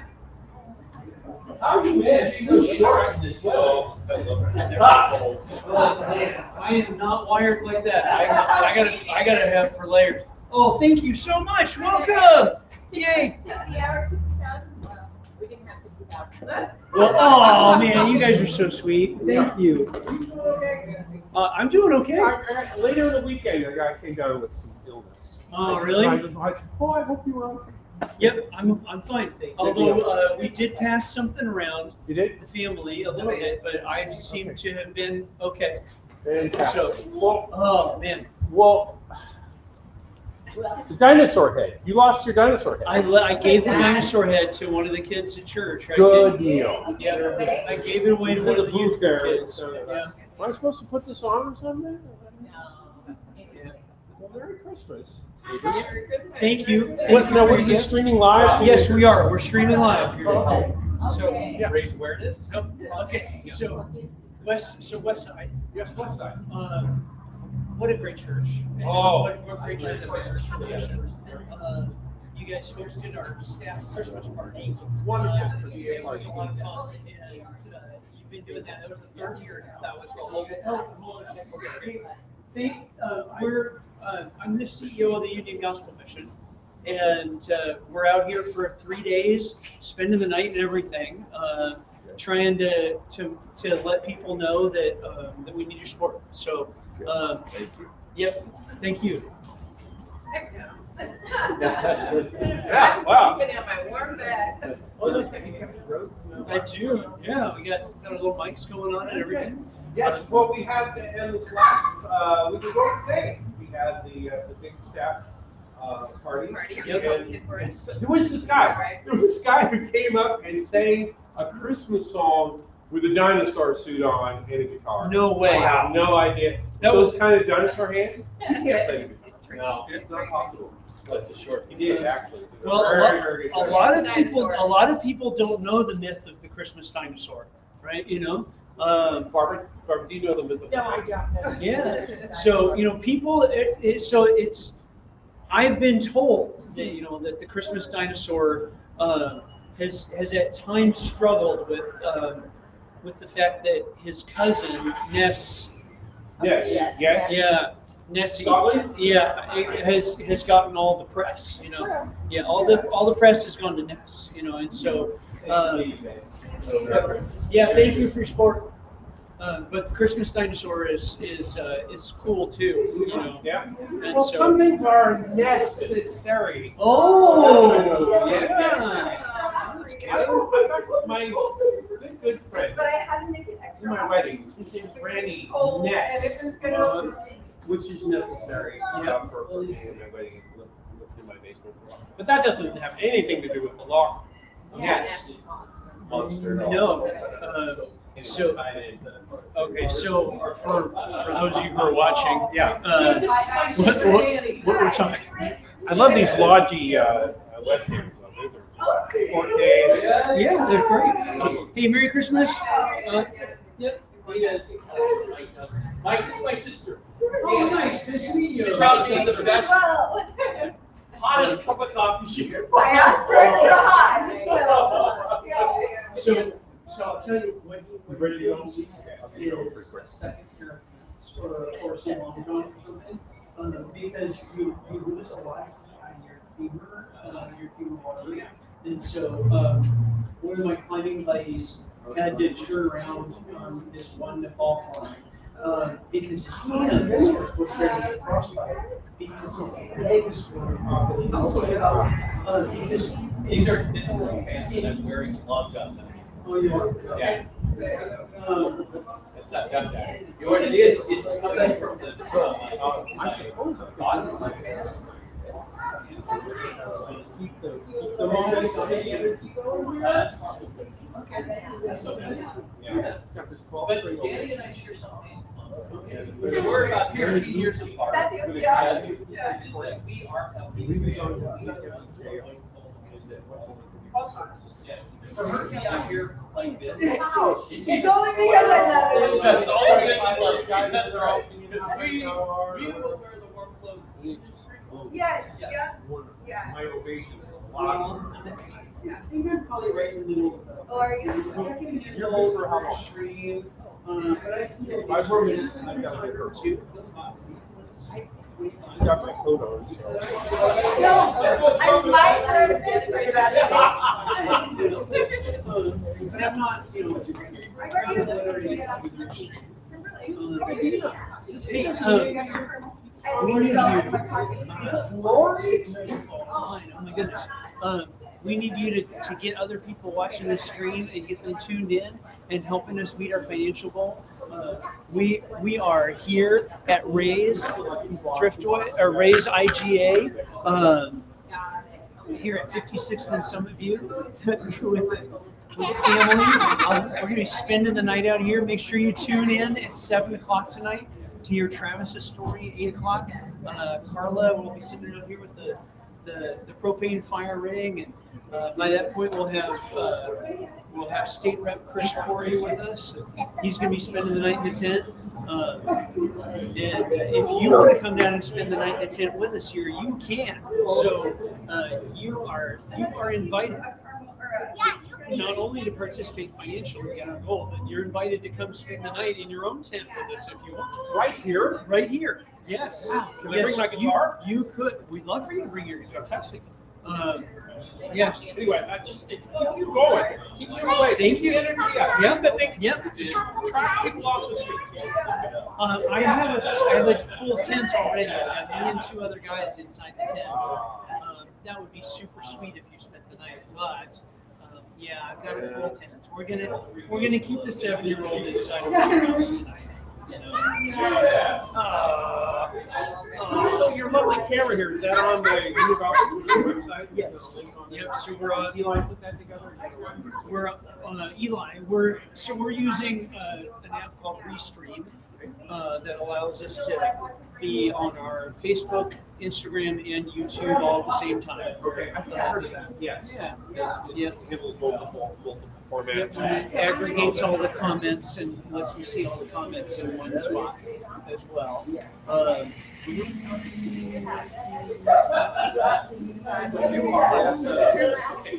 will probably be back later. Okay, that'd be fun. That'd be a lot of fun. You play the accordion? I don't play the accordion. I've never played an accordion. I have an accordion. Really? And my friend Lenny, about Lenny Lucy going into the CTR jail. He's come with the accordion and I'm playing my ovation and the bottom of my hand. I have an ovation. I've never heard them referred to with a number. Oh, yes. But I got to tune out a whole 2 frets so that my hands can play it. And then put a tape on it. And it's like, oh, I can play this all day long. Man. I love my ovation. You play the guitar? Okay. Hi. Thank you. Justin, how are you? Justin, how are you? I'm Brian. Are you staying here today? No. Oh, phew. Man, it's getting cold already. You know, okay. What time is it? 3:31. It's 3:31. You only have what? 9 more hours? Yeah. Well, I'm going to be here till 10 p.m. Sunday, so I've got like 50. We're leaving it. You're just here for the whole thing? Yeah. Yep. He's nuts.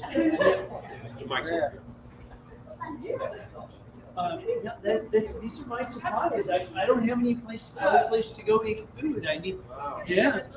I have some thermal wine and a couple of very comfortable.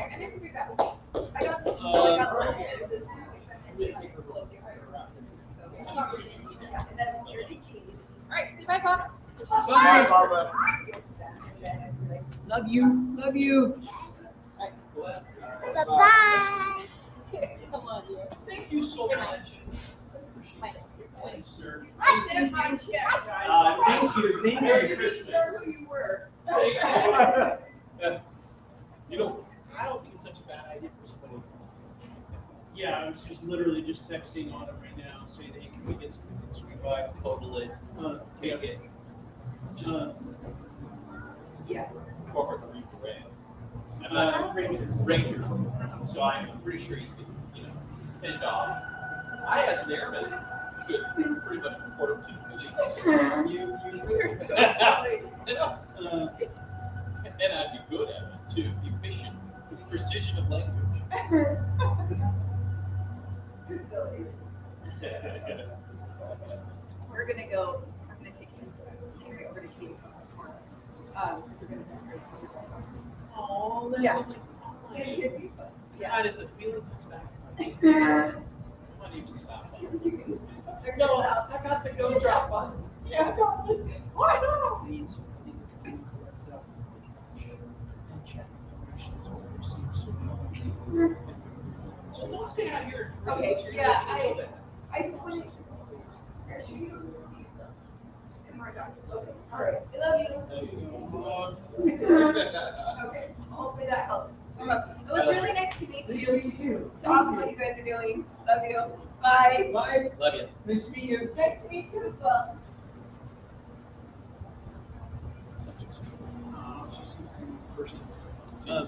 Very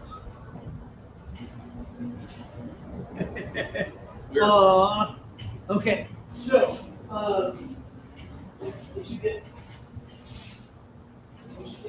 somebody out here soon. good. Merry Christmas. Merry Christmas, sir. Oh, thank you. Super appreciate that. Thank you. Merry Christmas to you.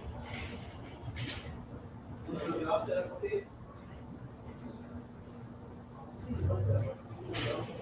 we ought to do. Well, You can't go too far from here. yeah, that's a good point. That's a good point. There's really no other place to be, really. But what we've really got to do is make sure that we're I think it's the 3:30 time and stuff. Our viewership is down. I think it's has a lot to do with the time of day. Sure. Hey, Merry Christmas. Merry Christmas.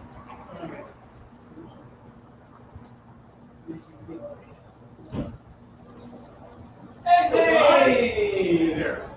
I was told to look for the big tent. Well, it's It was not not hard. it's not a big tent. It's all right. Yeah, and it's a little blocked out by the Think about cars right too. there. Merry Christmas. Welcome. Thanks. Yeah. So we only have like 4 people right now on the live stream because it's 3:30 in the afternoon on Friday. But everybody, this is County Commissioner LaDon Lindy.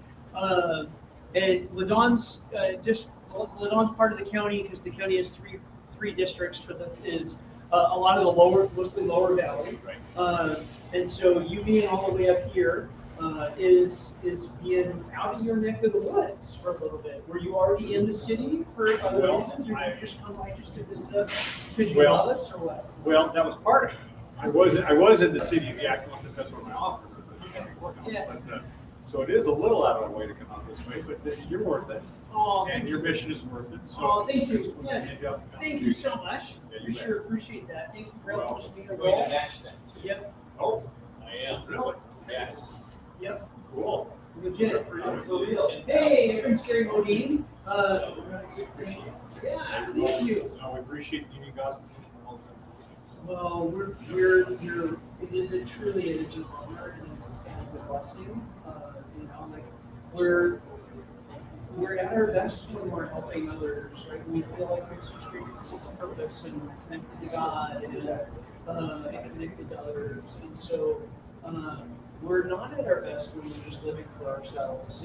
Well, the Savior has taught us that. Exactly. That we seek our own, and we don't have the meaning that we lose our life in service of others. That's why. Yeah, exactly. When you're trying to gain gain the life for your life, you're actually losing it. You know, and but then when you lose your life for others, you can say that so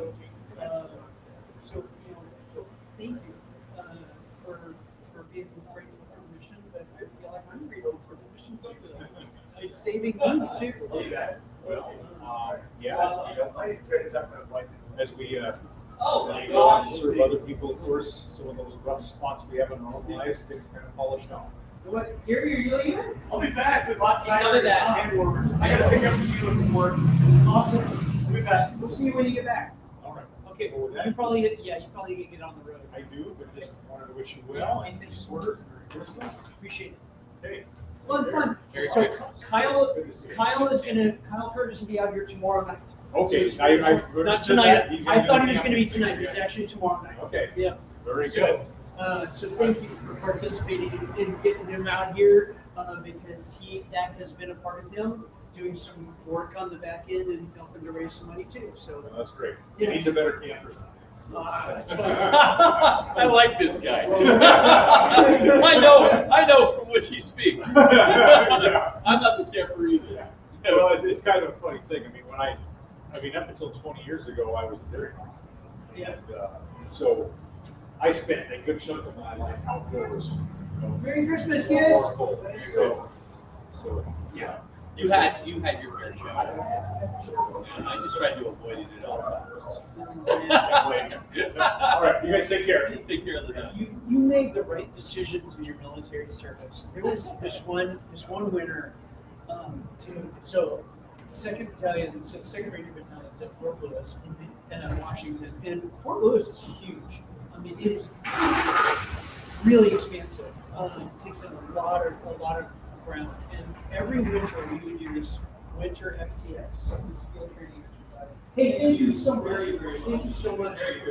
Appreciate it. We'd be out, in the hinterlands, in the snow for a week. And hey, Merry Christmas. And one night, I was on the machine gun, the M16, waiting on the skirmish line, waiting for the bad guys to come by for 6 hours, laying in the snow in my belly, right? On the machine gun. And it doesn't matter what you're wearing when you're laying in the snow for 6 hours. Hey, Merry Christmas. We're out here for 2 or 3 days. You'll see us here, all the times you come to raise for the whole weekend. But we're raising money for the EMS Foundation, trying to fix our life and the CEO of the mission. So we're not weirdos, I promise. Well, we're weirdos, but yeah. Dude, I can remember just laying in the machine gun was convulsing, yeah, like for 30 straight minutes. Waiting for something to happen so your adrenaline would kick in, and then you'd be warm again. Yeah. Well, like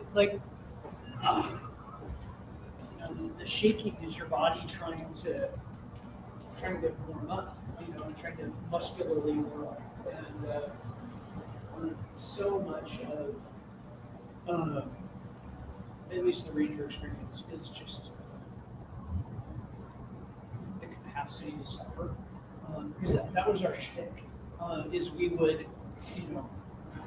going to be harder and tougher than everybody so that we could attack under circumstances that nobody expected an attack under, and we come from the place that nobody thinks anybody could come from, in the rain at 2 o'clock in the morning, and but because we were essentially toughened up for it, like we could conduct military operations in those environments, and nobody else would or could, and that was our combat advantage, or at least that was our the way that we thought, and so much of 4 years in the Rangers was just about learning how to suffer. Oh my gosh. Merry Christmas.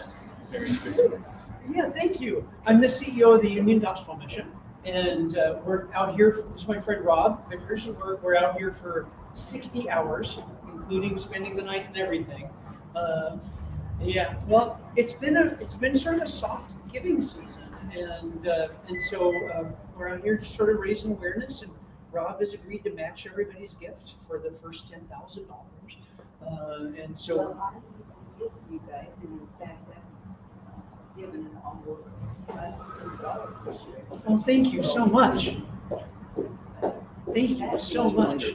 Yeah, well, I work CBS and a lot of times didn't have any money. Yeah. And I can read it. Yep. And that is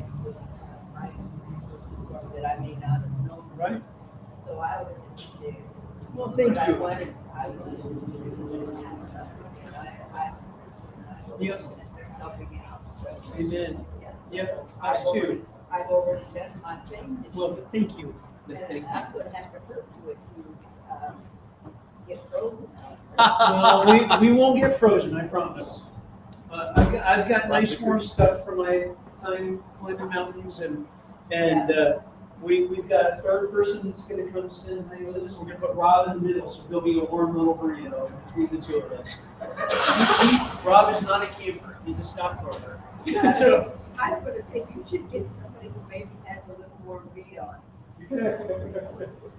Thank you for your support. And thank you for doing the job. Appreciate it. It's a pleasure. Okay, Brian. I will tell Rob Vickers that we need to send you some radio audio. I see that comment, and I will make sure that I pass that on to Rob. Hey, we picked up a couple of people online. Brian Stevenson says, need some radio audio from y'all. Let's do that. We Okay. should have gotten that done. I've been remiss. So let's see. Merry Christmas. We're crazy people representing the Union Gospel Mission. Over here to. Oh, thank you. Thank you so much. Oh my goodness, you're kidding. I'm gonna wait all that stuff. Throw it in there. That's perfect. I've seen you on my Facebook page. Oh, nice. I recognize the voice. Yeah. I volunteered at the kitchen one day on Veterans Day. Yeah. Oh, thank you. Well, I'll see you next week. yeah. Well, I appreciate it. Yeah. That's a good. Yes. Yeah, I'm sure. I'm interested. Oh, good. So, the girls just choose to do it right away. And so that they don't have to be the guy who's running right away. Thank you for walking like that. Thanks for coming down with me too. Have fun. Thank you. Merry Christmas.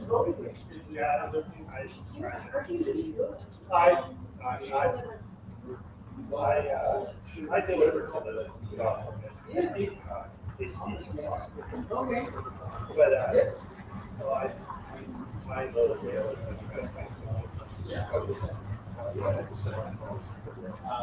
I would love to see you.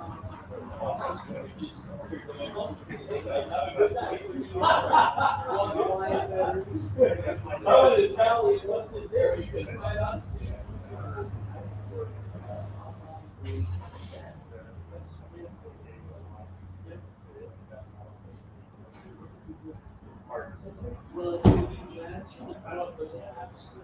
Oh, yeah. Brian is a boot. Hey, Dad. Anyway, how you doing? It's right here,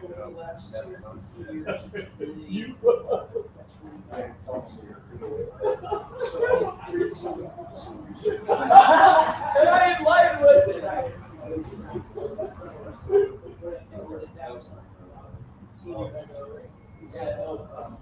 Veterans or about seeing their populations or So you're all That's right? better than it was. Yeah, right in that little handy dandy. I happened in the brig, they'll bring up, and then, I got this very smart sleeping bag. I mean, this was being my zero, I will put a zero, sleeping bag. And then Lisa's bringing me a couple of things like this. And, ultimately, the goal, I said, yeah. They got electric plug in? Yep. Yeah. Well, they might go upstairs somewhere, I don't know. Bring a light. Yeah. It's not. Yeah. When I heard you were saying I can get called on, wow, who the hell is that? What did he? Real freak to that. Well, my hope was that they could get out by Yes. Ready to eat it. Yeah. Yeah. get 5 more by night. Perfect timing. Where's your dump bag at?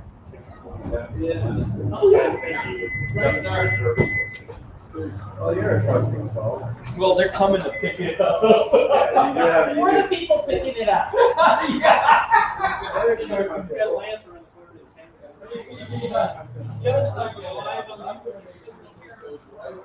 I'm going to know what helps you with this.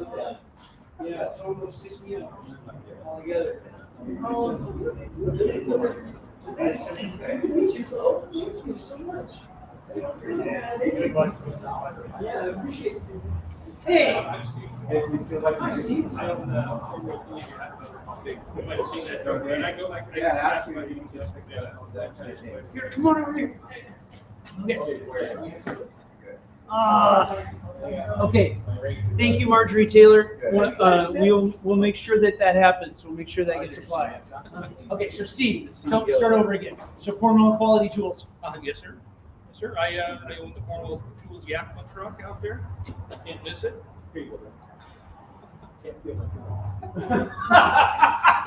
All right, so we're gonna clip this baby on you. Okay, all right, there you go. Yep. So what brought you down right now? Well, I listen to you guys on the radio every morning. I listen to him anyways, but Are you of course, as I see the need for it. I'm a veteran myself. Thanks for your service. Yeah. What'd you do? I was in the Army National Guard. I worked full-time at the training center, and 26 years, retired in 2018, CW4. Wow. Yeah.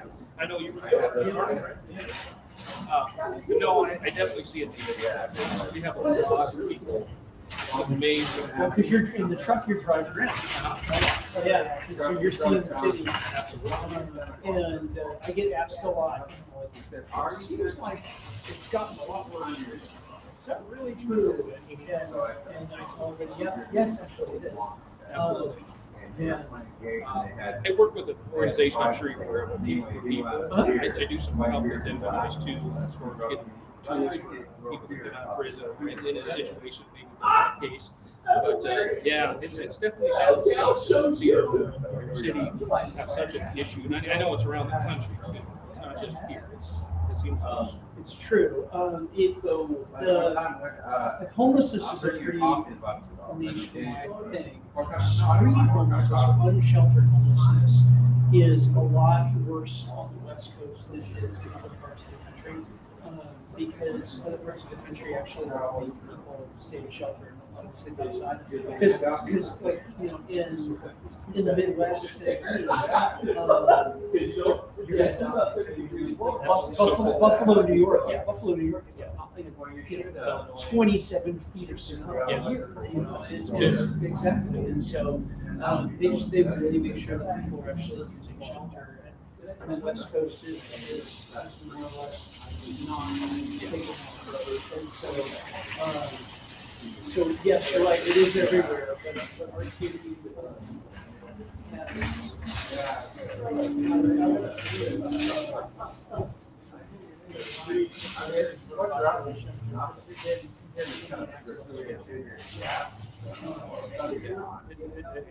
I've always think, what is the solution? I mean, what is the political solution? What is policy?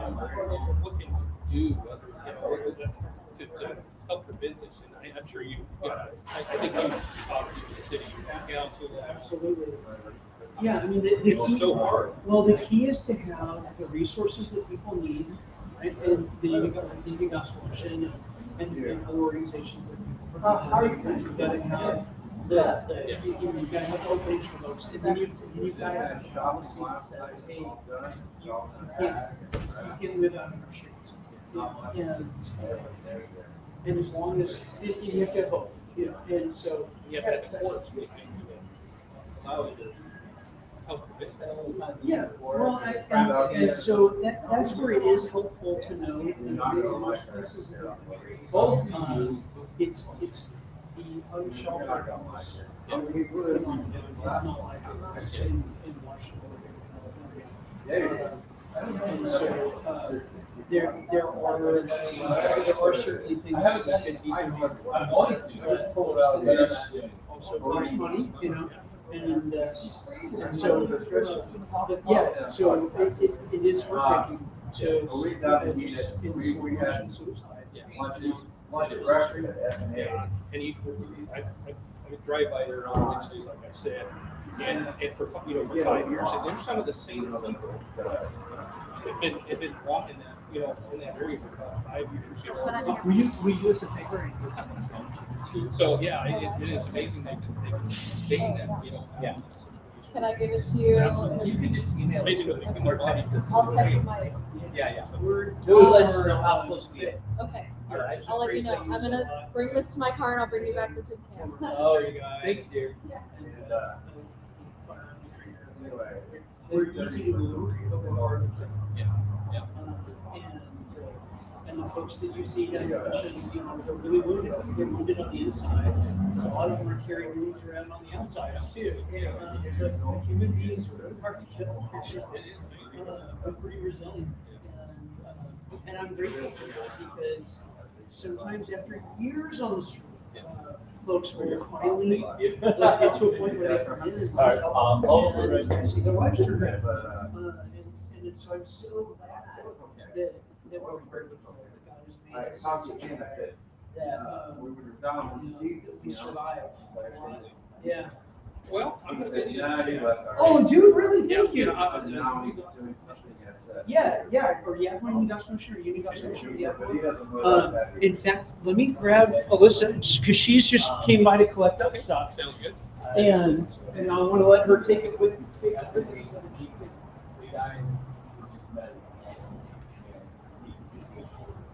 So.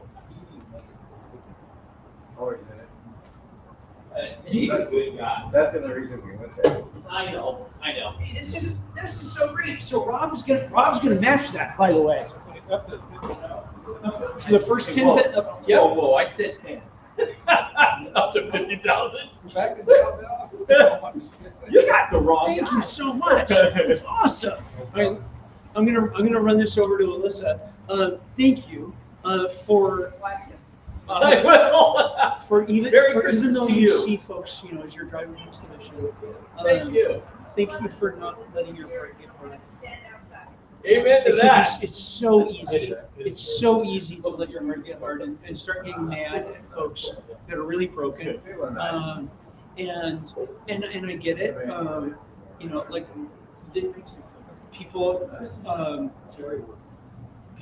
We shouldn't be saying to folks that it's okay for them to go break the law or whatever. But they're really broken and they need help, and it's easy it would be really easy to harden their hearts. And so thank you for not. Yeah. Sincerely. I've been here almost 50 years now. I've been 1 year in Iraq and 1 year in Kuwait, but other than that, I've been here. Well, thank you, and thanks for your service. You too. So you're gonna get to like about 10 minutes. See you guys. Yay! Great to meet you, brother. You too. Take care. Okay. Oh, that was so fun. Okay. You got it. I'm on. I'd like to give you that. Oh, yeah, thank you. Awesome. Okay, thank you. I'm gonna plug. I appreciate that, Brian. I'm gonna plug that in. Let it charge. Wayne Vickers. Mike Johnson. Oh, how Father. fun. Work you. Sorry. Okay. Oh, good. He's a lot of fun. Yeah. You're Brian, right? What'd you say? I'm Mike. Oh, Mike, hi, Mike. Okay. Yeah, Alrighty. Brian Stevenson, who bye-bye. works with Radio at the station, is physically very different than we're easy to tell apart. This man has adopted someone. Wow, way to go. This guy adopted too. Oh, Doing great. Yeah. are you one of them? Yeah. I did not know that about your story. Or if I did, if I should have, then I apologize for not having that clear. Huh, that's cool. I was like, I thought I was alone. I still do. So, he stopped to look at the sign. I was going to explain it. Wow. So, Rob, how old were you when you talked? no, I think you were 10 and she was like, Merry Christmas. yeah.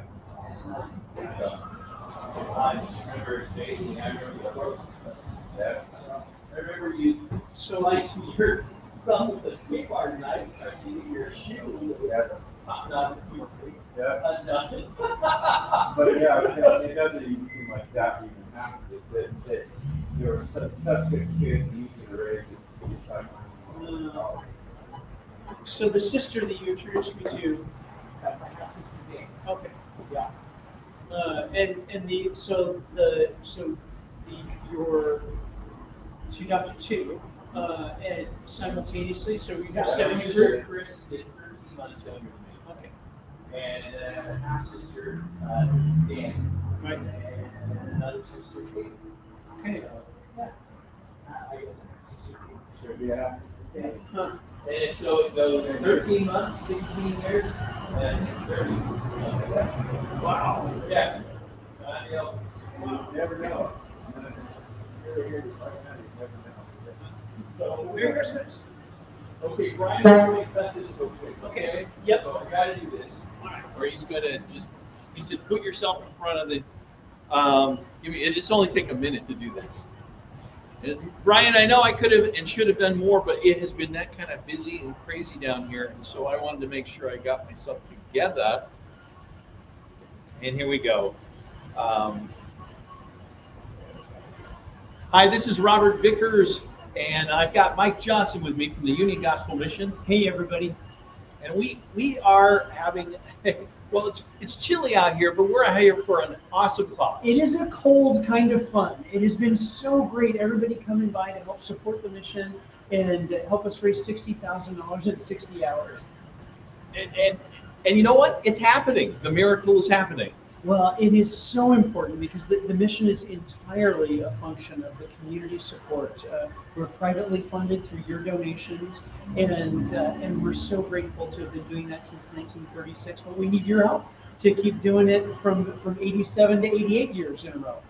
Amen. So, Brian, please, everybody listening there at KIT, come on down, say hi, be a part of what's going on here today. Every little bit helps. And it's our pleasure to be here. And have a great one at KIT. You just hit the install button on the app instead of the stop button there. Yeah. But you know what? I stopped it, so he should be able to do it. So Yeah. I'm going to send it by email. Audio. Okay, the 7 people who are watching online, make sure you're telling your friends on Facebook to log into our stream, and especially tonight. 7 o'clock tonight. You really want to make sure that everybody's watching at 7 o'clock tonight.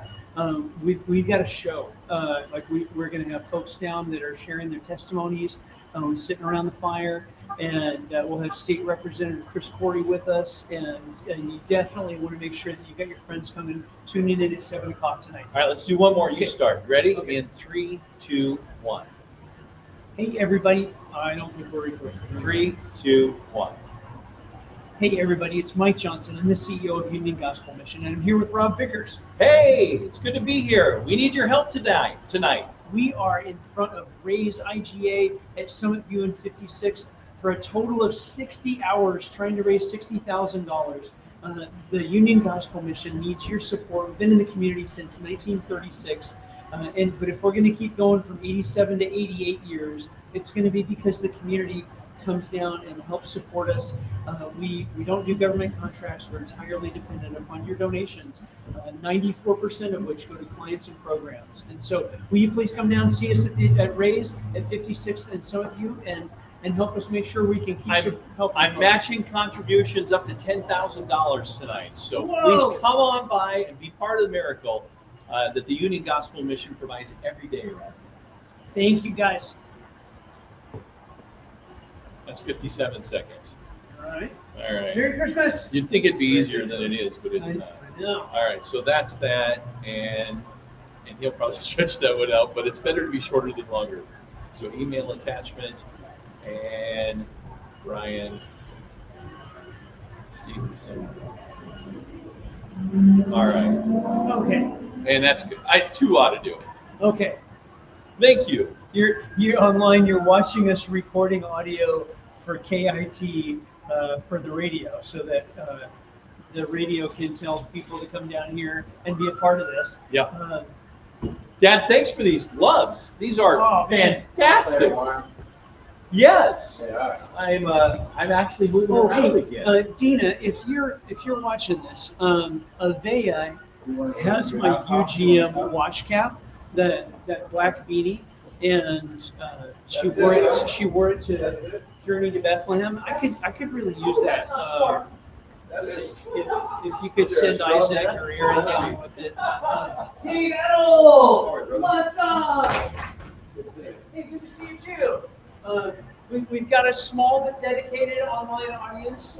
We're really trying to pump up the online audience for tonight at 7 p.m. What happens at 7 p.m.? At 7 p.m. tonight, we're going to have a whole 2 hours worth of testimonies of folks that have overcome homelessness. We sit around the fire, hearing the stories of what takes people to the streets and what traps them out on the streets, and then what gets them off the streets. So you really are. We're off to a good start. Rob's match is just crazy. I'm super grateful for that, for his company. It's been a lot of fun to meet people and see people and people come by, say hi, and try to drop off support. And sometimes there's people coming for groceries, but then you get talking to them and hearing their stories and just amazing folks.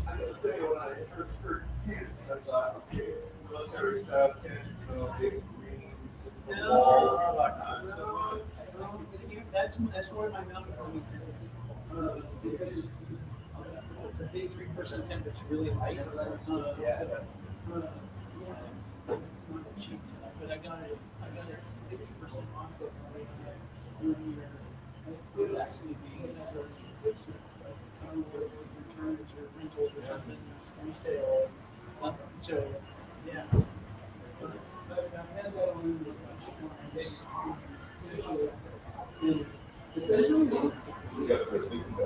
I've got a really nice sleep bag that I've used on all of my amplifiers. I'm going to be fine. I'm a little concerned about Rob's. I think Rob's got some kind of Walmart sleeping bag, but his wife just brought him a couple extra blankets or something.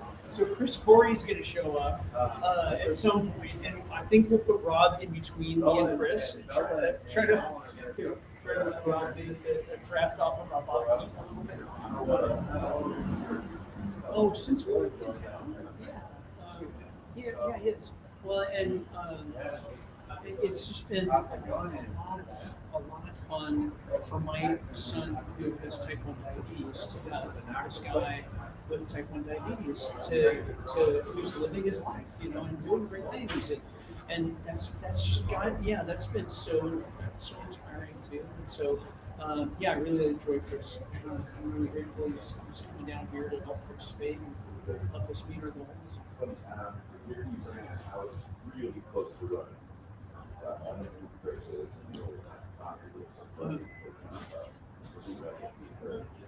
whatever reason, I'm so glad I did. The person's the right guy for the job. Well, I first met him at Apple Tree Golf Course for the mission's golf course fundraiser for Madison. And he was at one of the holes, I think it was like 11 or 12 or something, representing HUB. And so they HUB sort of sponsored that hole as a part of the Journey of Hope golf tournament. And that was where I first met Chris. And it was my first year moving to town. And it's just become a good friend. Do you need anything? Rep-wise? I can't do cheese anymore, and so you could deliver pizza, but I wouldn't be able to eat it. But my friend Gary Levine from church is coming by with some hot cider and some hand warmers, and probably in 2, 3, 4 hours I might be ready for dinner. So right now I'm doing fine, thank you. What I do need is people's financial support for the mission. And so, yeah, we're live streaming right now. I got my back to your small but dedicated audience there. My bad. Dave can come deliver your hat. Karen Spanton says hi, Mike and Dave. Yep, she's over there actually. Okay, yeah, I know. So, TV guy knowing exactly where to look. Not. Oh, my sister. Oh, thank you, Terry. Yes, and yes, it does get matched. And anybody else you can get to get online and make another gift, that stuff will get matched too, because Rob is matching the first $10,000. Isn't that incredible? Yes. And so yes, Terry, your gift does get matched, and anybody else you can drum up to participate would be totally awesome. We sure appreciate it. My sister's watching from Tennessee right now, so yeah, it's super cool. Terry, this is Dave Edel. He's been in media here forever and a day, and was on our city council as our mayor for a little while too, and is a neighbor nearby and a friend, and so was on the radio here for a long time, and now is. I guess we're bros now. I guess that's what it is. Sort of I guess we're bros. Yeah. We're practically twins. I mean, I can't tell you how often I get mistaken for Dave Edel. People see me in the store and they'll say, Dave Edel? And I'll say, no, I'm Mike Johnson. We go, time machine, 25 years ago they thought, well, they might could be that. I can believe that. Well, I got to get home. Okay. But if you want, you get my phone number. Yeah. If you want me to dash out, Okay, I mean, I'll let you know. I'm another set of legs for you out in the real world. Thanks, man. All right. Okay. Rob, I think you're doing fantastic. Awesome. That's so cool. Oh, Well, I'm going to tell you, this isn't like on cable. Thank you, Terry. I appreciate that. Yes, and that is generous. It's amazing. Make sure it'll be late, but Terry, starting at 7 o'clock our time, so 9 o'clock your time. We're going to have some testimonies of folks that have been on the street and aren't anymore, and now are leaders in helping other people get off the street. And you'll want to watch it. It's going to be really powerful. Really powerful. Travis Maltos is our first guy at 7, and then at 8 o'clock our time, 10 o'clock your time is going to be Carly Schneider. And they're both just amazing people with incredible stories. And, God has just done really such amazing things in their lives. So. So Dave Edel said, let him know if I need anything. So I'll have to tell Dave to swing by the house and get that watch cap. Hey, you want a cup of coffee? I would not be harmed by a hot cup of coffee. That would be Straight nice. or you want Yeah, black? black. Yep. Black. Okay. Black one. Thanks, 1 shot, 2 shots, 3 shots. If you're gonna do an Americano, 2, please. Okay. Okay. Thanks, Dad. Hey, let me give you this, and I actually have been here solid since 9 o'clock in the morning, and I need to actually use the bathroom. Okay. This is the first time I've had to do that since I've been here. No, well, it's at 9:45, but Wow. actually I need a bathroom break, so I'll be You right back. really are able to sustain yourself or something. Well, it's all mental discipline. Yeah. Get out of here. Okay, let's see what's going on over here. Good.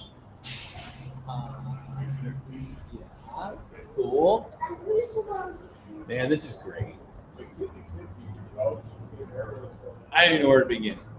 All I can say, it's just been wonderful, the people we've been able to meet today that have chipped in and helped out the Union Gospel Mission at this time of need. They have a $60,000 hole in their budget here for November. It's been a tough year on all charities. Just down the hall here in the center, and rather warm, is the Salvation Army. Their giving is down this year. And there are so many people in need, and that doesn't go away. It never goes away. And we can't always be there to do the things that we'd like to do or have the time to do them or commit the resources, but what we can do is certainly support those that 24/7 are helping people who would not be helped otherwise. Well, come on by. We're with the Union Gospel Mission. We're raising money for their mission tonight. So anyway, hi, Merry Christmas. Merry Christmas. And so it doesn't happen without people who are dedicated to helping others, and that's what the Union Gospel Mission is. And that's what they mean to me and our family, and knowing there are people who are there to do the heavy lifting. That's what we want to support. And it's the only reason I'd ever be out here on a cold night. Quite honestly, I know better. But I have a warm house to go to, and I have a warm meal to go home to, and not everybody does. And so, thank goodness the Union Gospel Mission provides so much to so many. So, if you're watching our mainstream, our live stream in the mainstream today, thank you. If you're helping out, thank you. Every bit helps. And I've got this tin cup right here that used to be held by a guy named Dale Carpenter. And let me tell you something about Dale Carpenter. He knew what it meant to be out there on the front lines and help people every day. And there was never a fundraiser that Dale Carpenter, it seems, didn't have his hand in. So to be able to hold his cup and help the Union Gospel Mission continue the tradition that he started many, many years ago is really an honor. So anyway, that's enough of me. So continue to drink a little coffee here. Say hi to people as they're going by. Wish them a Merry Christmas. Sort of puts you in the Christmas spirit, by the way. That's hard. I don't think that's a hard thing to get into. If Mike were here, I'd be asking that exact same thing. It's hard sometimes to get in the Christmas spirit, especially something that seems so over commercialized and so far from the actual meaning of Christmas. Helping people that need to be helped and might not ever receive the resources they need if it weren't for the Union Gospel Mission and the Salvation Army and some of those same organizations. Rod's house. Well, that puts me in the Christmas spirit. So, oh man, that was cold and that was supposed to be hot. I really did get the wrong one. Hopefully this is the right one. Wow. This is not a day for cold coffee.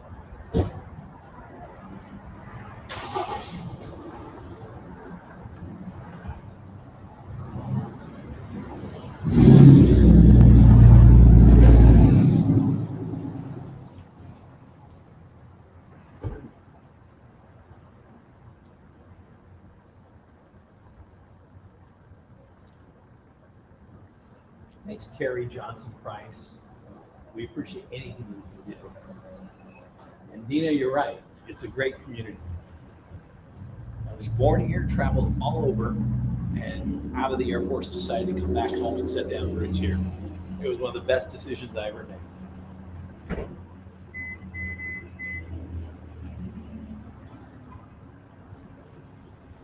Merry Christmas. Hold on, You know it. We're staying on here for 60 hours raising money for the Youth Gospel Mission. God bless you. Thank you for your help. No problem.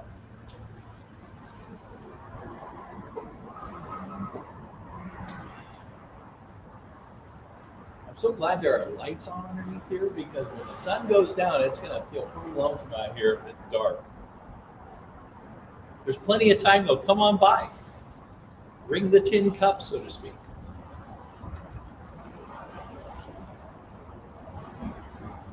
It's not this cold in the KIT radio studio. That's because Lance Tormey has a big plug-in electric faux fireplace, which he keeps directly behind him, by the way. So I get the residual, but I don't get the direct heat. I'm not complaining, I'm just stating it now. But if you ask Lance, really nice, he'll turn it on.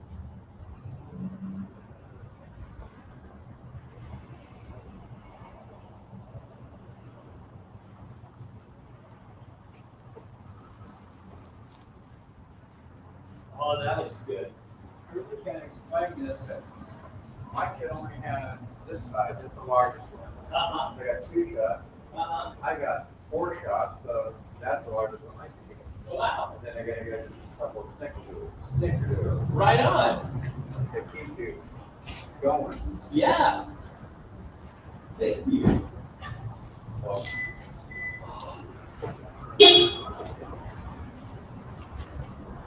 So Brian Brown's chair. Merry Christmas, you guys. Merry Christmas. Thank you. Oh, now don't go around. Time to check in. That's what I would do. that's right.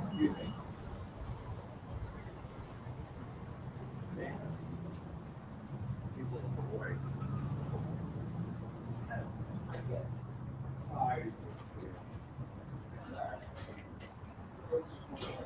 Yeah, it is. It's true.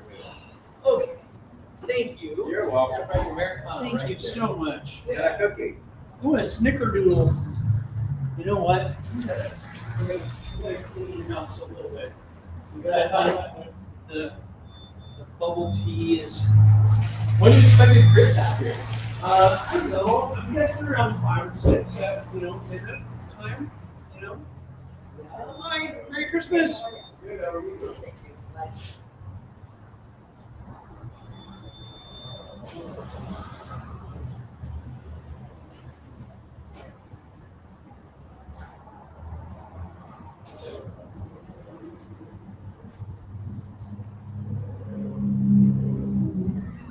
It seems like it should be later. What's that? It's only 3:30. Yeah, it's 4 o'clock. It feels like it's 8 o'clock, doesn't it? I know.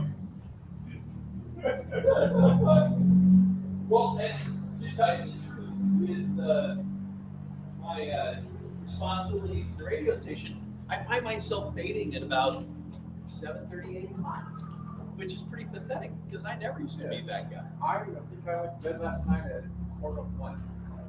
Hi. I was watching the movie. Well, young people stay up late. Yeah, So, that's right. Yeah, I guess I that's do right. more than 1 o'clock. No. But I've always been the early to bed guy, too. Yeah. I don't understand. I talked to you. Merry Christmas. What's that? Mark. Oh, is it good? Yeah, it's good. I want to see that. Yeah. It looks like you moved in from Colorado, or just haven't changed the place yet, or what? No, it's a rental.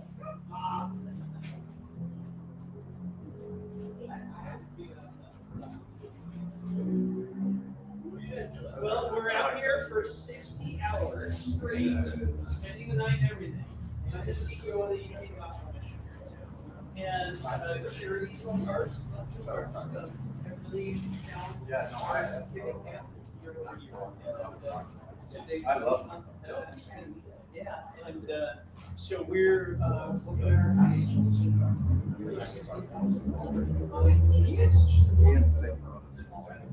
Yeah, and so we're around here for 60 hours. And Rob over here is the owner investment. He's coaching everybody's going for the first 10,000 okay, personal. Yeah, exactly. And so, like, yes, scan the QR code and it helps out if you 94% of your donation goes to clients and programs. We're one of the most. How you doing? nonprofits. You too. Well, we built up a network of thrift stores that almost entirely offset our overhead. So where our thrift stores completely pay for our administrative.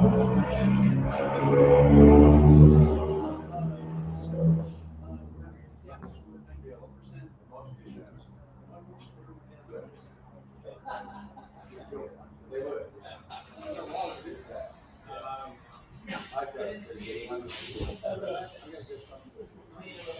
am only the seventh executive director since these operations.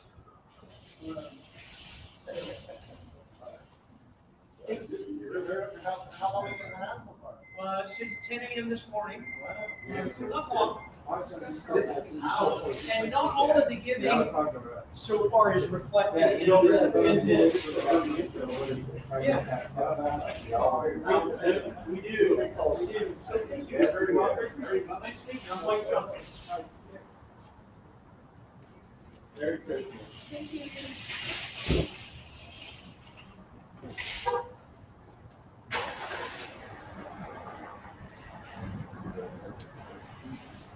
Merry Christmas. Oh, you can come through. It's all good, or around, whatever. Okay, it is starting to get darker, and Yes. like it feels like about every 10 minutes it goes down 1 degree. Yeah, here you go. There you go. Actually, so nice to be back here. I might stay up tonight with you guys. You have my seat.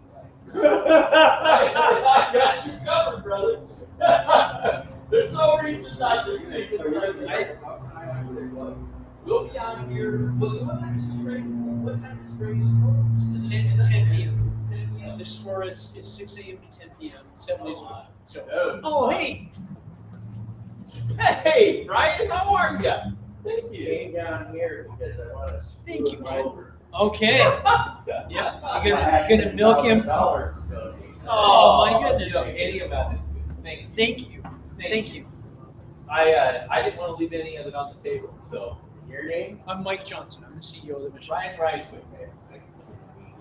Forgive my. Ryan and Mike for a long time. Good guy. I appreciate what you do. Thank you. What can you do? Well, it's so interviews. Yeah, right. So, yeah. Get that off the street. I'm the CEO of the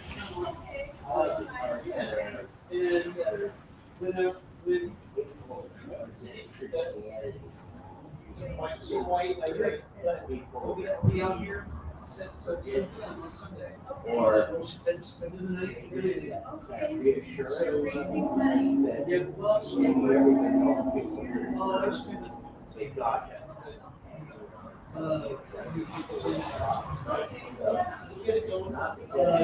The easiest thing to do is just to get the camera on your phone.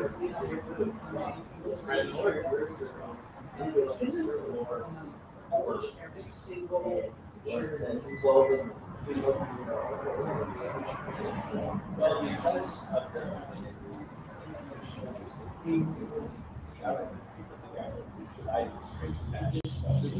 Heart thing from the Yeah,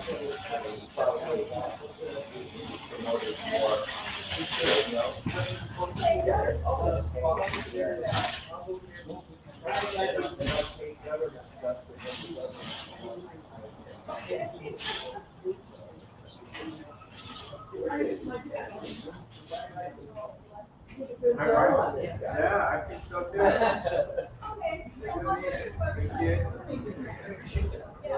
Thank you. Took a lot of work. Oh, Just something, just something, a little different, something that's yeah, thank goodness. You forgot all of it. I think I'm gonna light the propane when firing when it gets just a little darker because it will really draw the eye. Okay. So Welcome. what's that? Hey, how you doing? Good to see you. Thank you. Nick, this I we need all this runs, the whole thing to get me. You stay out here with us? You know, I could. He's doing a lot better than I was. Go for it. Yeah. Sorry.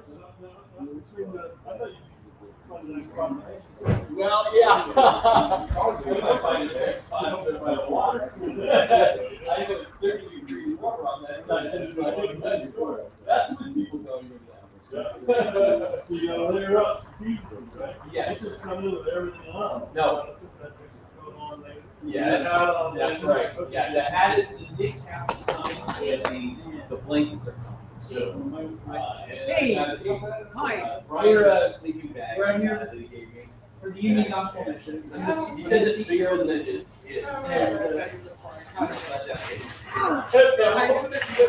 Thank you. We really appreciate it. It's been a hard I'm excited though.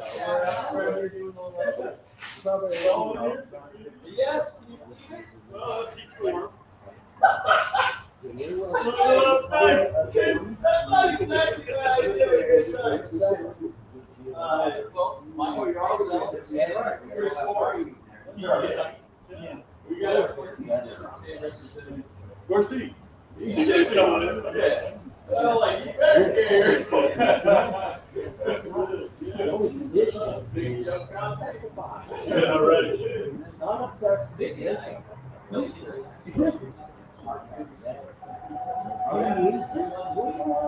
on the final. Yeah.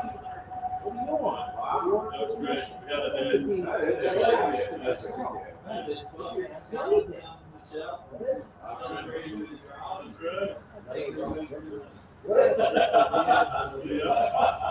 And I resisted the urge to go blow on dice too. I was looking at it, thinking, wow, what a good one. That's right. I told all of them. Yeah. How do I donate? What's the best way? You take cards, or do you gotta get cash? Or Actually, there is a QR code on there. I think that would do it. Because the QR code is exactly right. Yeah. And this is The other option is to Is it Venmo, or is it? yeah, Venmo too. And so, Will I get much get credit for that? well, no. Is it gonna come back?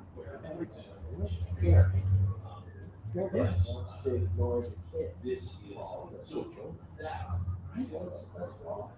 Amen.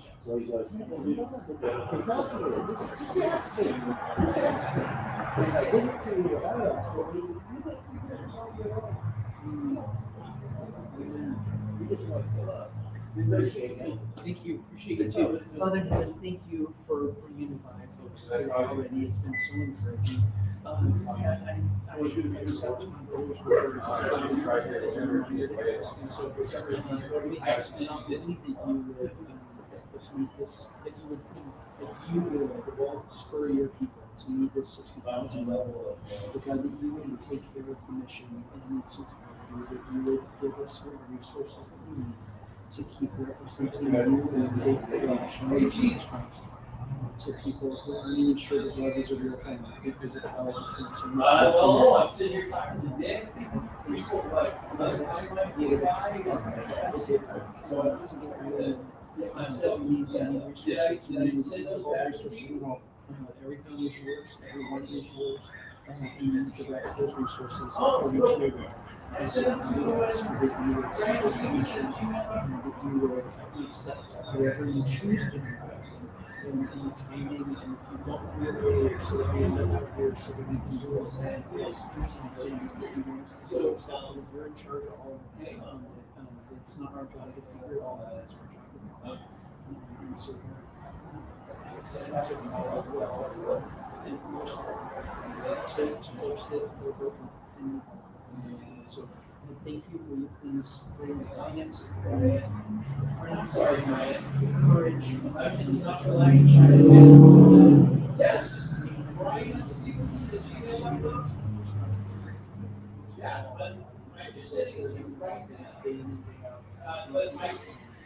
their emotional, spiritual, physical sustainability. You protect their families and community, so that our enemy doesn't take out our mission by taking out the family members of the folks that work there. And so we flourish and choose to love and serve in your name.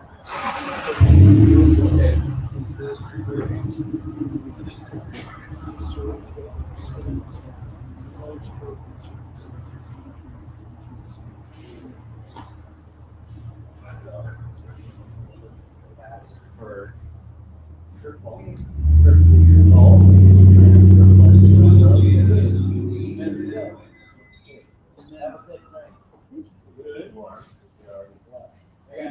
Take care. Thank you, bud. And Merry Christmas. nice to meet you too. Thank you very much. I love it. We'll keep you. Do that. Nice meeting you. Hey, Brian, take care. I'll see you in the studio. I will. All best, you buddy. Maybe out in the parking lot. Thank you. Yeah. Just trying to figure out how to do it here. I did, but it asked for a more, I think I've been. They're not the same thing. We're in it for the long Yeah, so if you want to be that. That's right. I think we'll stay warm. Oh, yeah. So just pick a and then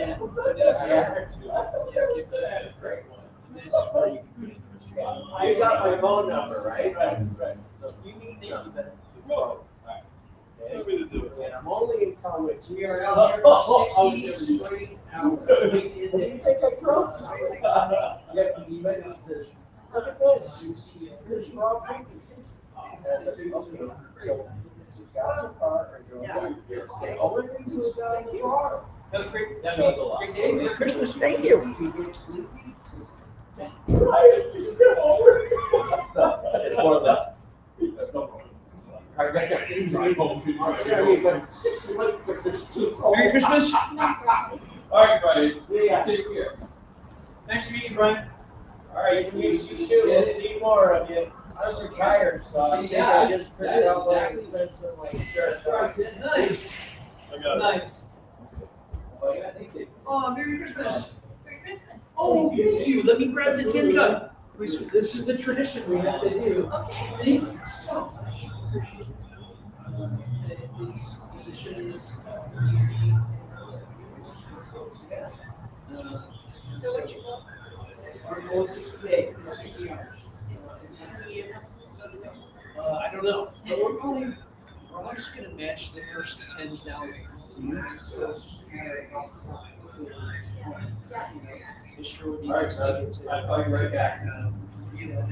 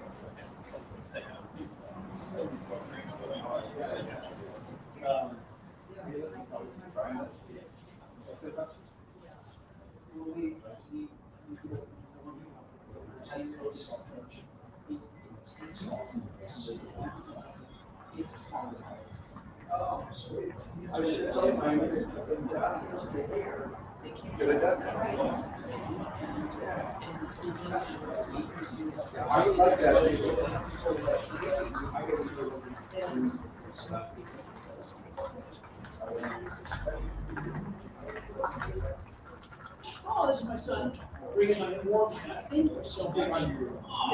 Well, I'll still struggling to get to 60, and I'll be late down. Nice to meet you, sir. Very good to see you. You're awesome. All right, take care, man. Have a good weekend. Yeah. I'm going to Seattle in the morning. My mom's 80th birthday. Oh. Party over there. Birthday, that's awesome. Yeah. Thank you. So all of you grandkids and What year were you born? 674. Okay. That's like a mountain. Yeah, so this one is like, it's warm around here, it's cool here, and so I wear this. Yeah, how'd you know? All right, have a good one. Stay safe. Take care. Thank you, buddy. Bye. See ya. Good night. Thank you. Yeah, I gotta cut this for. Walters? Yeah. He's coming to 7. Oh, I'm. Yeah, so you're a little early for Travis. I'll be back down. Merry Christmas. Thank you. Because he's gonna have some good stuff to talk about. Yes, absolutely. Make sure you come back at 7. I will. And when you do, bring a camp chair or two. Okay. Yeah, I'll bring some chairs down. Awesome, thank you. All right. Yep. Welcome.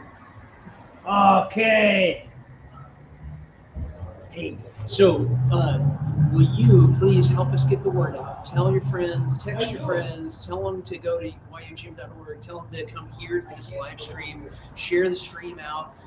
We need to get folks given and helping us to make this challenge, and the sooner the better, because Rob's going to match the first 10,000, so we're going to get to 20,000 one way or the other. But if it takes us a long time to get to 20,000, then that leaves us, not as much time to get from 20 to 60. So please, help us get the word out. Drive folks here. It really does make such a difference. Every $25 gift makes a difference. $27.70 is 10 meals, and we serve 125,000 meals a year. And so your gift of $27.70 is just super important. Hold on a second. Thanks, Tina.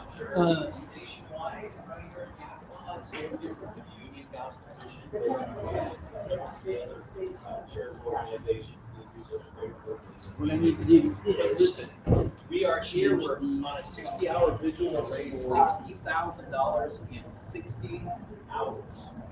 And I personally will be down here until noon tomorrow, staying overnight. Okay. In this vigil. Dean, how's that? I'm going to talk louder, but I turned up the resistance a little bit to make it harder to get the ambient sound. But then I'll raise my voice. So what I was saying is, hey, if you're watching, will you please help us get the word out? We really need to get everybody using their friend circle and driving them to the live stream, and especially tonight, starting at 7, because we're going to get to 20,000 though. But if we can get to 20,000 soon, that gives us more time to get to 60,000. But if it takes us 2 days to get the first 20,000, then that's just going to take forever. So man, according to the receiver, I'm sending a really strong audio signal. So I'm not sure what's going on, but I know that my microphone is working really well and strong. And so I'm over here checking the tech. I'm told that my audio is not awesome, but I know that I'm sending a good strong signal here. Or no, that's me. Yeah. That's definitely me, not Rob. But I'm going to cut Rob off out of the mix, is what I'm going to do. And now I'm only me and not Rob, and maybe that will help. Sorry, Rob, I just fired you from an audio point of view. Let's see if that helped. That might have really helped get rid of some of the ambient stuff, because I think the ambient noise was actually Rob on the phone. Uh, I can hit 60 seconds. You want to do it one more time? okay. So anyway, what I was saying is, to you awesome people who have been watching this whole time, help us get the word out. Help us get the folks with their own friend networks that to come participate in this, because we've got. Oh yeah, there it was. Okay, that's what I needed to do. Thanks, Dina. Sure appreciate your help on that. Thanks for sending Isaac down with a warm hat too. And Wayne, it was great to meet you. I'm not going anywhere. Oh, he's not going anywhere. So Rob has been over there talking to his dad, and Rob is adopted. I didn't know that. Rob and his bio sister Wayne adopted both of them when they were like 10 and 7 years old, and then years and years later, like 16 years younger than Rob is, he's got a couple of bio sisters as well. He's got a couple of sisters. But anyway, Wayne's also an adoptive parent, so it's awesome. It's totally awesome. For those of you who are watching, we sometimes talk about the mission as an adult orphanage. That the people we serve down on North First are very often the survivors of severe child abuse and neglect and abandonment, and they learned how to do drugs from their parents or their uncle or from a family member when they were literally children. The average age at which our folks start using drugs or alcohol is 12. So imagine a 12-year-old smoking methamphetamines, and that's one of my friends. His mom taught him how to smoke meth when he was 12. Hi, Merry Christmas. Hey, I think you found us. Oh, thank you so much. I'm Mike Johnson. It's so good to meet you. Thank you for your support. Yeah. I am. I'm the CEO of the mission. I'm going to put this right here and the customer stuff. We're taking. Don't worry, we're taking that away to a secure location every a couple times a day. Well, first of all, I'm very proud of everything that you do and the way you do it. We've watched you over the years, and it's been a pleasure to know that somebody is as sincere as you and good hearted. So, thank you. Secondly, I do feel like every Okay. time I go and research what why the people on the street, I understand that it's because clearly is welcome. Hold on.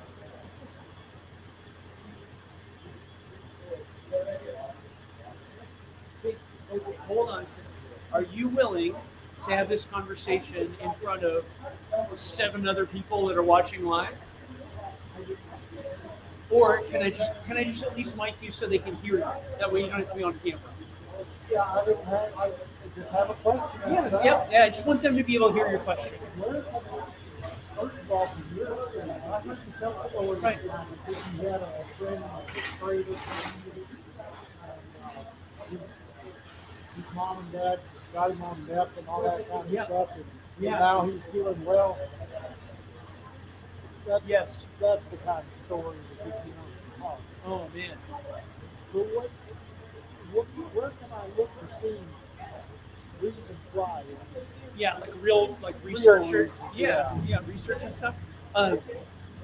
Tell you what.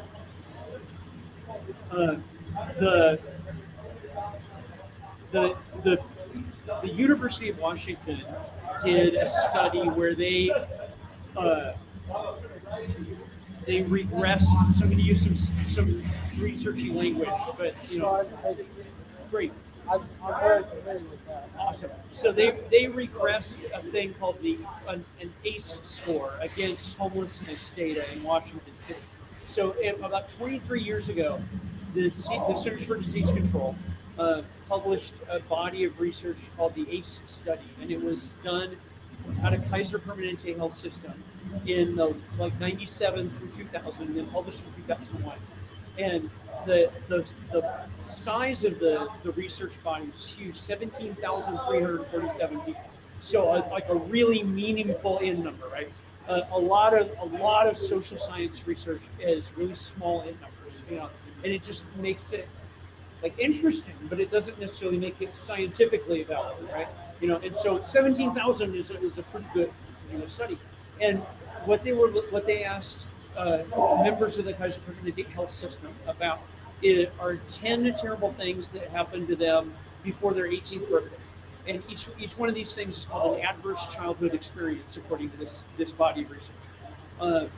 And those 10 things are physical abuse, sexual abuse, emotional abuse, and each of these are defined for the study purpose.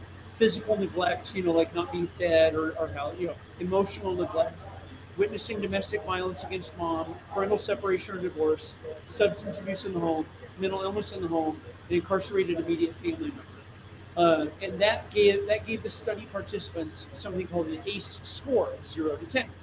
And the original research found what's called a strong and graded relationship with ACE score and a whole bunch of negative behavioral health outcomes and physical health outcomes.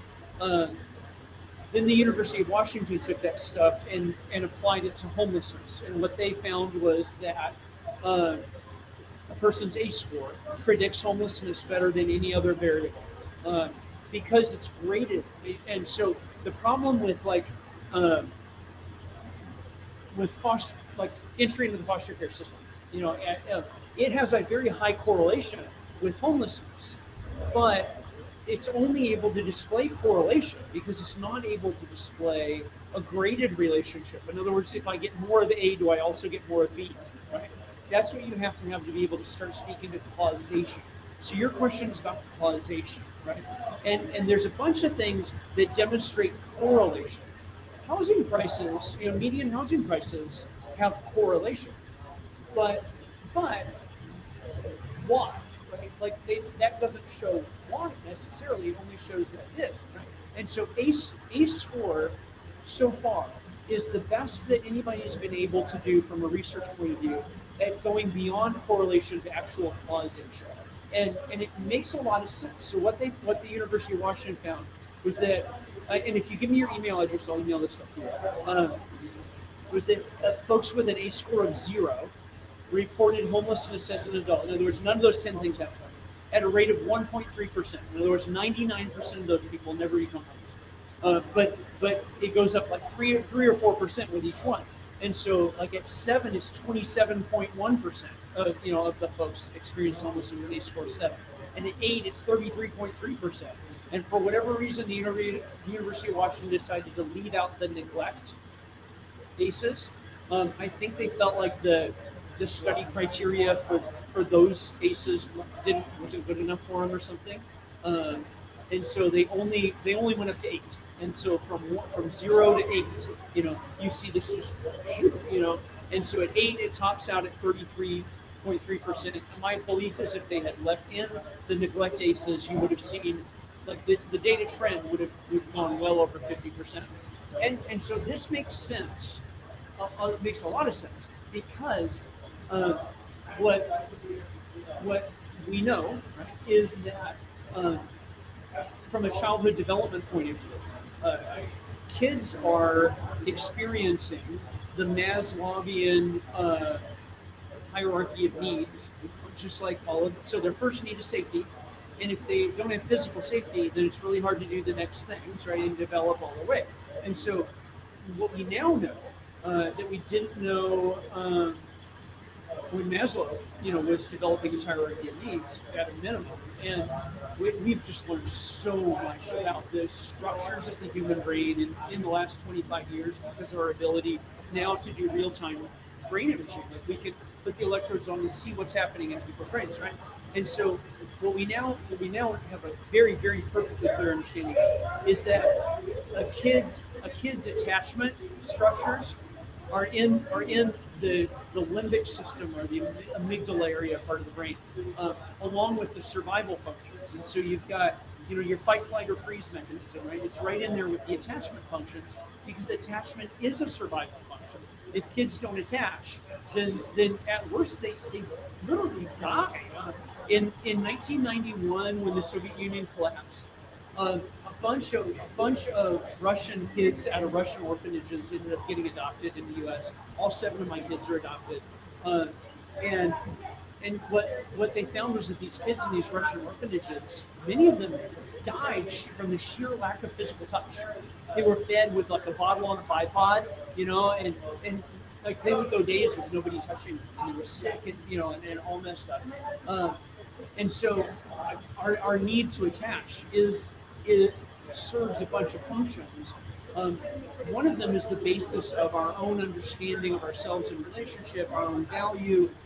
If you get treated as disposable and worthless your whole life, then guess what? You come to think of yourself as disposable and worthless your whole life, right? Well, that's what these aces do to people. And so I took that story you're referring to about the friend.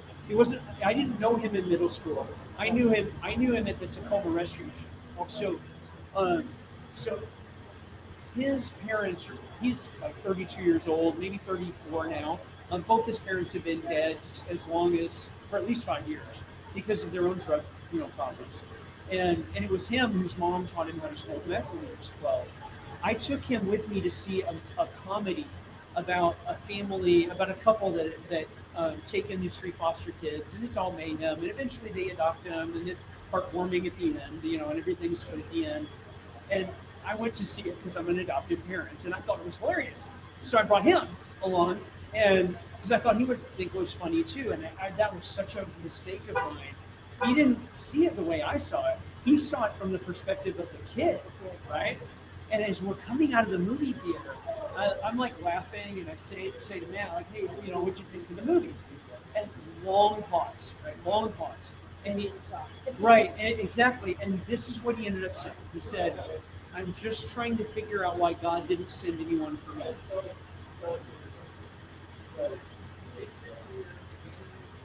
And so, like, because he didn't go into the foster care system, he didn't get adopted, he just got left, with these folks, right?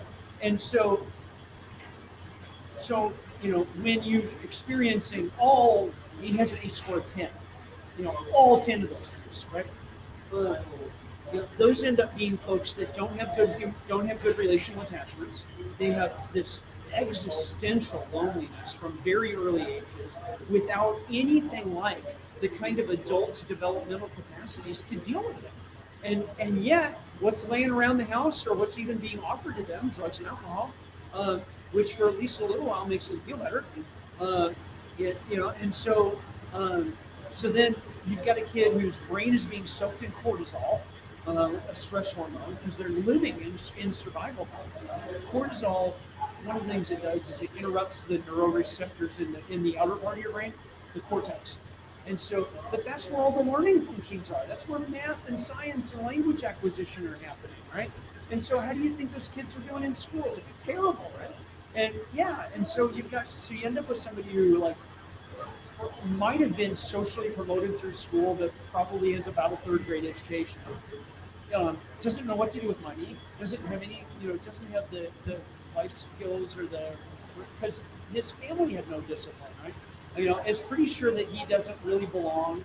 The only other people he's ever felt normal around are folks who have been through terrible things that he's been through. He feels weird around all the other people that seem to be able to do things well. And all of them seem to be better at school than he is, so he must just be defective and broken in his mind. And so lo and behold, half of those people end up homeless. Shocker, like that shouldn't shock anybody. And so what's really been happening over the last 20 years is the confluence of a bunch of knowledge, finally, right? And I'll be honest, there is no one place I could send you to. There's no one book that pulls it all together the way I just did. I've sometimes thought maybe I need to write this book, but I've got a job, right? But I will be happy to email you, all of the disparate streams of that and a few other books as well that have formed the basis of my understanding and how we do things in the mission. That was a lot, but I hope it answered your question. Well, or at least not short. What do you do for the people who are already there? Right. It seems to me that it's just that let's keep body and soul together and pray for them, because they're not going to be able to take it. They're beyond that. Truck, it's really loud, and I only caught about half of what you said, so let me get a little closer. First thing is, what do you do with the people who are in that truck? Yeah. Because it seems like they're beyond rehabilitation. They're already kind of ruined. So it's keep body and soul together, and let's pray and try to soothe them as much as possible. And then the other thing is, what can you do to prevent it? It seems like we've been fighting that and losing forever. Yeah. It's getting, I'm sorry. I don't know what I just did, but I'm sorry. My wife is online throwing out links for research to give to you. Thank you, Dina. Okay, so question number one, what do you do with the folks that are sort of already there, right? You know, they're out on the street. They're in your mission. Or they're in our mission. So the first thing I would say is they are not beyond rehabilitation. Not at all beyond rehabilitation. It's a hard process, right? Yeah. But what makes it hard is that folks really, they have to let you in, you know. But if they'll let you in, then God is. Oh, awesome! Just a quick second. Sorry, I was waiting up for you.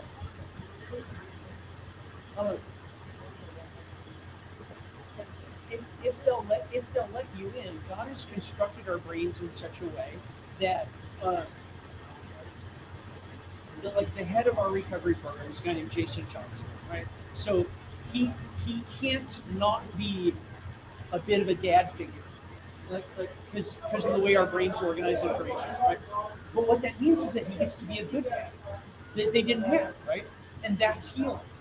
It really is, actually, because Rob wants me to run over here and meet this guy who's giving us a check. Can I be right back? This is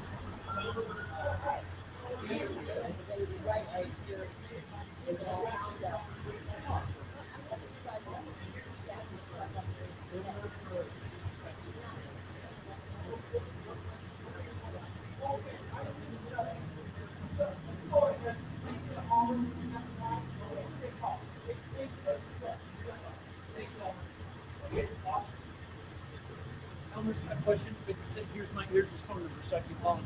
Okay, so they're not at all beyond rehabilitation. It's just hard, but hard isn't impossible. You know, it's just hard, right? And so the task that we have, the first task that we have, is winning some trust, right? And if we can win some trust through reliability, kindness, responsiveness, engagement, those are the tasks of attachment: availability, responsiveness, and engagement, right? And so if we can essentially be what their families want, and then supply in the trauma-focused therapy to help them work through their trauma, we can do those two things: be what their families want, supply the trauma, and then they really have a shot. I mean, for all of you who are watching, I would say there's a third factor in there that just can and shouldn't ever be counted out, which is the miraculous power of God. Yeah, well, we're with you. Yeah, and yeah, exactly. And so you put those three things together, and we see people get well all the time. People who we totally would have thought were beyond redemption. I mean, really, like people who spent 20 years on the street, astonishingly. Yeah, it's incredible. Now, the single most predictive factor for long-term success that we found, because we're part of a network of missions around the country, right? I'm our Northwest U.S. district president, for goodness sake. Like there's 32 member missions in the Evergreen district, and we have a lot of data. We have a lot of data. Yeah, a lot of experience. Well, not only a lot of experience, but a lot of information. Like we've got a lot of graduates that we can track those folks down, and we can. So what we found is that of our 5-year success rate, people who graduate and are still clean as sober 5 years later, 94% of them are actively involved in a local church. And so another way to put it is almost nobody makes it to 5 years without being actively involved in a local church. That's another way to put it, right? And so I think that what you see in that, though, are all three of those things, right? You know, they're the miraculous power of God at work. They're the family of God doing what their earthly family wasn't able to do, right? And then there's the ongoing therapeutic value of pastoral care, just the healing, you know, that over time, right? Exactly. And so it's just people can heal. Like God has made us in such a way that we are easy to wound, right? Our skin is really soft, but we are hard to kill. Like we've got redundancies all over the place, and I mean, you see people on the street, they should have been dead by now. Half of them have tried to be dead, but they're not. And life is of God, and it is therefore mighty, because God is, you know, love is mighty. Love is powerful, because love is of God. You know, 1 John 4, 8. It's a property of God's very being Himself. And so, if you are believers, you know, and it sounds like it, then the first thing I would encourage you to is saying that, at least modifying it looks like, or they seem to be on, you know, rehabilitation. But as long as they wake up in the morning, if I believe in God, then I have to believe in their ability for rehabilitation. Right? Well, you've certainly given us a little hope. Yeah, a little hope for it, because it's very painful to see. It is extraordinarily painful to see. And the truth is that I wish that we were doing more just as a matter of basic law enforcement, because when folks are that broken, you have to intervene for their own good, because they're very unlikely to wake up in the morning and go, gosh, this is really uncomfortable. I'm going to do something about it. Well, but you know, when they do, when they go, this sucks, I'm going to do something about it, and they take a hit of drugs, right? Exactly, right? And so, like, this is there is no amount of wretchedness in street homelessness that automatically, necessarily means that the right solution is to go do hard things and get well. What if the right solution is just to get another drink? Yes. Like, you know what I mean? And so it's not for avoiding the wretchedness. The wretchedness itself might only drive the addiction more, not the recovery. Thank you so much. Thank you. I can imagine that loss of hope is a It primary is motivator at that point. fundamental. It is fundamental, right? Because when you're 12 and everything around you that's supposed to be launching you is actually destroying you, of course you have no hope. And if you literally have no hope, then why not curl up under a bridge with beer? And so so this is why we completely operate without government operating contracts, because the only thing that we really have that is unique to bring in to this space is the hope that is the power of God. You know, I'd like to think that we are, and I believe we are, intellectually and professionally prepared, to do good work. Like I've laid out some of the research, right? But at the end of the day, love heals and not much else does, and folks need more than a house, they need a home. They need a mind that is fit for a home. Yeah. Can I give you my email address? Yeah. There it is. Yeah.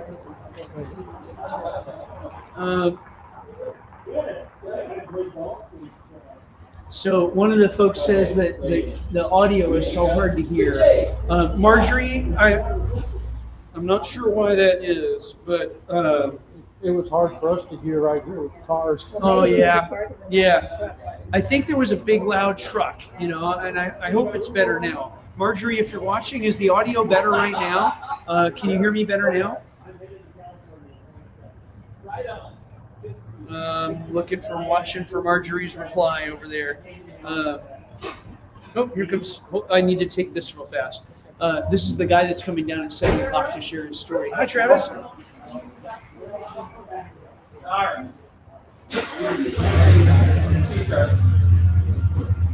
Hi, how are you? Oh, please, let me grab this. Okay. So you won't quite be here at 7. You'll be 7, whatever. That's okay. Dude, get here when you can. Thank you very much. Okay, we love you. Thank you. Merry Christmas.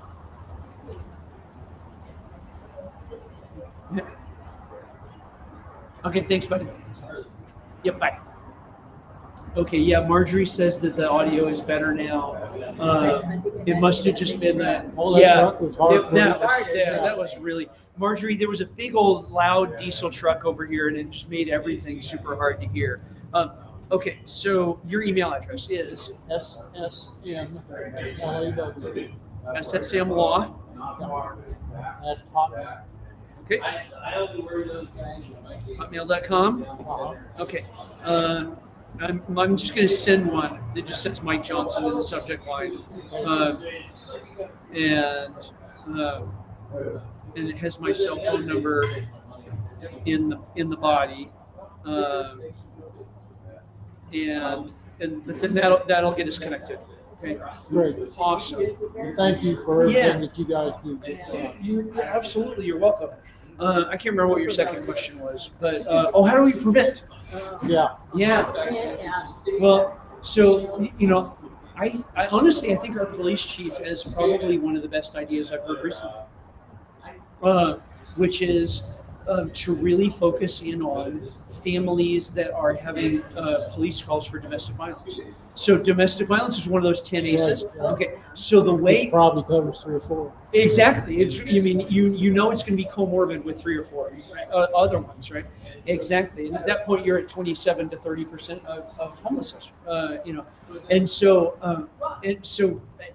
what the chief was trying to do is really build up a focus on these families and coming around them, and so if we could, if the mission over time, added a team that did outreach for the kids, that are part of those families or something, really tried to wrap around them, but the mom and dad too, that would probably be the closest thing to prevention, to homelessness prevention that anybody could do, is to find the families that are in the process of giving their kids all these ACEs, right, and help them heal and become better, because almost certainly they themselves grew up in wrecked families, right? Yeah, and so that's so my hat's off to our chief for really saying, hey, domestic violence is upstream of a bunch of things. What if we focus on that? He's right. Sounds right. Yeah. No, well, he is right. Yeah, it's not a popular position, among law enforcement, because domestic violence call-outs are they're dangerous for responding officers, right? And so, like, the responding officers are like, boss, keep us out of the DV stuff, please, right? And I get it, but like, if you actually want to turn the tide, that's where you have to go. And so, man, it's hard. It's hard. But the other thing and here's another piece of hope, right? Okay, we have 7 people online, so who knows? It's not. If I'm offensive, the likelihood is I'm not going to offend very many people.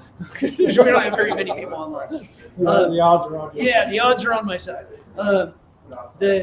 Because Christians believe that God invented men and women on purpose to display different parts of His character, Genesis 1:27, and that therefore the male-female relationship and the family, right, thus producing children, is the first ordinance of God. So you got right there in Genesis 2. So for this reason, a man's going to leave his father and mother and be united to his wife, and the two become one flesh. Like before the 10 Commandments, or any of that stuff. Like the first ordinance of God is the human family, by design. And so because that is such a deep, deep, deep part of Christianity, that what we understand, it's imaging something of the Trinity itself, theologically,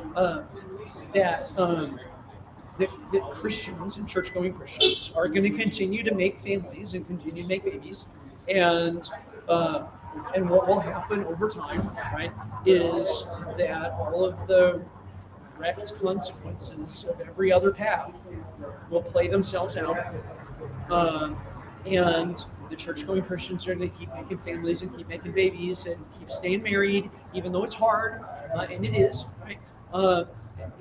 But keep staying married even though it's hard, not only because it's the right thing to do and there's a rule, right, that says so, but because somehow in this process we find God. God, like this is like the sandbox for God to work in our lives for the most part. Like the marriage relationship, the family context is the biggest context in which God works himself out in our lives, grows us, challenges us as husbands to become better men, all that stuff, and so we're going to keep doing it because it's the primary place in which we meet God, in which God unfolds himself in our lives. And so, we're going to keep making marriages and keep making families and keep staying married even though it's hard. And all the other paths are going to play themselves out, and they're not going to play well. They're and over time, what will happen is the testimony of the human family itself will once again come back to the center stage. It will. It is. Most historians say that this really was behind the massive growth of the church in the first and second centuries AD. Is that the late stage Roman Empire was so debauched, right, that they moved on from the family and all the other stuff, and yet the Christians were scooping up the babies that were abandoned in the hillside and taking in the orphans and carrying, and over time, what happened is people were like, you know what, that's a better way to live. Those people, yeah, that's a better way to live. Those people are happier, and they've got something we want, and that we've sort of our Roman society has forgotten how to create, and our Roman society is upon us now. Yeah, no, I think that's a reasonable comparison. It is, right? And so, okay, if we're repeating that cycle of history, like then the best thing we can possibly do is keep getting married, keep staying married, keep supporting our young families, keep making babies, keep scooping up the widows and the orphans, even the adult orphans from the streets, right? And keep showing people a better way to live. One that's based around humility and commitment and love, and because God saved us, and therefore how can we not be there for each other? And over time we win. Good. It's a big battle. It is, but we know how it ends. Maybe not our lifetime. What's that? Maybe not in our lifetime. No, But maybe you're not. right, but, Maybe not. Maybe not. But we put it off until, yeah. next year, 20 years from now. You just have to Yep. do it, do it by example. Sure. Well, I'm a big believer in personal responsibility, and it's our obligation to take responsibility for ourselves and live according to the principles and leaders and that's Yeah, you want to. Here's something heartwarming for you then. Okay, this will give you even more hope. In 2011, I climbed Mount Rainier with 4 guys from the men's recovery program at Seattle's Union Gospel Mission. That's where I was working at the time. I had 5 guys, but one of them was on some interferon treatment for his hepatitis C, and at 10,000 feet, it made him throw up, and so we couldn't take him to the summit, right? But we got 4 guys to the summit, and it was amazing. And we started. It was the first of my 8 climbs of Mount Rainier. Okay, and we exit interviewed all of those guys, and we had spent a year physically working out together and getting ready while they were getting clean and sober. They're also getting fit, right? And we asked them, a bunch of questions like, what'd you get out of it? What could we do better? All that stuff, right? And to a person, this is what they said. Every single one of them, it was like they had coordinated their story, but they hadn't. And this is what they said. I'm proud of myself that I finished a thing, I've never really finished anything before. Honestly, it was hard, but the truth was getting off of heroin was harder, and so you know, I'm glad I did a hard thing, but finishing was the thing that mattered more than doing a hard thing. Then they said this though, but really, the thing that changed me the most in this process was having become someone others could count on. Say being part of a group. Who are Responsibility. for each other. Like, and they said no, and they said that, I mean, almost word for word, all 5 of them said this exact thing. No one's ever been able to count on me for anything before. Like, that was the most transformative thing, was them becoming responsible and someone other people could count on, you know? Isn't that fascinating? Well, it is amazing that that was everyone's. Every single one of them, 5 out of 5. That's You know, really, really. yes, it is really neat, because what it says, right, is that there's a thing down inside each of us, right, that is there from God. We want to be responsible. Yep. We really do, because we want to respect ourselves. We don't like not respecting ourselves. And so this is the great cruelty of growing up in a family that doesn't help you launch, right, but teaches you how to do drugs and all the other stuff. Because what it teaches them is no one can count on you for anything. You're broken. You're damaged. You can't count on anybody. And you can't, exactly, you can't count on anybody, and nobody can count on you. And that takes from them, right, the sense of being able to be responsible and other people count on me, or being able to count on other people. Like how cruel is that to do to a child? Well, I understand. Yeah. Well, Mike, we're gonna go because. Yeah, hey, thank you. It's cold. It is cold. It is Yeah, cold. bless Thank you you. guys for, But- I know Yeah. you're sleeping out here overnight, so. I'm so glad you came down. Merry though. Christmas. Merry Yeah. Christmas. Yeah, I'm so glad you came down. Are you guys at a church here in town? If so, which one? Well, Lutheran, but. I have a little difficulty finding one that hasn't forsaken sinners. Yeah. Well, I can tell you that across the street right over there at West Valley Foursquare is a very solid, Orthodox, loving, beautiful church. The pastor of which is a very knowledgeable man of God. We're at Stone Church, and Stone is the style might not be for everybody, you know, but the truth is that they are really holding the line and believing in the Bible and following it. And so there are some great churches in this town. There really are, and very many of them are good supporters of the mission. And so it would email me back, and if you want, you know, we can talk about this too, because Well, read the Bible not every day. it's important that we're walking with, you know. I read the Bible about every day, hang out with people who are good Christians. Yeah, well, me too. Me too. Hey, Merry Christmas. Hey, nice to meet you guys. Thank you, you too. Oh man, thank you so much.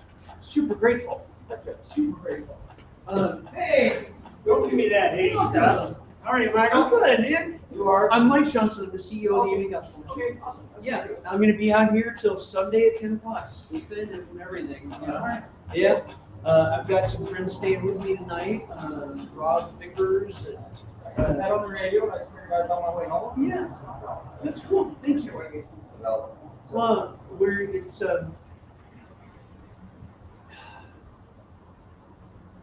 thank you for that. But I really mean what I'm about to say.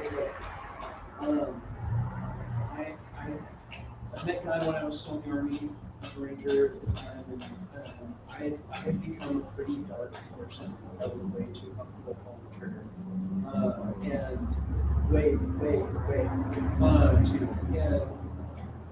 And then one day, I was out in the woods with the dudes, right, doing training, and had an experience of God, and came back from that and got a Gideon's Bible and started going to church, and I feel like God pulled me under really dark people, you know, and so getting to do what I do feels like a privilege to them. I really do. So, yeah, Great organization out there, yeah. yeah. What do you do? Actually, I just retired about 6 months ago. Hey, congrats. So I've been a contractor working my life. Where? Here, yeah. I'm surprised you that big gig. Yeah. I'm the second contractor. I was the one like. Oh, okay. Okay, good. Right on. I got fired from my place, but I kept the job. Charlie Eklund, I'm with Trifle. They're working in your house. Oh, really? I got picked a pump up there. Okay, probably. Right, live on the golf. Oh, yeah, yeah. All right. Yeah. We met. Oh, yeah, okay. It was probably Sunday morning or Saturday. Oh, yeah, one of So those. it's nothing all that crap, right? Exactly. But we got over here. Yeah, Charlie and Tremblay will build, the missions, Yeah. like, and The medical and the dental. yeah, exactly. So, well, thank you. You're welcome. For bringing that Nice in. to meet you. Nice to meet you too. Yeah, good to see you. Cool. Okay, take care. God bless you. Merry Christmas. You too. Merry Christmas, guys. It's a good time. You think so? Better because it's the only thing the whole time I've ever done it. Hey, thank you for that financial update. If there is a way to adjust the thermometer, on that would be cool, because the thermometer thing doesn't show the in-person stuff, right? And so what I'm going to do is I'm going to grab this blue Sharpie and I'm going to go over and I'm going to fill in the thermometer over there up to 5,000. Hey Rob, we're including, so Charlie and Rob, we just hit our first benchmark. We're at 5,000 already, and so I'm going to go over and fill that thing in. And Charlie, did you come by the? He did. Did you? Thank you so much. Thank you. I write you guys a check every year. Yeah, we're so grateful for Well, that. I'm grateful for what you guys do. Amen. And I'm grateful for that. Yeah.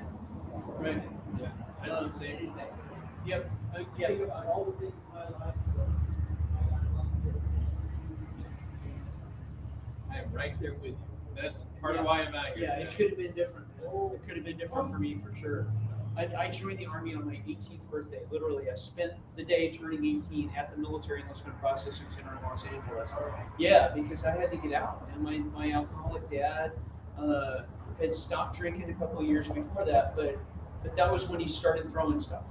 Because he had a lot of anger he had to work through. Hey, you wanna do the thermometer thing up to 5? Yeah. I mean, really, it's 10. So do you want to do it? I mean, Yeah, it should actually be the 15. And did that include what was in here and on the app? yeah. So what she came and collected. Yeah. And then all sources. Yep. But it doesn't include what's in here. And I know that there's another 500 in there, for sure. Well, so I hit it for 15 minutes right now. Well, let's go right to 15. Hit it to 10 because that makes it the true match for now, right? For now. Yeah, that's true. That's true. Who's doing it? He's matching. He's personally matching the first 10,000. Isn't that amazing? Yeah. Yeah. Yeah. Yeah. Yeah. My grades were like A's and B's in middle school, and by the time I was a junior or senior, I got C's and D's. And I knew I could do stuff, but I knew I couldn't then, and so it could have gone very different for me, right? It could have gone very different for me. But God helped put me on this path instead, and I'm so grateful. Yeah. I'm grateful for you and your support. Well, I need to get back. Well, I have another ask for you then. Okay.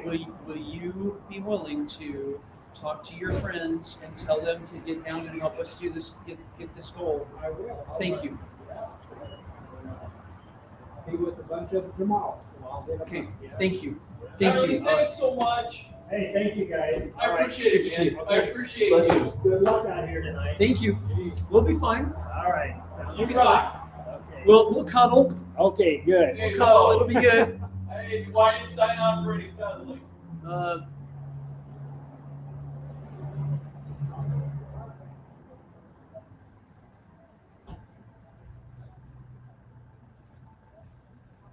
Okay, so I'm looking at the comments and I'm seeing from about 20 minutes ago, folks were saying it was hard to hear. I think it was that big yucky diesel truck. How are we doing now though? We doing better now?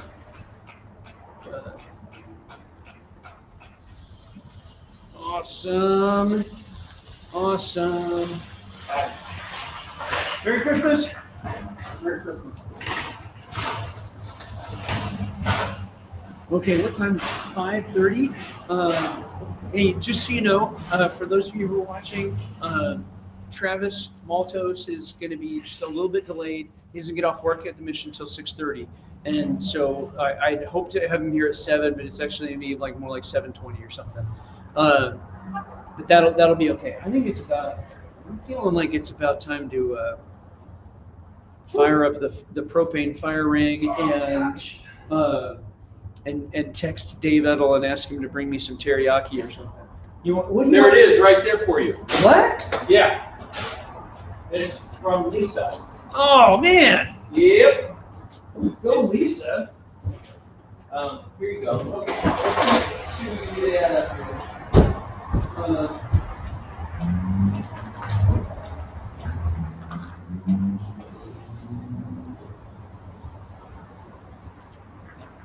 Here you go, buddy. Yeah.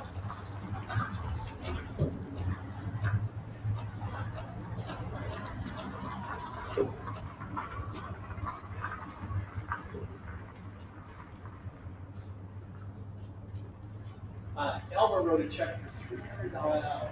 Isn't that nice? That is so easy.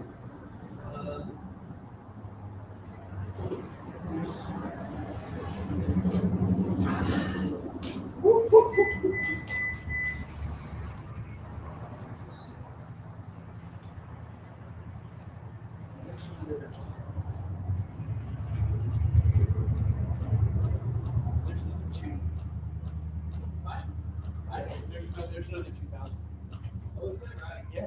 Wow. Yeah. That's awesome. All right, guys. Thank you. Take care. All together. Yeah. Yeah. Wow. Yeah. So I'd say, like if you I hit brought my check tonight.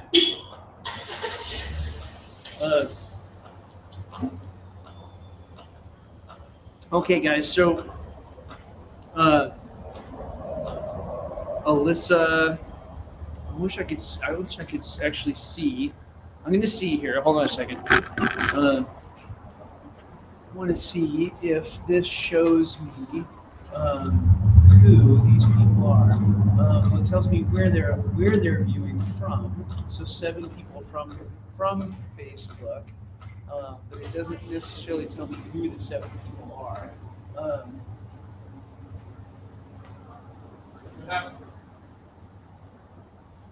Hey. Oh, awesome. I was just about to say. I was literally just about to say, hey, if Alyssa's watching, How do you know? I'll be right back. I like that.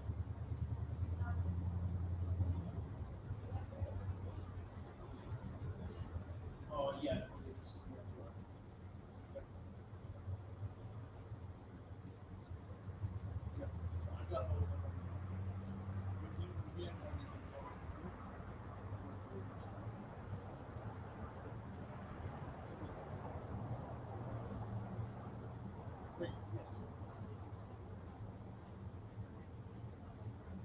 Great. Awesome. So that was Yep. And so with his match, we're at 14. Good. Off and running. Okay. See you in the morning. Thank you. If you need me around 5 here, if you need me around another. What's that?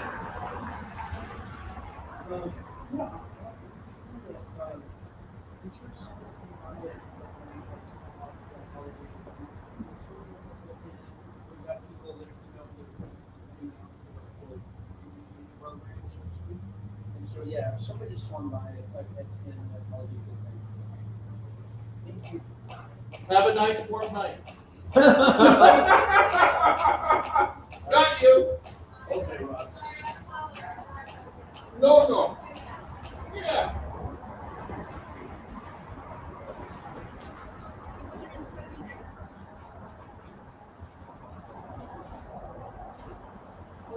Hey, Merry Christmas. Merry Christmas.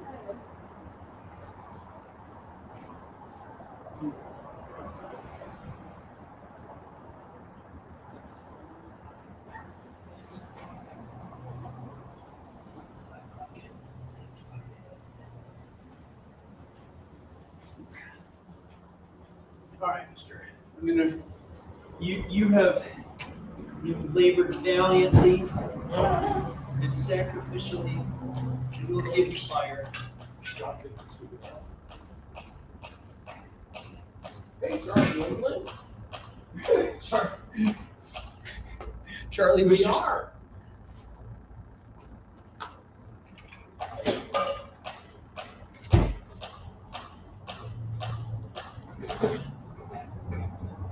Merry Christmas.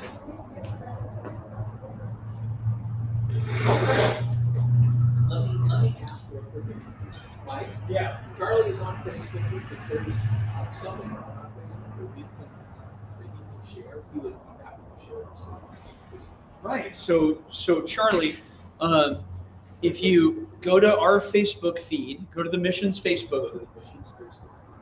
Yeah. While so he's logged in, right? He wants to search. Go to the search and search for the Yakima Unigas mission. And then once he's live, once you're seeing my live stream, then he can share. And what that will do is it'll put our live stream onto his Facebook. So as soon as you're on the new gospel missions live feed, you can share it. Is that right? Yep. Yeah. Gosh, thank you so much. That would be wonderful. Yes, absolutely. All right, thank you, sir. He has 1,700 so-called Facebook friends. Wow. But one or two of them are good. I can get behind that. They're just friends. He has 1,700 Facebook friends. Yeah, I love it. All right. Thank you so much. Thank you, Charlie. All right. He's such a great guy. Alyssa says she updated the thermometer, so it's showing all the stuff that she had come by and picked up earlier, and she'll take that stuff and put it in the thermometer too. So the thermometer should be showing everything that online thermometer, but not the match necessarily. So it should show like about 5 now. It'll show 7. It shows 5,144 right now. Yep. Right on.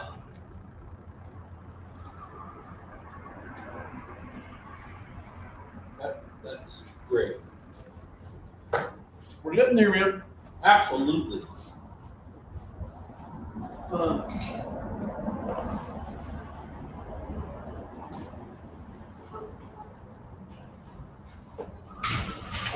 Oh. Oh, wow. Oh my gosh. I'm dreaming of a white Christmas. Oh, look, there it is. Just like the ones I used to know. Yes. Where the flames they flicker. That is my weird gift. You know, the fun thing about doing the show in the morning with Brian is we have largely the same pop culture reference. Yeah.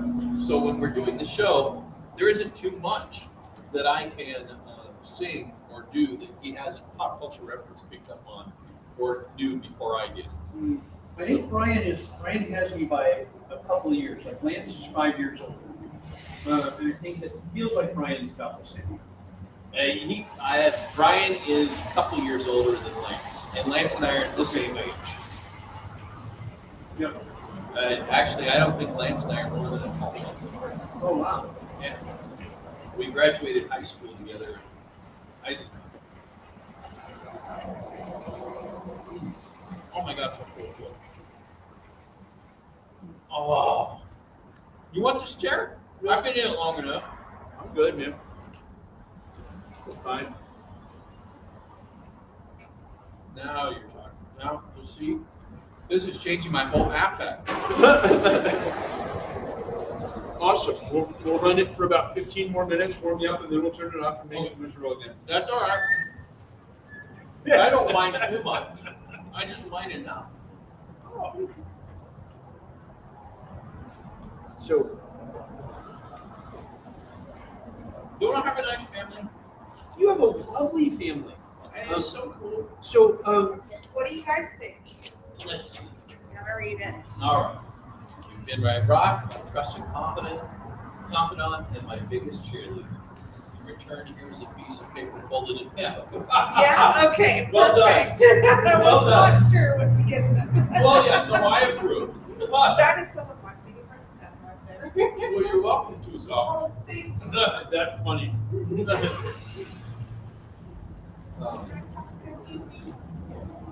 No, it's family is awesome.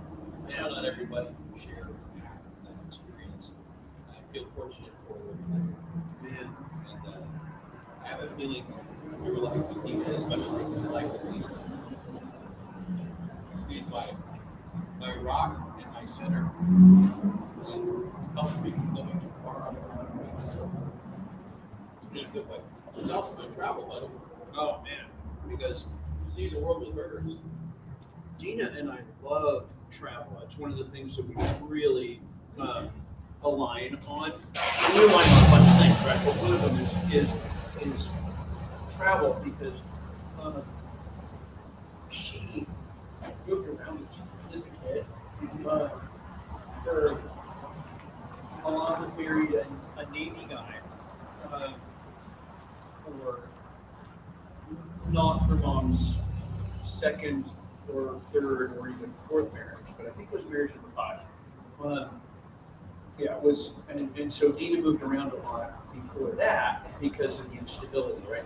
But then when mom married David, there's some long-hair disability for her, but a lot of travel because the Navy moved David around.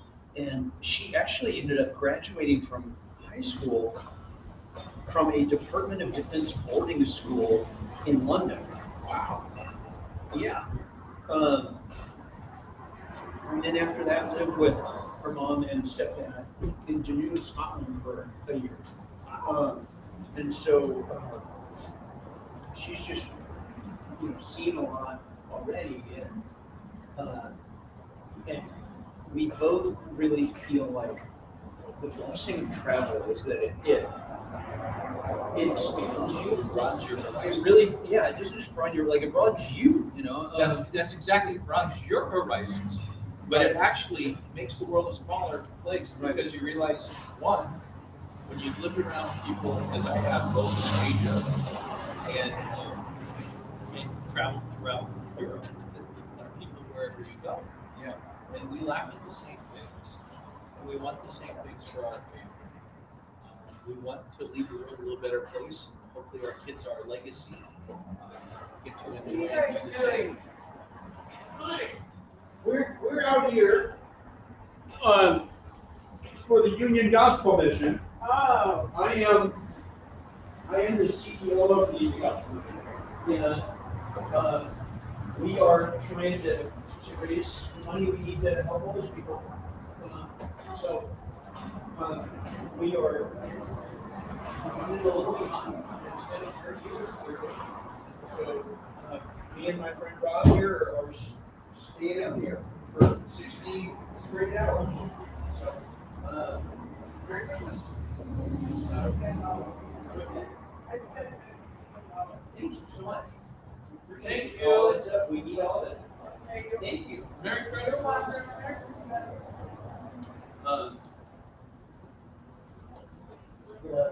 The experiences we have in travel, they become a part of us.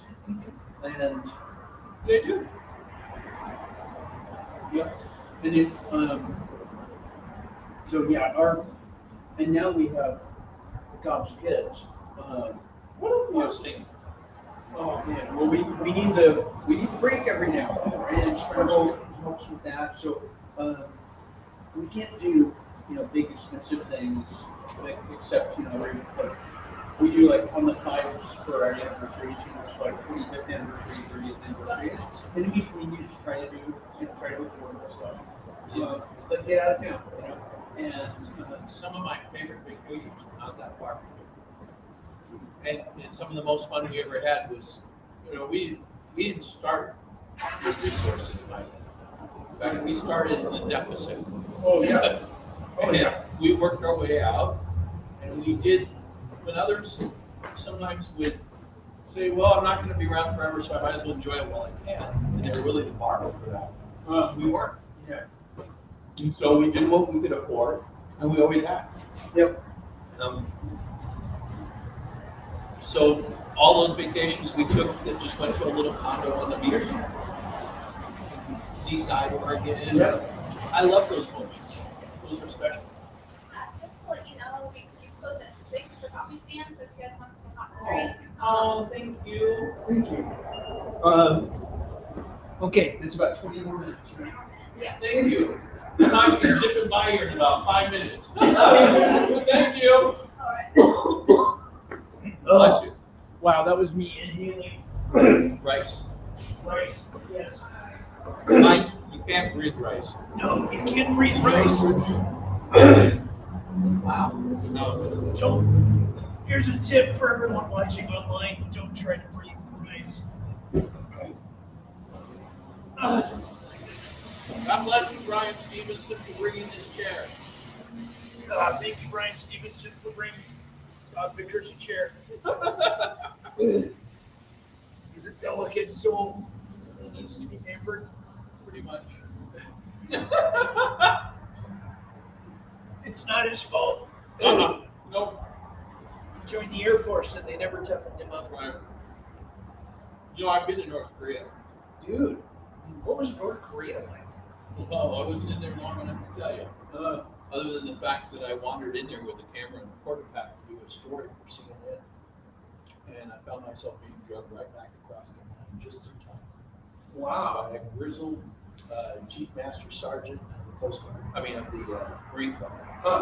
And I was there covering, my job was to cover the talks between the two Koreas for Armed Forces Radio and Television channels. We had an audience of about 80,000, and I was a television reporter back then. Yeah. Anyway, I was making extra money stringing for CNN. About $125 if I sent a story up on the bird. And in 1985, that was worth more money to me. Right. So I flew up on a helicopter from Maine Coast in Seoul all the way to Yakima with the 5 stars and 4 stars. I'm the only enlisted guy on there. Air Force first class. And I go up there, I missed the briefing about the line. I didn't realize the line was an actual thing. I mean, theoretically, if it's called demilitarized, we should be safe. Right. For us literalists. But anyway, long story short, I saw these remains coming back from North Korea to the south as part of the reunification process. I could see the jackboots of the Korean People's Army, Chinese People Volunteer Army, and they glistened in the sun. And I saw a beautiful picture of authoritarianism there. And so I decided, what the heck? I'm going to go down there, I squat down, I'm zooming in on the jackboots, and I set my shot, and I'm slowly, dramatically pulling out for a shot that I know is going to be a great opening, which also includes the coffin that's draped with their flag of the remains. And as I'm pulling out, I get almost to the point where the shot is established, and then the next thing you see is the camera going forward, falling into gravel, and me being drugged right back over the line.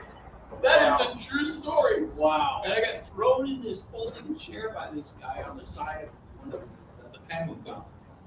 And he says, look up there. And the guard towers are all taking aim at me.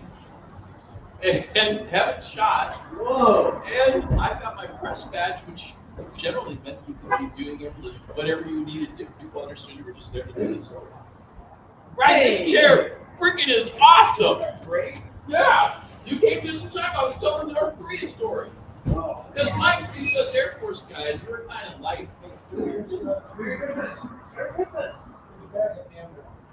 Oh, you rock, man. Thank you. You rock. Thank you so much. Yep. Ah, this is great. Would you like to sit in your own chair? No, I brought it for you. Man, It's this going for the duration.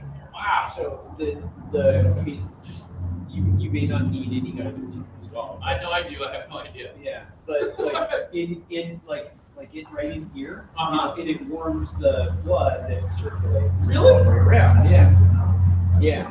And so, yep, yeah. Why do you have to do that? I do because you. Okay. That's not way I feel, buddy. and then at night, you want to put them like there with the second pair of socks. Okay. And so it's in between the two pairs of socks, Okay. right on the tops of your toes, and it just like it's amazing. Wow. It works. Okay. Yeah. I'm gonna make sure my son knows that because he's a hunter, a bow hunter, and he's very outdoorsy. He has hunted in the snow, and he probably already knows that. But I'm sure he does. Those are good techniques. Yeah, good things to Some know. sustenance then? Yes, Lisa brought us some teriyaki grill. And my man, dad brought us hit some the spot, I coffees. feel full. Yeah. Yeah, You have gloves, right? I do. I got my dad's gloves he brought up. Yeah. Yeah, I haven't busted them out yet because I haven't felt like I needed them yet. But and these are just gonna go in my pocket for right now. You know, I've used those for less intense things, but just being outside for a while when you're gonna be cold. They're nice just having pockets, put your hand in pockets for a while. I didn't really think about the blood flow that happened. Yeah. I never done that either. Well, it only takes 6 minutes for the blood to go all the way to make a full circuit. And so, yeah, and so where you have like large arteries close to the surface, like right in here, is a real area of heat loss. And so if you can, but it's also a place where you can heat insert, right? Yeah. Yep, it does. Yeah, I mean there are quite a few things in today's world that go either way, right? But not all of them advised. But 6 hours and 7,000 plus another 7,000 matches. yep. Well, so we are not including his match. We're at over 7. We've gone over 7. Well, Doc, That's fantastic. Yep. thanks for all the help. Yep. We're running like 2 times an hour for the rest of the evening, Oh, thank you. and Did it sound okay? I couldn't tell. There were so many things going on around I me. did a little intro and outro. Thank you. And then I just pushed if you want to donate, stop by now. You can. Oh, that's awesome. Awesome. That's so awesome. You know, somebody might not be able to come down, but Nick King Yep. came by and made a contribution. That was so nice. Dave Edel came by. He did I think he did the same. Yeah. Or he did mine too. So Yep. that was very nice. Charlie Abrams.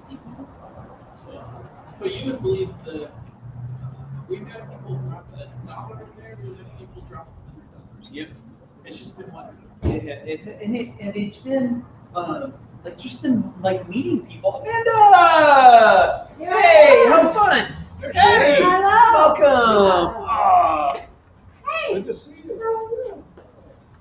I get up, but this is a very warm spot. Well, And you understand, this is who I Yeah, let me adjust the camera here just a little bit. am. Okay. wow, cinnamon rolls. Okay, so ladies and gentlemen, Yakima County Commissioner Amanda McKinney. Oh, Over there. hey, I didn't know you were live doing. Yep, we are live. We're live streaming just about everything but me snoring tonight. So, That'll be fun. yeah, we're at we're 6 hours in, and we've raised over 7,000, not including his match. And so he's matching the first 10,000, like personally. Isn't that fantastic? And so yeah, so we're actually at like 14 right now. Nice to do so. But, Nice to be able to do so. Yeah. that's a good start. We got to get to 60, and 60 will fix November. Yeah, right, I understand. But this has been great so far. I really am getting it as to like how setting up like had such great legs. Because it's been just so neat. I feel like meeting the community and people that come in and talking about Korean War vets and Vietnam vets and our disabled ladies and I had a ball. It was the highlight of my holiday season when we did it for 6 years. Merry Christmas. Brian, Really?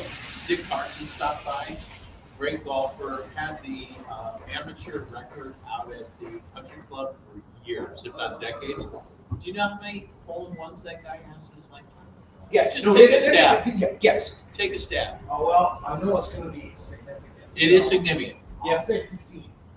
You are so good at that game. Yeah. 14. Wow. 14 hole-in-ones. I'm a mental case for the mental. Both of you. I didn't 14 14 hole-in-ones. I didn't think it was I possible for an thought individual. you had me going big. I was Yeah. gonna go 14 holes in Were you really? I was gonna go 20. I mean, so I'm obviously the only golfer here because I know how freaking hard that is. I would have said fine. Like if you had said Yes. it's significant, right? I would have been like, significant. How many people do you know have 14 or more? Nobody. I don't know anybody. I know a few people who have 2 or 3, maybe 5. 5 would be huge. 5 would be significant. 2 is a lot. Like 2 is a lot. Billy Boynton, who's a fantastic golfer, especially today. I think he's had maybe 2 or so a lot. And he played for 55 years. I've been within 6 inches twice. That's it. Wow. That's all. And the one that I thought I was going to get it on was River Ridge Golf Course. And it's a Now, fine were they beginner on course. all different courses, or was he really No, consistently he has 8 of them on the same hole at the country club. Oh, wow. Well, Number that 11. seems like- It's very impressive. Yeah. Okay, It's still- so it's 5 minutes till 6, and I'll admit it feels like 9 o'clock to me. I don't know what 9 o'clock. 9 o'clock's going to feel like midnight probably. We got the fire going because You should know by now that I am as low. we really because I want to draw attention over here to get people to come over. And fire is usually fire is sort of unusual. You're not used to seeing fire around here. This doesn't indicate. So I promise it's not to keep warm. It's just to draw attention. I'm gonna tell him what I think about this. I'm expecting You gave him to bring this. You Chris and I- Corey to show up No. at some point Well, in the next hour How long do you with think? like his backpack and sleeping bag and stuff. Just tonight. Well, Because he's if I did it for 3 nights. Hey, here comes some of my kids to bring down some camp chairs. Thank you so much. Yay. Travis. You like camping. I do. I love camping. Hey guys, what's up? Nothing much, just a little chair delivery. Amanda's the oldest of my 4 boys, Isaac. The Isaac. youngest of my 4 boys is Justice. Justice, good to see you, boy. Yeah, nice to meet you. Amanda. Fine young Rob. men, bringing their dad something to Sit on. be cozy on. Well, mostly we've got some folks coming down to share their testimony. Yeah. And what I wanted to create is instead of sitting around the fire and hearing stories. And then I realized, oh, I don't have any chairs. Oh, that's. Do you need to get more or? No, This is a great. really cool hoodie, by the way. I really like Oh, it. when it ships up, What is nice that? rock. Yeah, It's nice. kind of like a baby jacket, kind of. I don't even know what that is. Where is, I think they can bring Sunday. What You know what it's called? is this something you added, honey? Do you guys live relatively close to here? That's part of it? All right, because you've been here like 3 times twice. I know just 3 or 4 times. So I'm thinking, man, he keeps making me come back here. What is it? When I put you on this side Is of it the fire, appropriate for Here, I'm gonna back it up a little bit. I don't know. I don't think How old are you? 13. Okay. It's Mike. not bad. Is this appropriate if I get it for my 10-year-old son? Absolutely. I don't know why you think it. Yeah. So you will get one. It looks super cool. Yeah. Okay. Your outfit is also fine, but his is especially great. Okay, so great. Okay, thank you. You have a small computerized process and so. And Bill. That's perfect. My favorite one. That's the only one I've got.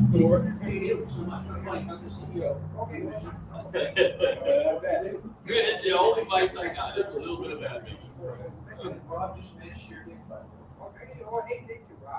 Thank you. I appreciate it. Thank you. So here's, I'll give you a little clue on this. It's way too early to pull this out. The So firing? being a 6-year veteran of this, I can't believe you just said that, and I'm so nice and comfortable right here. as soon as you pull it out, you miss it when it's gone. Yeah. Right? Well, And we can't so take it in there. this is the mildest winter Oh, I also know. in forever, right? Well, And so. okay, must be time to go. Thanks for coming, Amanda. I'm just saying, you gotta go. I thought I saw Yeah. tears. Well, And so I was like, if I don't pull out the fire ring, he's gonna start crying. Well, he just told me, Well, he's not an outdoor person. I am an outdoor person. Right. So he's, he likes the creature comforts. Oh, like them, I love them. But I actually don't prefer to be cold. I'm kind of not excited about My favorite place in the entire house is right next to the fireplace. Oh, yeah. And I can see the TV up there on the mantle, and I just lay there. Our dog lays This is right my next life. to the vent where the. I like being right warm. there, and it And I like Hawaii, I like Costa Rica, I like warm beaches in San Diego. If that's living outdoors, I'm all for it. This is about as close as it gets. I haven't been tortured in a while, so I've been pretty lucky. But thanks, Amanda. You caused him to turn it down too. Yeah, you just gotta really. You gotta pace this. Yes. That's Yeah. it. I gotta get through 60 hours, and that's all I got. Do you know how cold you're gonna feel when you I can get one of in those there? down here in no time. Well, how many do you want? You want 3, 4? I get them.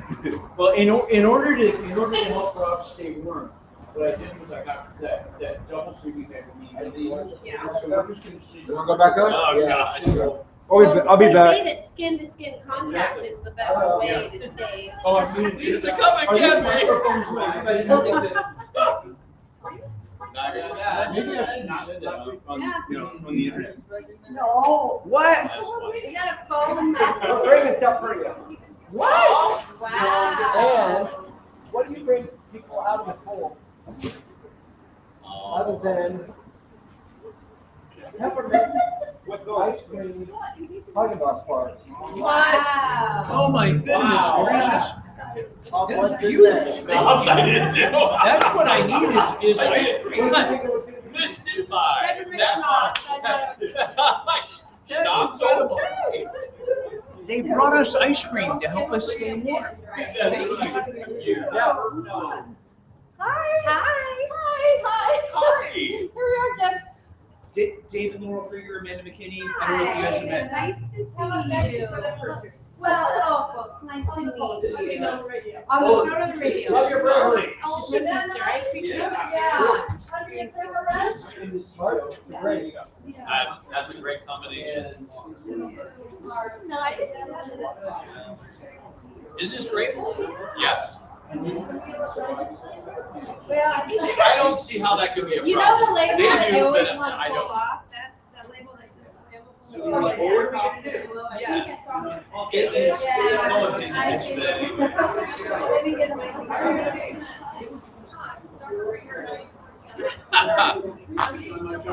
Yeah, there's one, yeah. No, I wanted to stop by and visit it, so, this is the original. Yes, it was like 400. Do you got anything there? I was waiting for you to throw something on top of that. Man, Eric Schwartz was on it today. That was fantastic. That was really cool. I want to take that clip and I want to save it for posterity. I think that's pretty funny. No, he's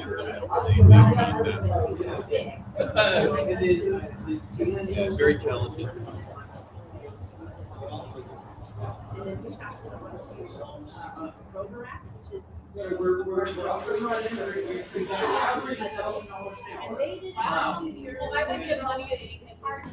Well, so people match your gift, by the way. So, yeah. So whatever you need, you choose. You can put it in the tin. Our tin cup. Yep. Thank you so Thank much. you. Sure. Yay. Thank you. Come on down if you want a round of applause, just for walking by and being generous. Hey, thank you. Well, under the surface, it would be great to have one more layer. I'm I think that's hard, but. Yeah. Worth my time. I'm It's going to be great now. Yeah. But I like the message, but I also like. Exactly, it is. Hey, welcome. We wanted Flood, Texas. Rent a hotel, rent a car, COVID tested before, COVID tested in the parking lot, and then you could be in the mall, nobody could see you. Maybe something they have to out. I know you guys. Hello, yeah, how are you? They're all looking at my phone. This makes you feel good. 27,000 more. It's a double big here, right? You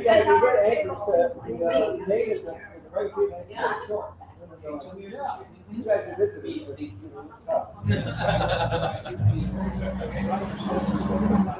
Exactly. I did, they're over there having fun. I don't know. I ate three. Yeah, I got three. They're fantastic. Yeah, thank you. Because there's no easy transactions.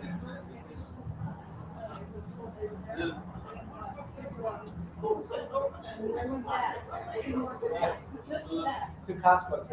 Oh, yeah, I haven't seen it in years. So you have to be homeless with Mike Johnson. And then you get it. Wow. You can't ask much more than that.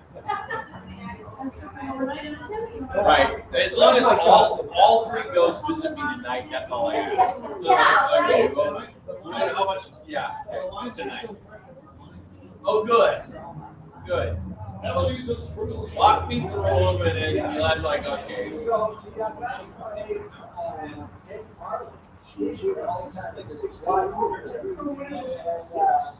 Tony Girardi. You gotta get there, get to the audience. Saturday. And he said he tried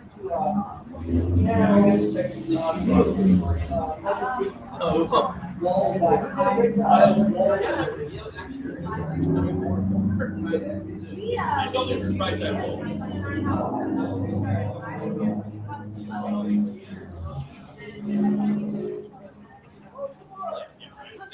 I've never.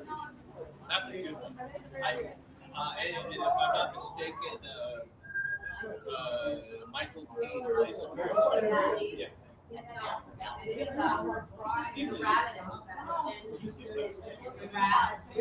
Rizzo. I'm still kind of fond of stories. Dude, that's Classic. Oh, yeah.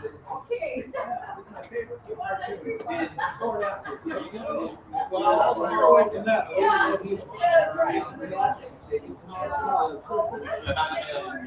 We're just trying to keep it to, minimize that as much as we can. Hey, Merry Christmas. Merry Christmas, Jake. Thank you. Thanks for letting me say that. Hi. Well, I'm not sure where to put us, but this felt just like we were looking around, it was a long way. Hey, hold on. This works. You're back. was listening to Rob. Thank you. And, well, and so close to life as well. Yes.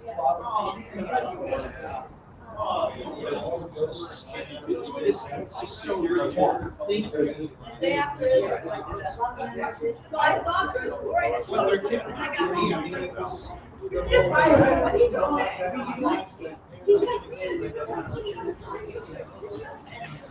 I'm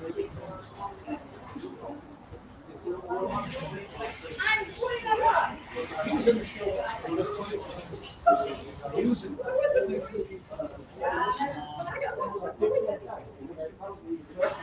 Well, I did a lot that one, including Kenny playing the slide trombone off the bat. Yeah, awfully. And very poor. But yeah, no, probably about 14, 15 shows. And including the Christmas Carol. Fred,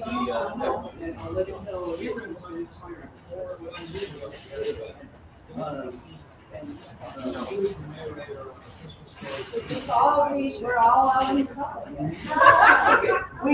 one of these days we might be able to get to do the Oscars. I won't mind. But I would mind. No, get here. If we get this out of the way. I'm good.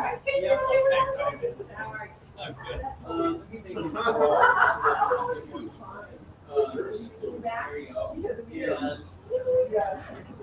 Okay, we don't need to feel like that's a disadvantage. Who is this? Yeah. Okay. Hey, let's Thank you very much. here. Okay.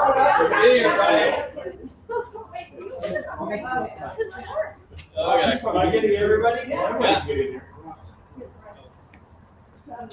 There we go.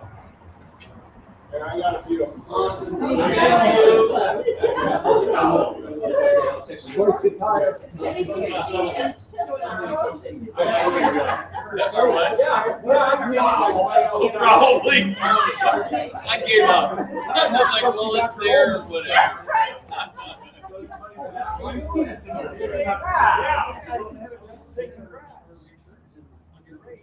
Oh, well. Are we gone? It's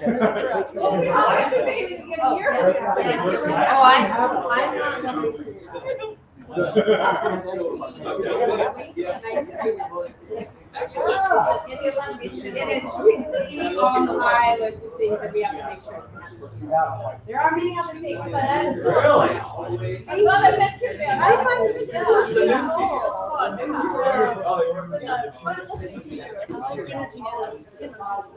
Hey, listen, I gotta go. I gotta go. Opening your mouth. Awesome. I love it. Well, it's my pleasure. It's my pleasure. I came home and I told Lee, I said, you know what I do? She said, what? Usually this, but I looked at that, she's like, what? And I said, do that. thank you. I have a number of things I can do with it, but I said, there's not a doggone thing we need. And I said, I think we need to do this. And so I said, we could parlay a little bit more around that and double it in one night. I said, it'd be worth it to stay outside. And I said, and if it gets done before 9 o'clock, maybe I'll go home. Yeah, that would be a deal. Yeah.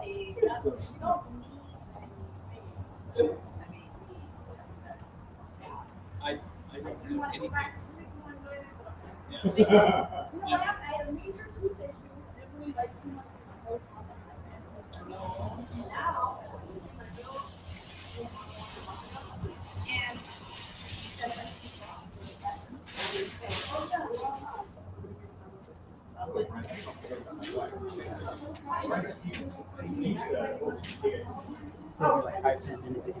Well, there you go. I had to wiggle the. Oh, she's on. And I was like, okay, hold on. Out of the ignition, out of the brown part. I just came back. Yeah, it's getting worse. Yeah, there's been a lot of problems. Okay, well, let's see. Yeah, park and brake things are going off, even though we don't brake on. Merry Christmas.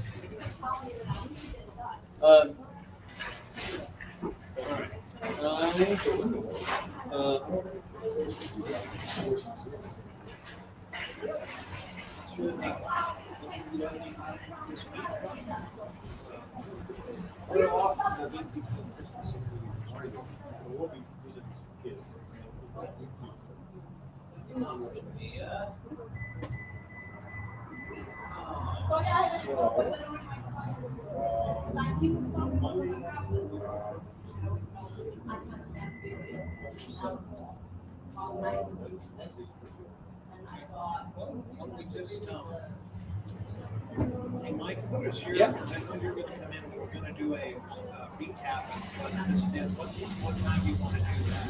You still want to So,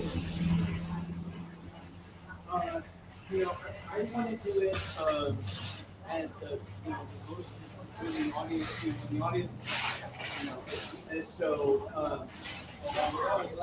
yeah, I mean, it's even from about 7. just really. It's better when you feel like. Well, the first half of the 7 o'clock hour is the least disruptive to the morning. Well, it's 7:10. And then so about 8. About 8? Yeah. Yeah. Because that was the only other interview that we were going to have. So that time in which you just went this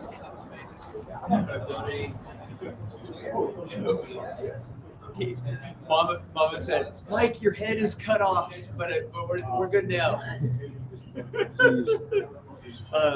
I am replying to some texts right now. People have texted, I've texted and saying, how's it going? And so, oh my, we feel blessed. Well, whoever you think is something. And you know, and like I say, let's reach out and say, hey, there's a topic or two I think we could discuss. We'll try to do that more often. Well, you know, I think it's good. let's see. Yeah, you remember saying.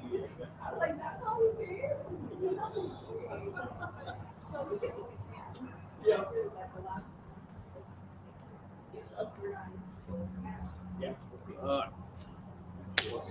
We'll see you then. Hold on a second. Yeah, nice to meet you. Merry Christmas, buddy.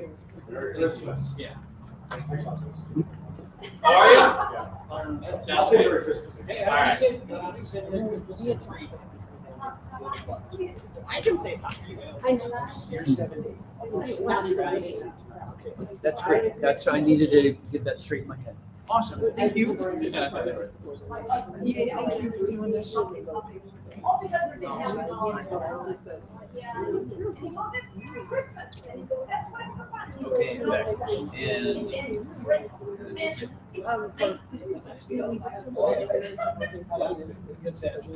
I do too. And then after that, we will go. Okay.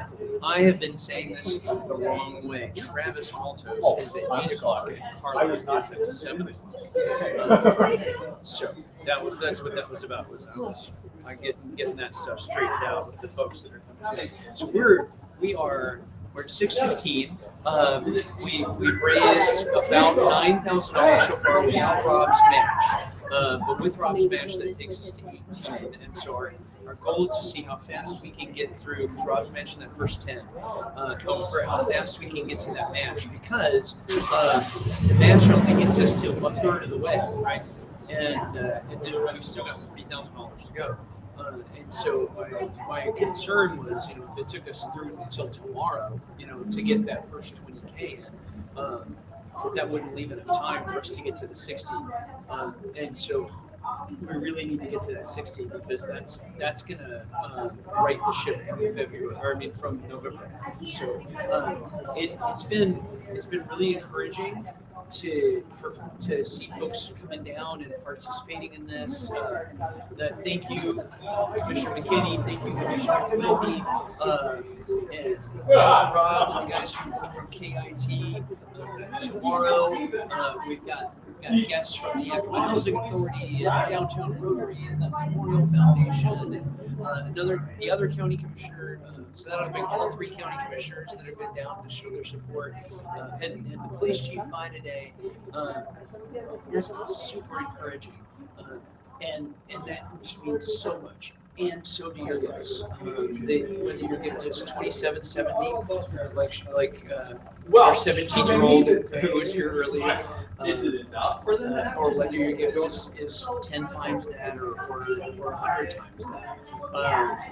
Your gift matters so much. The truth is that the Union Government Mission here in Yakima is unique. We are the only explicitly faith-based organization working in the homelessness space, and that just matters so much because folks need houses. They do. They need help getting into housing. They need help working on their addictions or their mental health or whatever the barrier is, right? They need help. But most of the folks who work with the mission don't just need help. They need healing, and God alone can touch the inside parts. He can heal things that the rest of us can talk about and maybe know about, but he's the one that actually reach the inside parts. And so we're going to get to hear tonight from a couple of folks that work on the mission and have really been a part of that kind of healing for others. And what's made that so powerful for them at the mission is that they've walked the walk themselves, and they've decided very generously to be willing to share their story with you tonight. So I really am asking for you to help make sure that we've got our viewership, up as much as possible from 7 to 9 tonight, and then again from 7 to 9 tomorrow night, because that's when the real action is happening on the live stream. Yes, sir. We're at 15. We're at 15 officially. Yes. Awesome. I need the blue pen. I can't find it. I gave you the blue pen earlier. Was I in charge of You making had the sure- blue pen. That's just like I'm a paper You shuffler. stayed there long enough, Evan. It's the blue pen, maybe underneath, Could be. all right. Oh.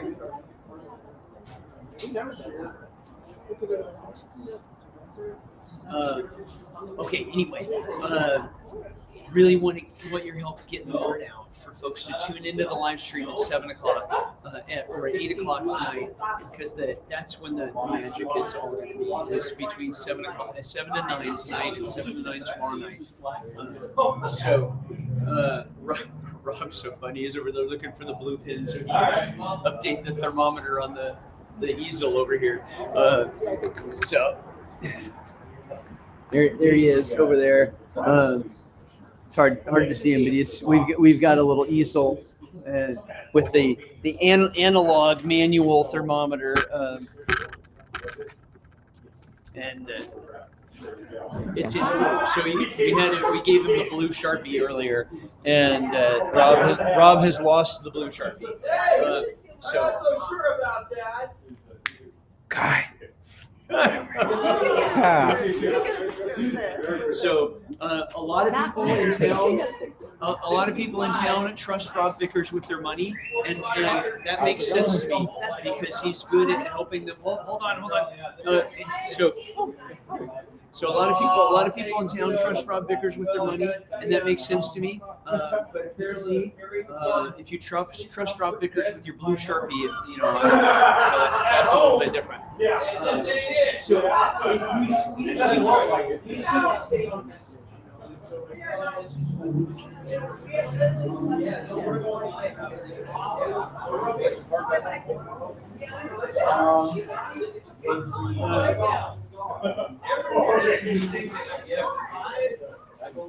God, dude, you're huge.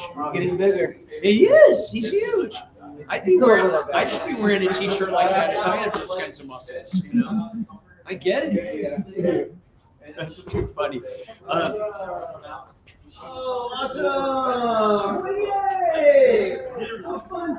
What's up on this side of the Okay, so can I interview you a little bit for like our 8 people that are watching live on Facebook right now? Okay, so Josue and Kylie are both part of the thrift team, and I need to take this thing. And so you're at Summit Thrift and working the front at the register. Tell us something fun or uplifting or encouraging, that's happened recently at the store. It's just something that touched your heart. Give you a second. Put me on the spot. It's okay. I guess it's exciting to like Thank you guys for awesome. Thank you. The team that like everybody's just like Christ centered. Every morning we start off with prayers, and every Friday we worship before worship session, which is an awesome experience. So this morning, at work, because it's Friday, right? Today's Friday? Okay. Yeah, sorry, this week is throwing me off. So this morning, before the store opened, all the folks got together and worshiped. Yeah.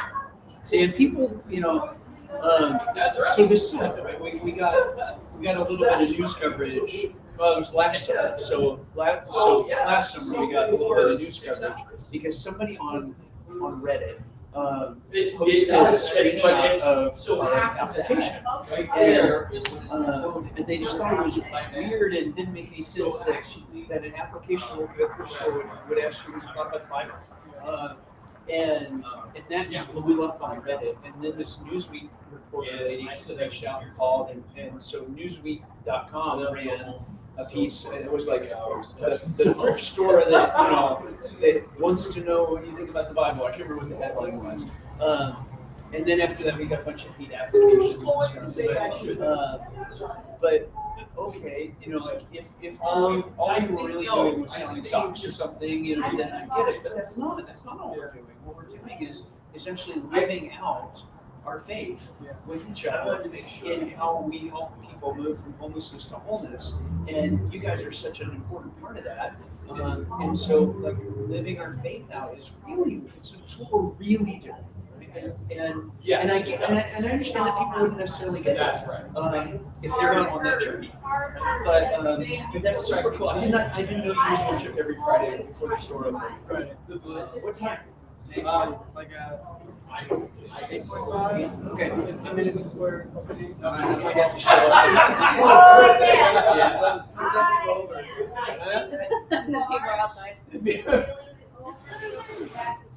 Well, they want to come shop because it's a great store. It is an awesome. Thank you for making it an awesome store. Any really any fun interaction with a customer recently? That was just like, "Yo, you're fun. You made my day." I guess every day is really an opportunity to, what they are. I always love giving 100% to the customers if they need help with anything. I appreciate that. I realizing that I need to take Victor's microphone away.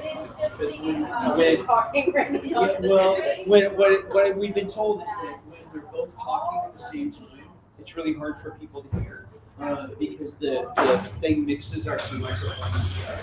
And so if I'm doing like a thing for the camera, I need to make sure. Hey, Rob, can you just turn yours off for a second by pushing and holding for 3 seconds till the lights go off?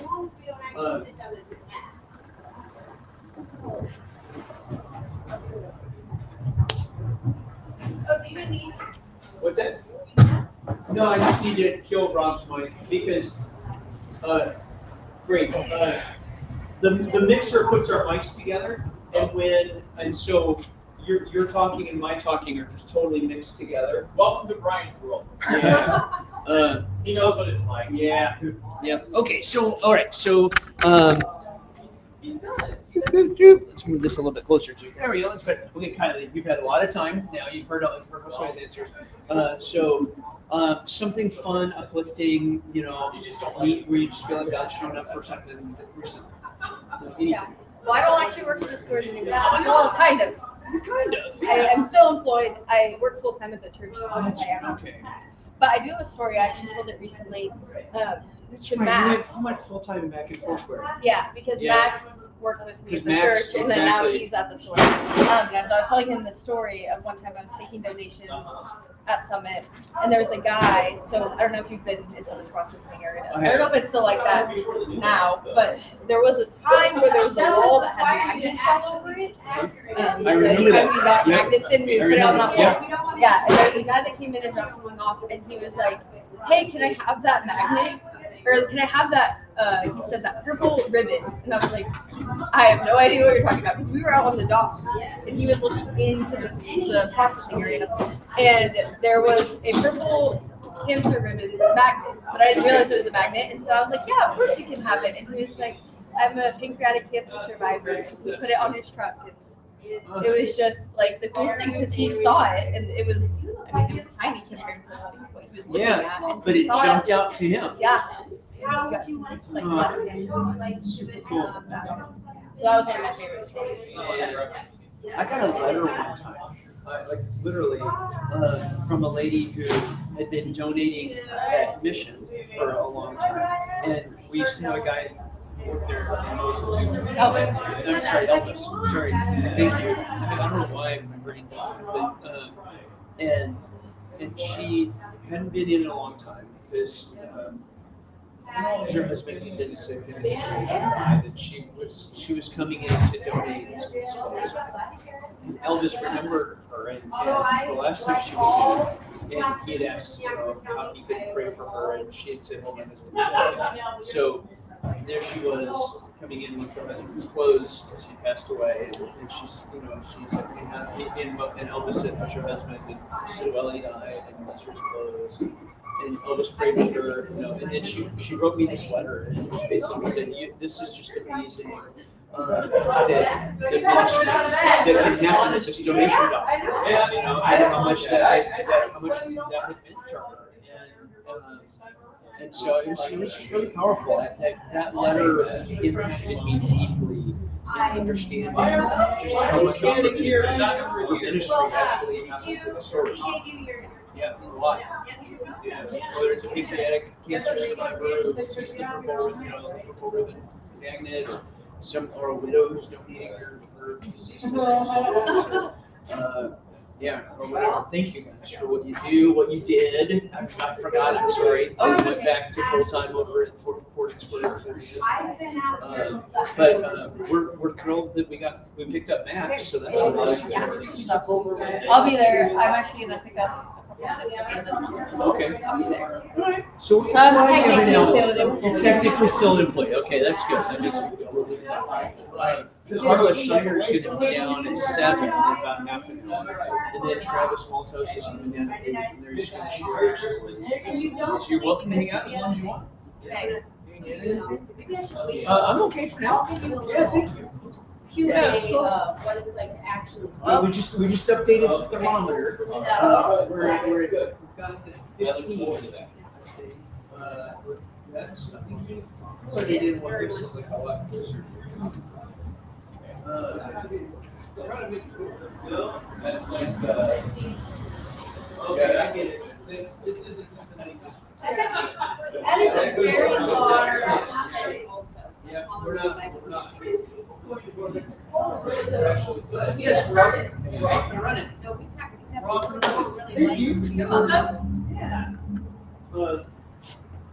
I was going to share some of the unexpected thrills of what it's really like to sleep here at night. I thought I could share that with you. Yes. Okay. Then will you turn yours back on? I will. And she can clip it on. Oh no, I'll just talk to you. You don't want to. All right. No, we do. We need to. The audio is important.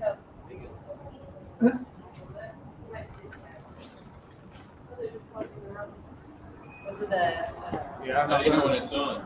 blue lights. Just hold it for 3 seconds. And there you go. You got it. Yep. Awesome. All right, come on. Okay. All right, so I have Yakima County Commissioner Amanda McKinney here, and she has experience with this fundraiser back to David McKinney. Yeah, you know him? I do. Really well. Did you guys both spend the night in a box here? So I would stay and bring the kids to visit, and I would come down and spend time. Another one though, My over there. in-laws were wonderful and would take the kids, and then I would stay usually until the bitter end, until it was time to turn it off, 10 or 11 at night. So I thought it would be kind of interesting to share what you're in for your first night. Should I Okay. be standing by the fire Yeah. for this so I feel So better? rule number one is that this really should not be turned on until you absolutely really Not think that that you need it. We hit Yeah, it. see? We hit it Yeah, about 2 so- hours ago. Yeah. Rookie move right there. That's a rookie move. You don't know. Okay. Hey, sir. Good. Is Mike over there? He's right here. Hey, Joe. So you're only getting $1,000 an hour? If we can average $1,000 an hour, then we'll hit our goal. We're ahead of that, Joe. Well, we need all the help. I guess I would cover maybe like 5 minutes. Thank you so much. Way to go, Joe. I brought I'm gonna go home. Okay. After what I tell you, you're gonna want. Okay, go ahead. double man. You commence. Okay. So we talked about that. Okay, too early for you, right? You Yeah. get little benefits. So I would tell you, all the people are very friendly, right? Okay. Right now you're having a good time, right? Yeah, right. There's frequent traffic, they're coming in, and Right. now and then someone says hello, Merry Christmas, that makes Right. you feel great. Yes. You're having a good time. I'm having an okay time. Okay, Okay. that starts to slow down. It's gonna wane. It starts to wane. Okay. And then they lock the doors to the store. Okay, so nobody comes in and out. And so you think, well, it's gonna be pretty quiet, but maybe quiet is good because I'm eventually gonna want to get in. My kids and sleep. Right. Has anyone worked and knows what happens at night at the grocery store? No, I don't. They're like, they are scurrying around. There is business happening all night. They are cleaning, they are Facing stocking. shelves, yes. Guess what else you're in for? I have no idea. It's my favorite part. Okay. Sometime around 4 a.m., Yes. there's going to be at least one, if not several, produce delivery trucks. Get out. Gonna beep, beep, They don't beep, grow that stuff back in the back? They're gonna back up, you've got bread, you've got all these things, they're gonna come in here, and you're gonna hear the doors going on, you're gonna hear the vacuuming that they're doing. There is no sleep that is going to occur, I'm very sorry. Can I just unzip my tent and peer out and say, Shut up. And the other thing too is that if you happen to have complete silence, then you'll hear the slow creep of tires in the distance, like the car slowly moving, and then you go, is that, Are they driving through my tent? is that coming here? Uh-huh. Should I poke my head out and look? Because then it stops. Okay. And and it's people checking to see if the grocery store is open at 1 o'clock in the morning, let's say, and it's not. But you're in here thinking, should I be concerned for my safety? Could be, yeah. Could they drive up on the curb and drive over me? Yeah, so, Yeah. my husband did most of it, I only spent one night, my husband did the whole 6 years. Oh, you're only spending one night too, like I am. Okay. No. Well, you're not, Yeah. but I meant you only spent one There night, was one night that I. which is all I'm spending today, unless we hit our goal, and I don't know. Okay, so. But you already know experiencing that things, people will bring you food, which Yes. is a really nice thing. That is a very cold good thing. drinks and at first though, someone actually brought ice cream bars, which that's a first. I never Yeah. know bring ice cream bars. That's pretty cool. This is, Which we've stepped probably it isn't up. what you wanted. but the good news is that you can leave it outside and decide you want it later and nothing's gonna happen. Right. So there's something you should know about me that, well, only Lisa knows. Okay.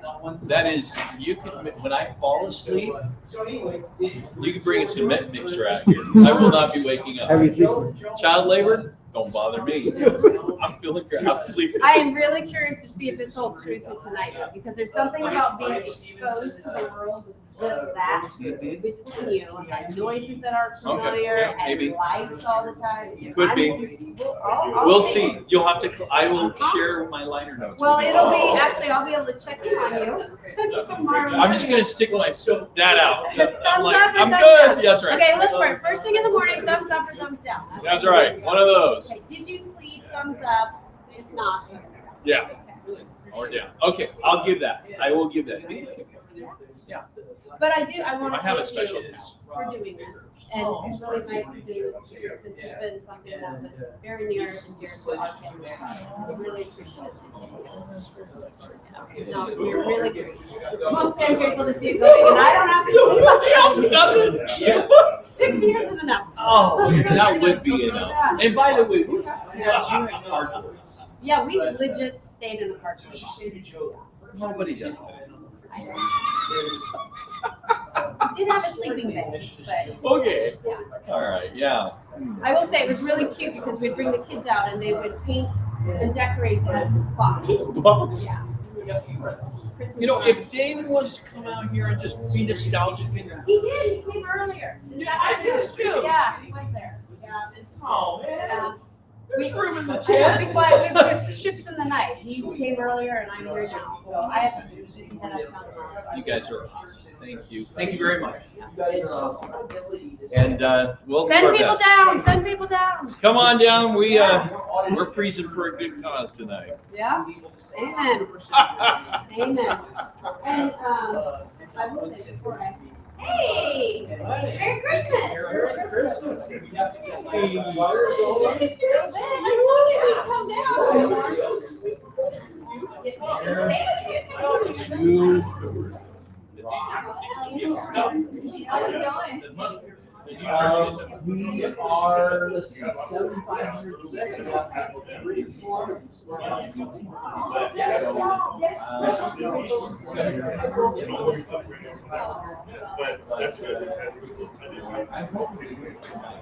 I live right at 59. I'm just walking. Yeah.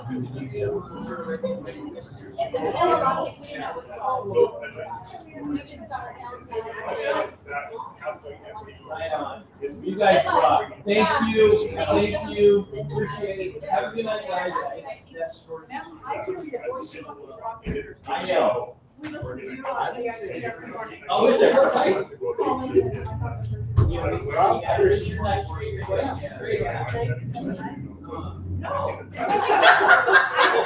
just put him in on what I done it, so I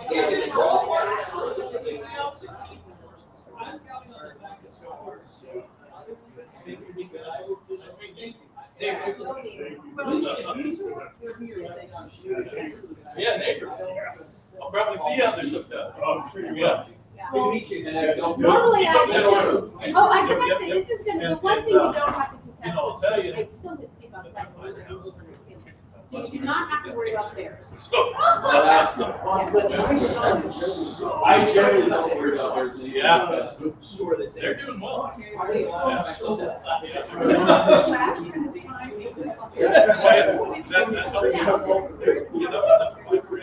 Never been to Tracy. Yes, nice to see you, young man. How old are you now? Right.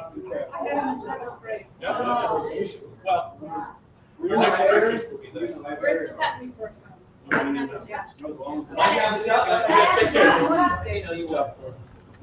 How are you?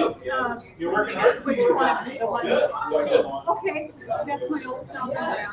Yeah, oh, I'm trying. So what do you, what do you want to do? Any idea? Well, you guys have fun. I got a couple pizzas cooking. Bring it. Thank you. Dramatic. Yeah. Yeah. Hey, how are you? Yeah. I'm still around. I don't know if that's what you said. I'm still around. All right, well. You Steve and I are gonna make our decision to my fire. This has been on my first year. It is a great class. I am subbing right now, and I actually just filled this week. That's not my tent. It's Mike's tent. And there's three of us. Yeah. Yeah. Yeah. I don't know, this might be. Are you enrolled in a commission or? No. I gotta speak. I have to keep it up nice and tight. I told Mike too, I wanna make sure Mike, I'm gonna get going. I'm gonna make my donation. Okay. Hold on. I'm trying to get this. I don't know what I'm doing. So are you spending the night? too? Okay, what am I? No. My house is just right over There we go. Right. Okay. Yes. Okay. I'm sorry. What did you say? I said Dave and I are gonna make our donation now. Okay. So this is gonna be- I wanted to slide and then you go to share.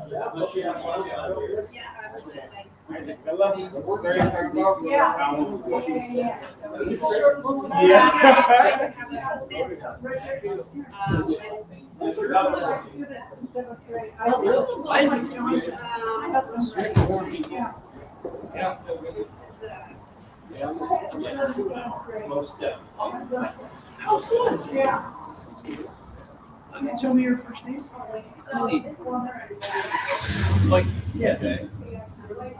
San Francisco. That's like San Francisco. It does. My dad got this when he turned in Alcatraz. Oh. And so you know, it ended up in my stuff. No, it's not. So maybe I'll make sure it's in Alcatraz. Yeah, we definitely would not want anyone to think that I actually like people. Although I will admit, Travis, it is fun to watch Rock's Curry, but it is fun to watch, and even when, like, with Joe Montana, if you couldn't not like Joe Montana, right? It's hard to not like Brock Purdy.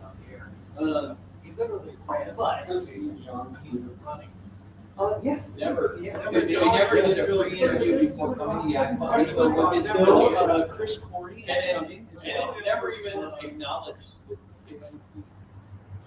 That's okay. It's just a note, yeah, like when, again, it's the, yeah, I just realized, I have very, you hear my voice across that street. You go. There's a line right for Yeah. tonight.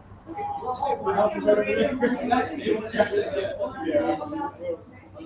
Amanda just died.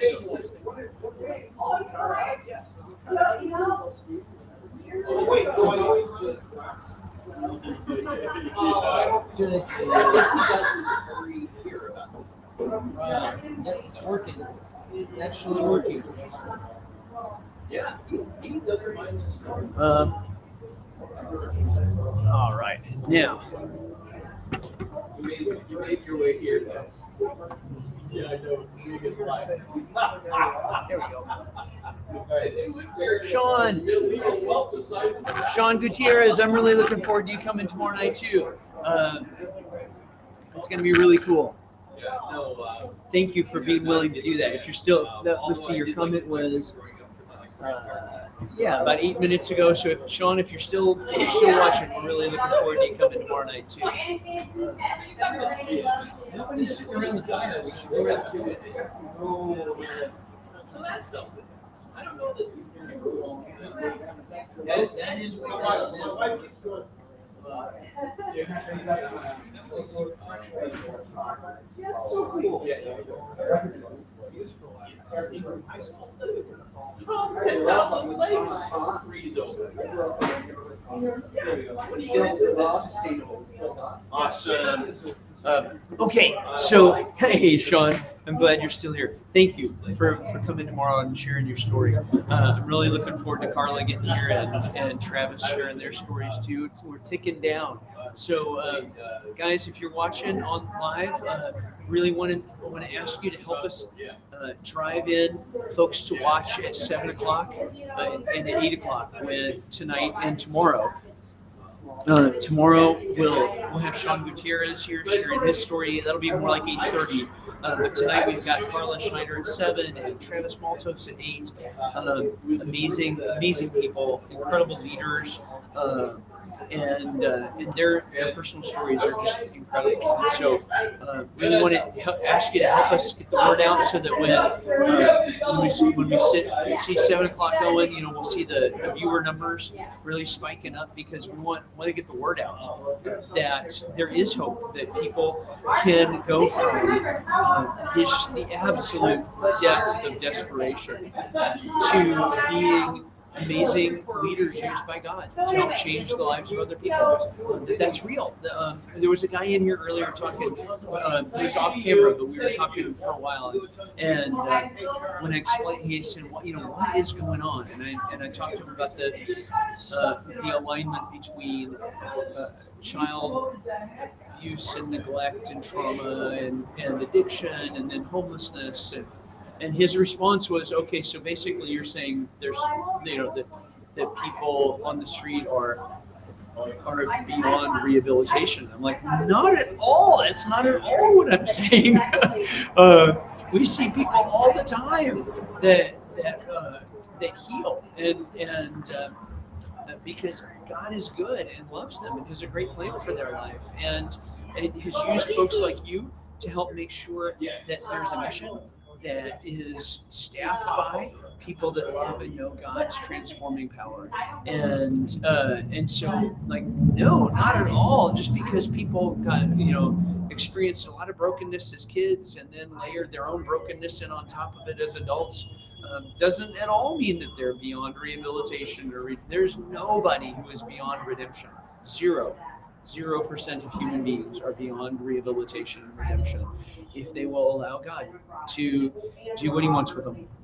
One of my favorite lines, my dad is a recovering alcoholic, and when I was super young, when I was like 14 or 15, he stopped drinking, and as a family we started going to Al-Anon, or my dad went to Alcoholics Anonymous meetings, and mom went to Al-Anon, and I went to Alateen, all at this one church down the road from our house that's really built out program.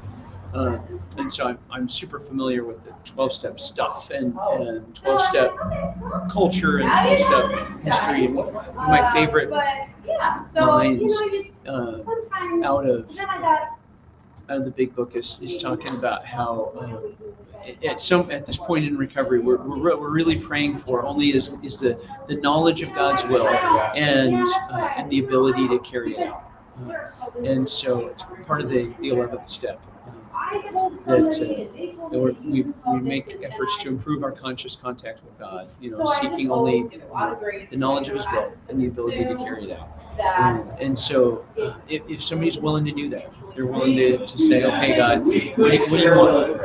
And help me to actually do it, then God can do anything. And so there's nobody beyond redemption. There's nobody beyond rehabilitation. God can heal and restore and transform anybody who will let him.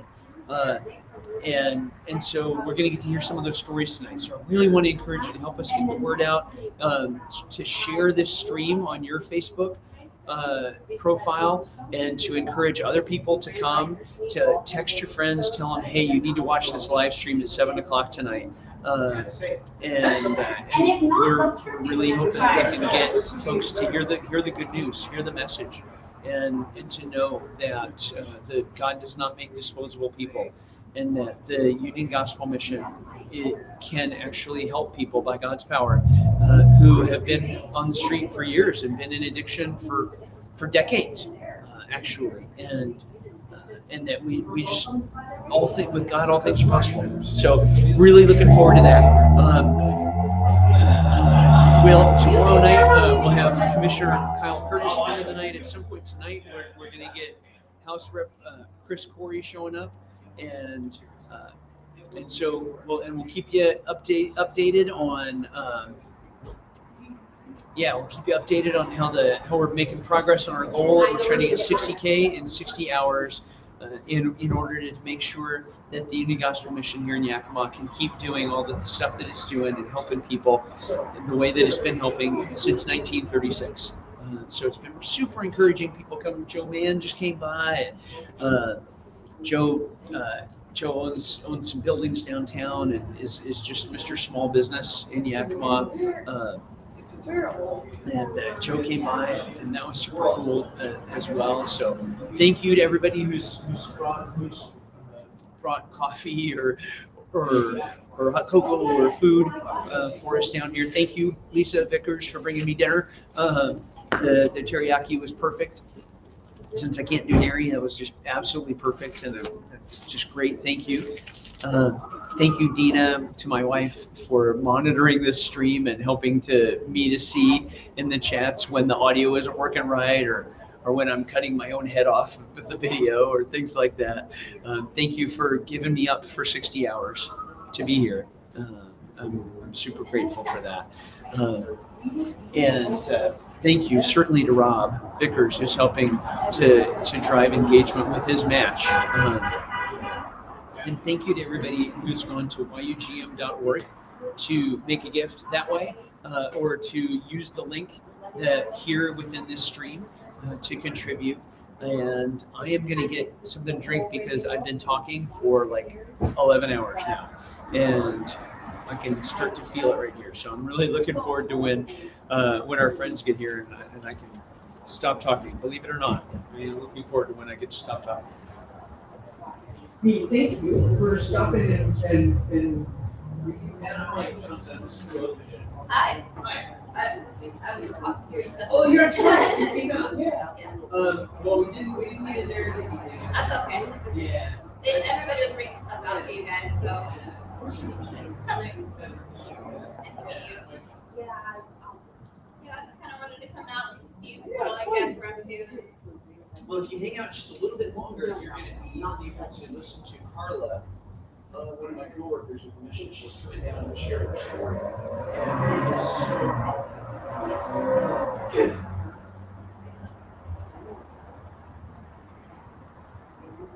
So, if you want to hang out, absolutely. Wait for Carla. I don't know what you got going on Friday night. I have a coworker that's doing me a ride home, so. Cool. Good. So that's Brian. Brian's coming in. Yeah, we've met a couple times. Hey, here's Carla. Yay. Welcome. Thank you for being here. Awesome. So it was in August. Yeah, doing all right. Yeah, doing all right. You want a camp chair? Or? Yeah. Well, right now I'm going to got one of these guys is charging that it was starting to get pretty low. So let me. What I think I want to do is turn this baby off, actually, and replace it with this other one that's fully charged. So give me one second, and then we'll have two nice fresh ones. And we'll get you hooked up.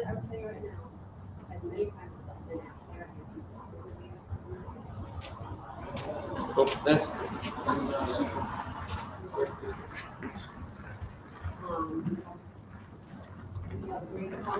Right now, and yeah. I got her. I would not be surprised. Absolutely.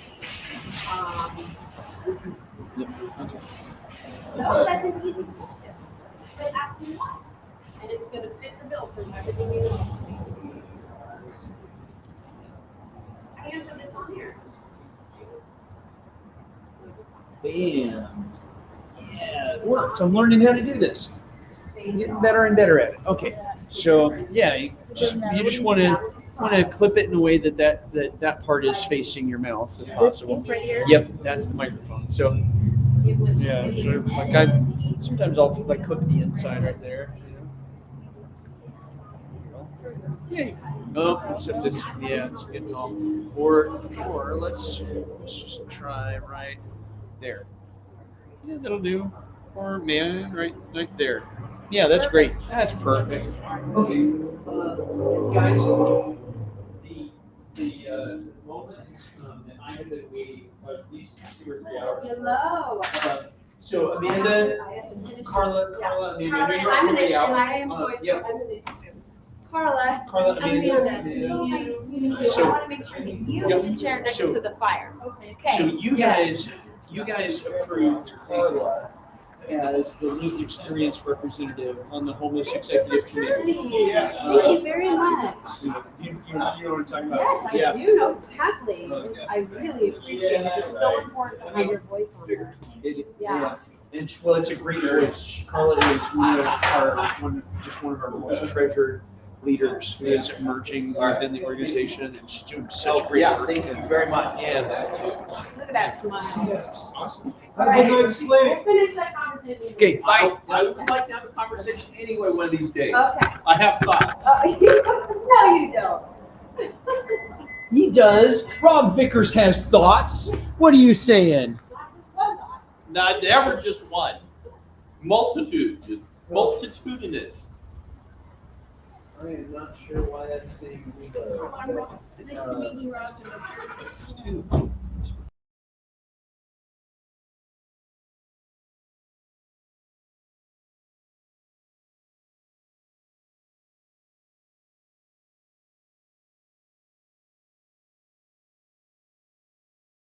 Yes, you have.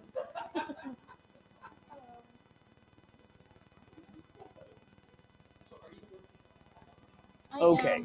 I'm working in So, recovery services. So there's 3 phases of program. The commission all and I right. get Sorry, everybody. opportunities to work in For whatever reason, the thing made me reload the live stream. So I think we just dropped a couple of folks, but so we're gonna give them a minute to get back on here for a second. And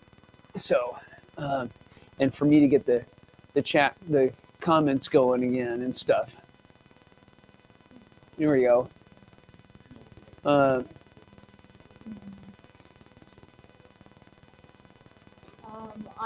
I think so. I know that I definitely have a heart. I know what it's like. I've walked it out. I've been through it, and I know what it's like to come out on the other end. So, yeah, definitely, most definitely. I have a passion. I have a deep passion for what I get to do. Yeah, it's a privilege and it's an honor. I'm very grateful. Okay, so I am gonna need you to move this a little bit. You want to put it right here or no? Yeah, exactly. That's what I was thinking. Because we gotta get you a little bit better. Yeah, that's a lot. That's better for sure. Say something for me, Carla. Hello. Hello, hello, testing. Okay. Yep. All right, perfect. But try to remember that talking like this isn't quite It gonna. doesn't work. Okay. Yeah. Project a little bit. A little bit. We need to project a little bit. Okay. So we've got we for whatever reason the stream cut, and then I had to put it back on, and so we lost everybody but 2 people. So I'm hesitant to want to get started. I want to get everybody the chance to get going again. Let me open up my phone and just take a look at and just make sure that things are running right. Like an observer, you know. Okay, it's not showing as live, and I don't know why. That's what's going on.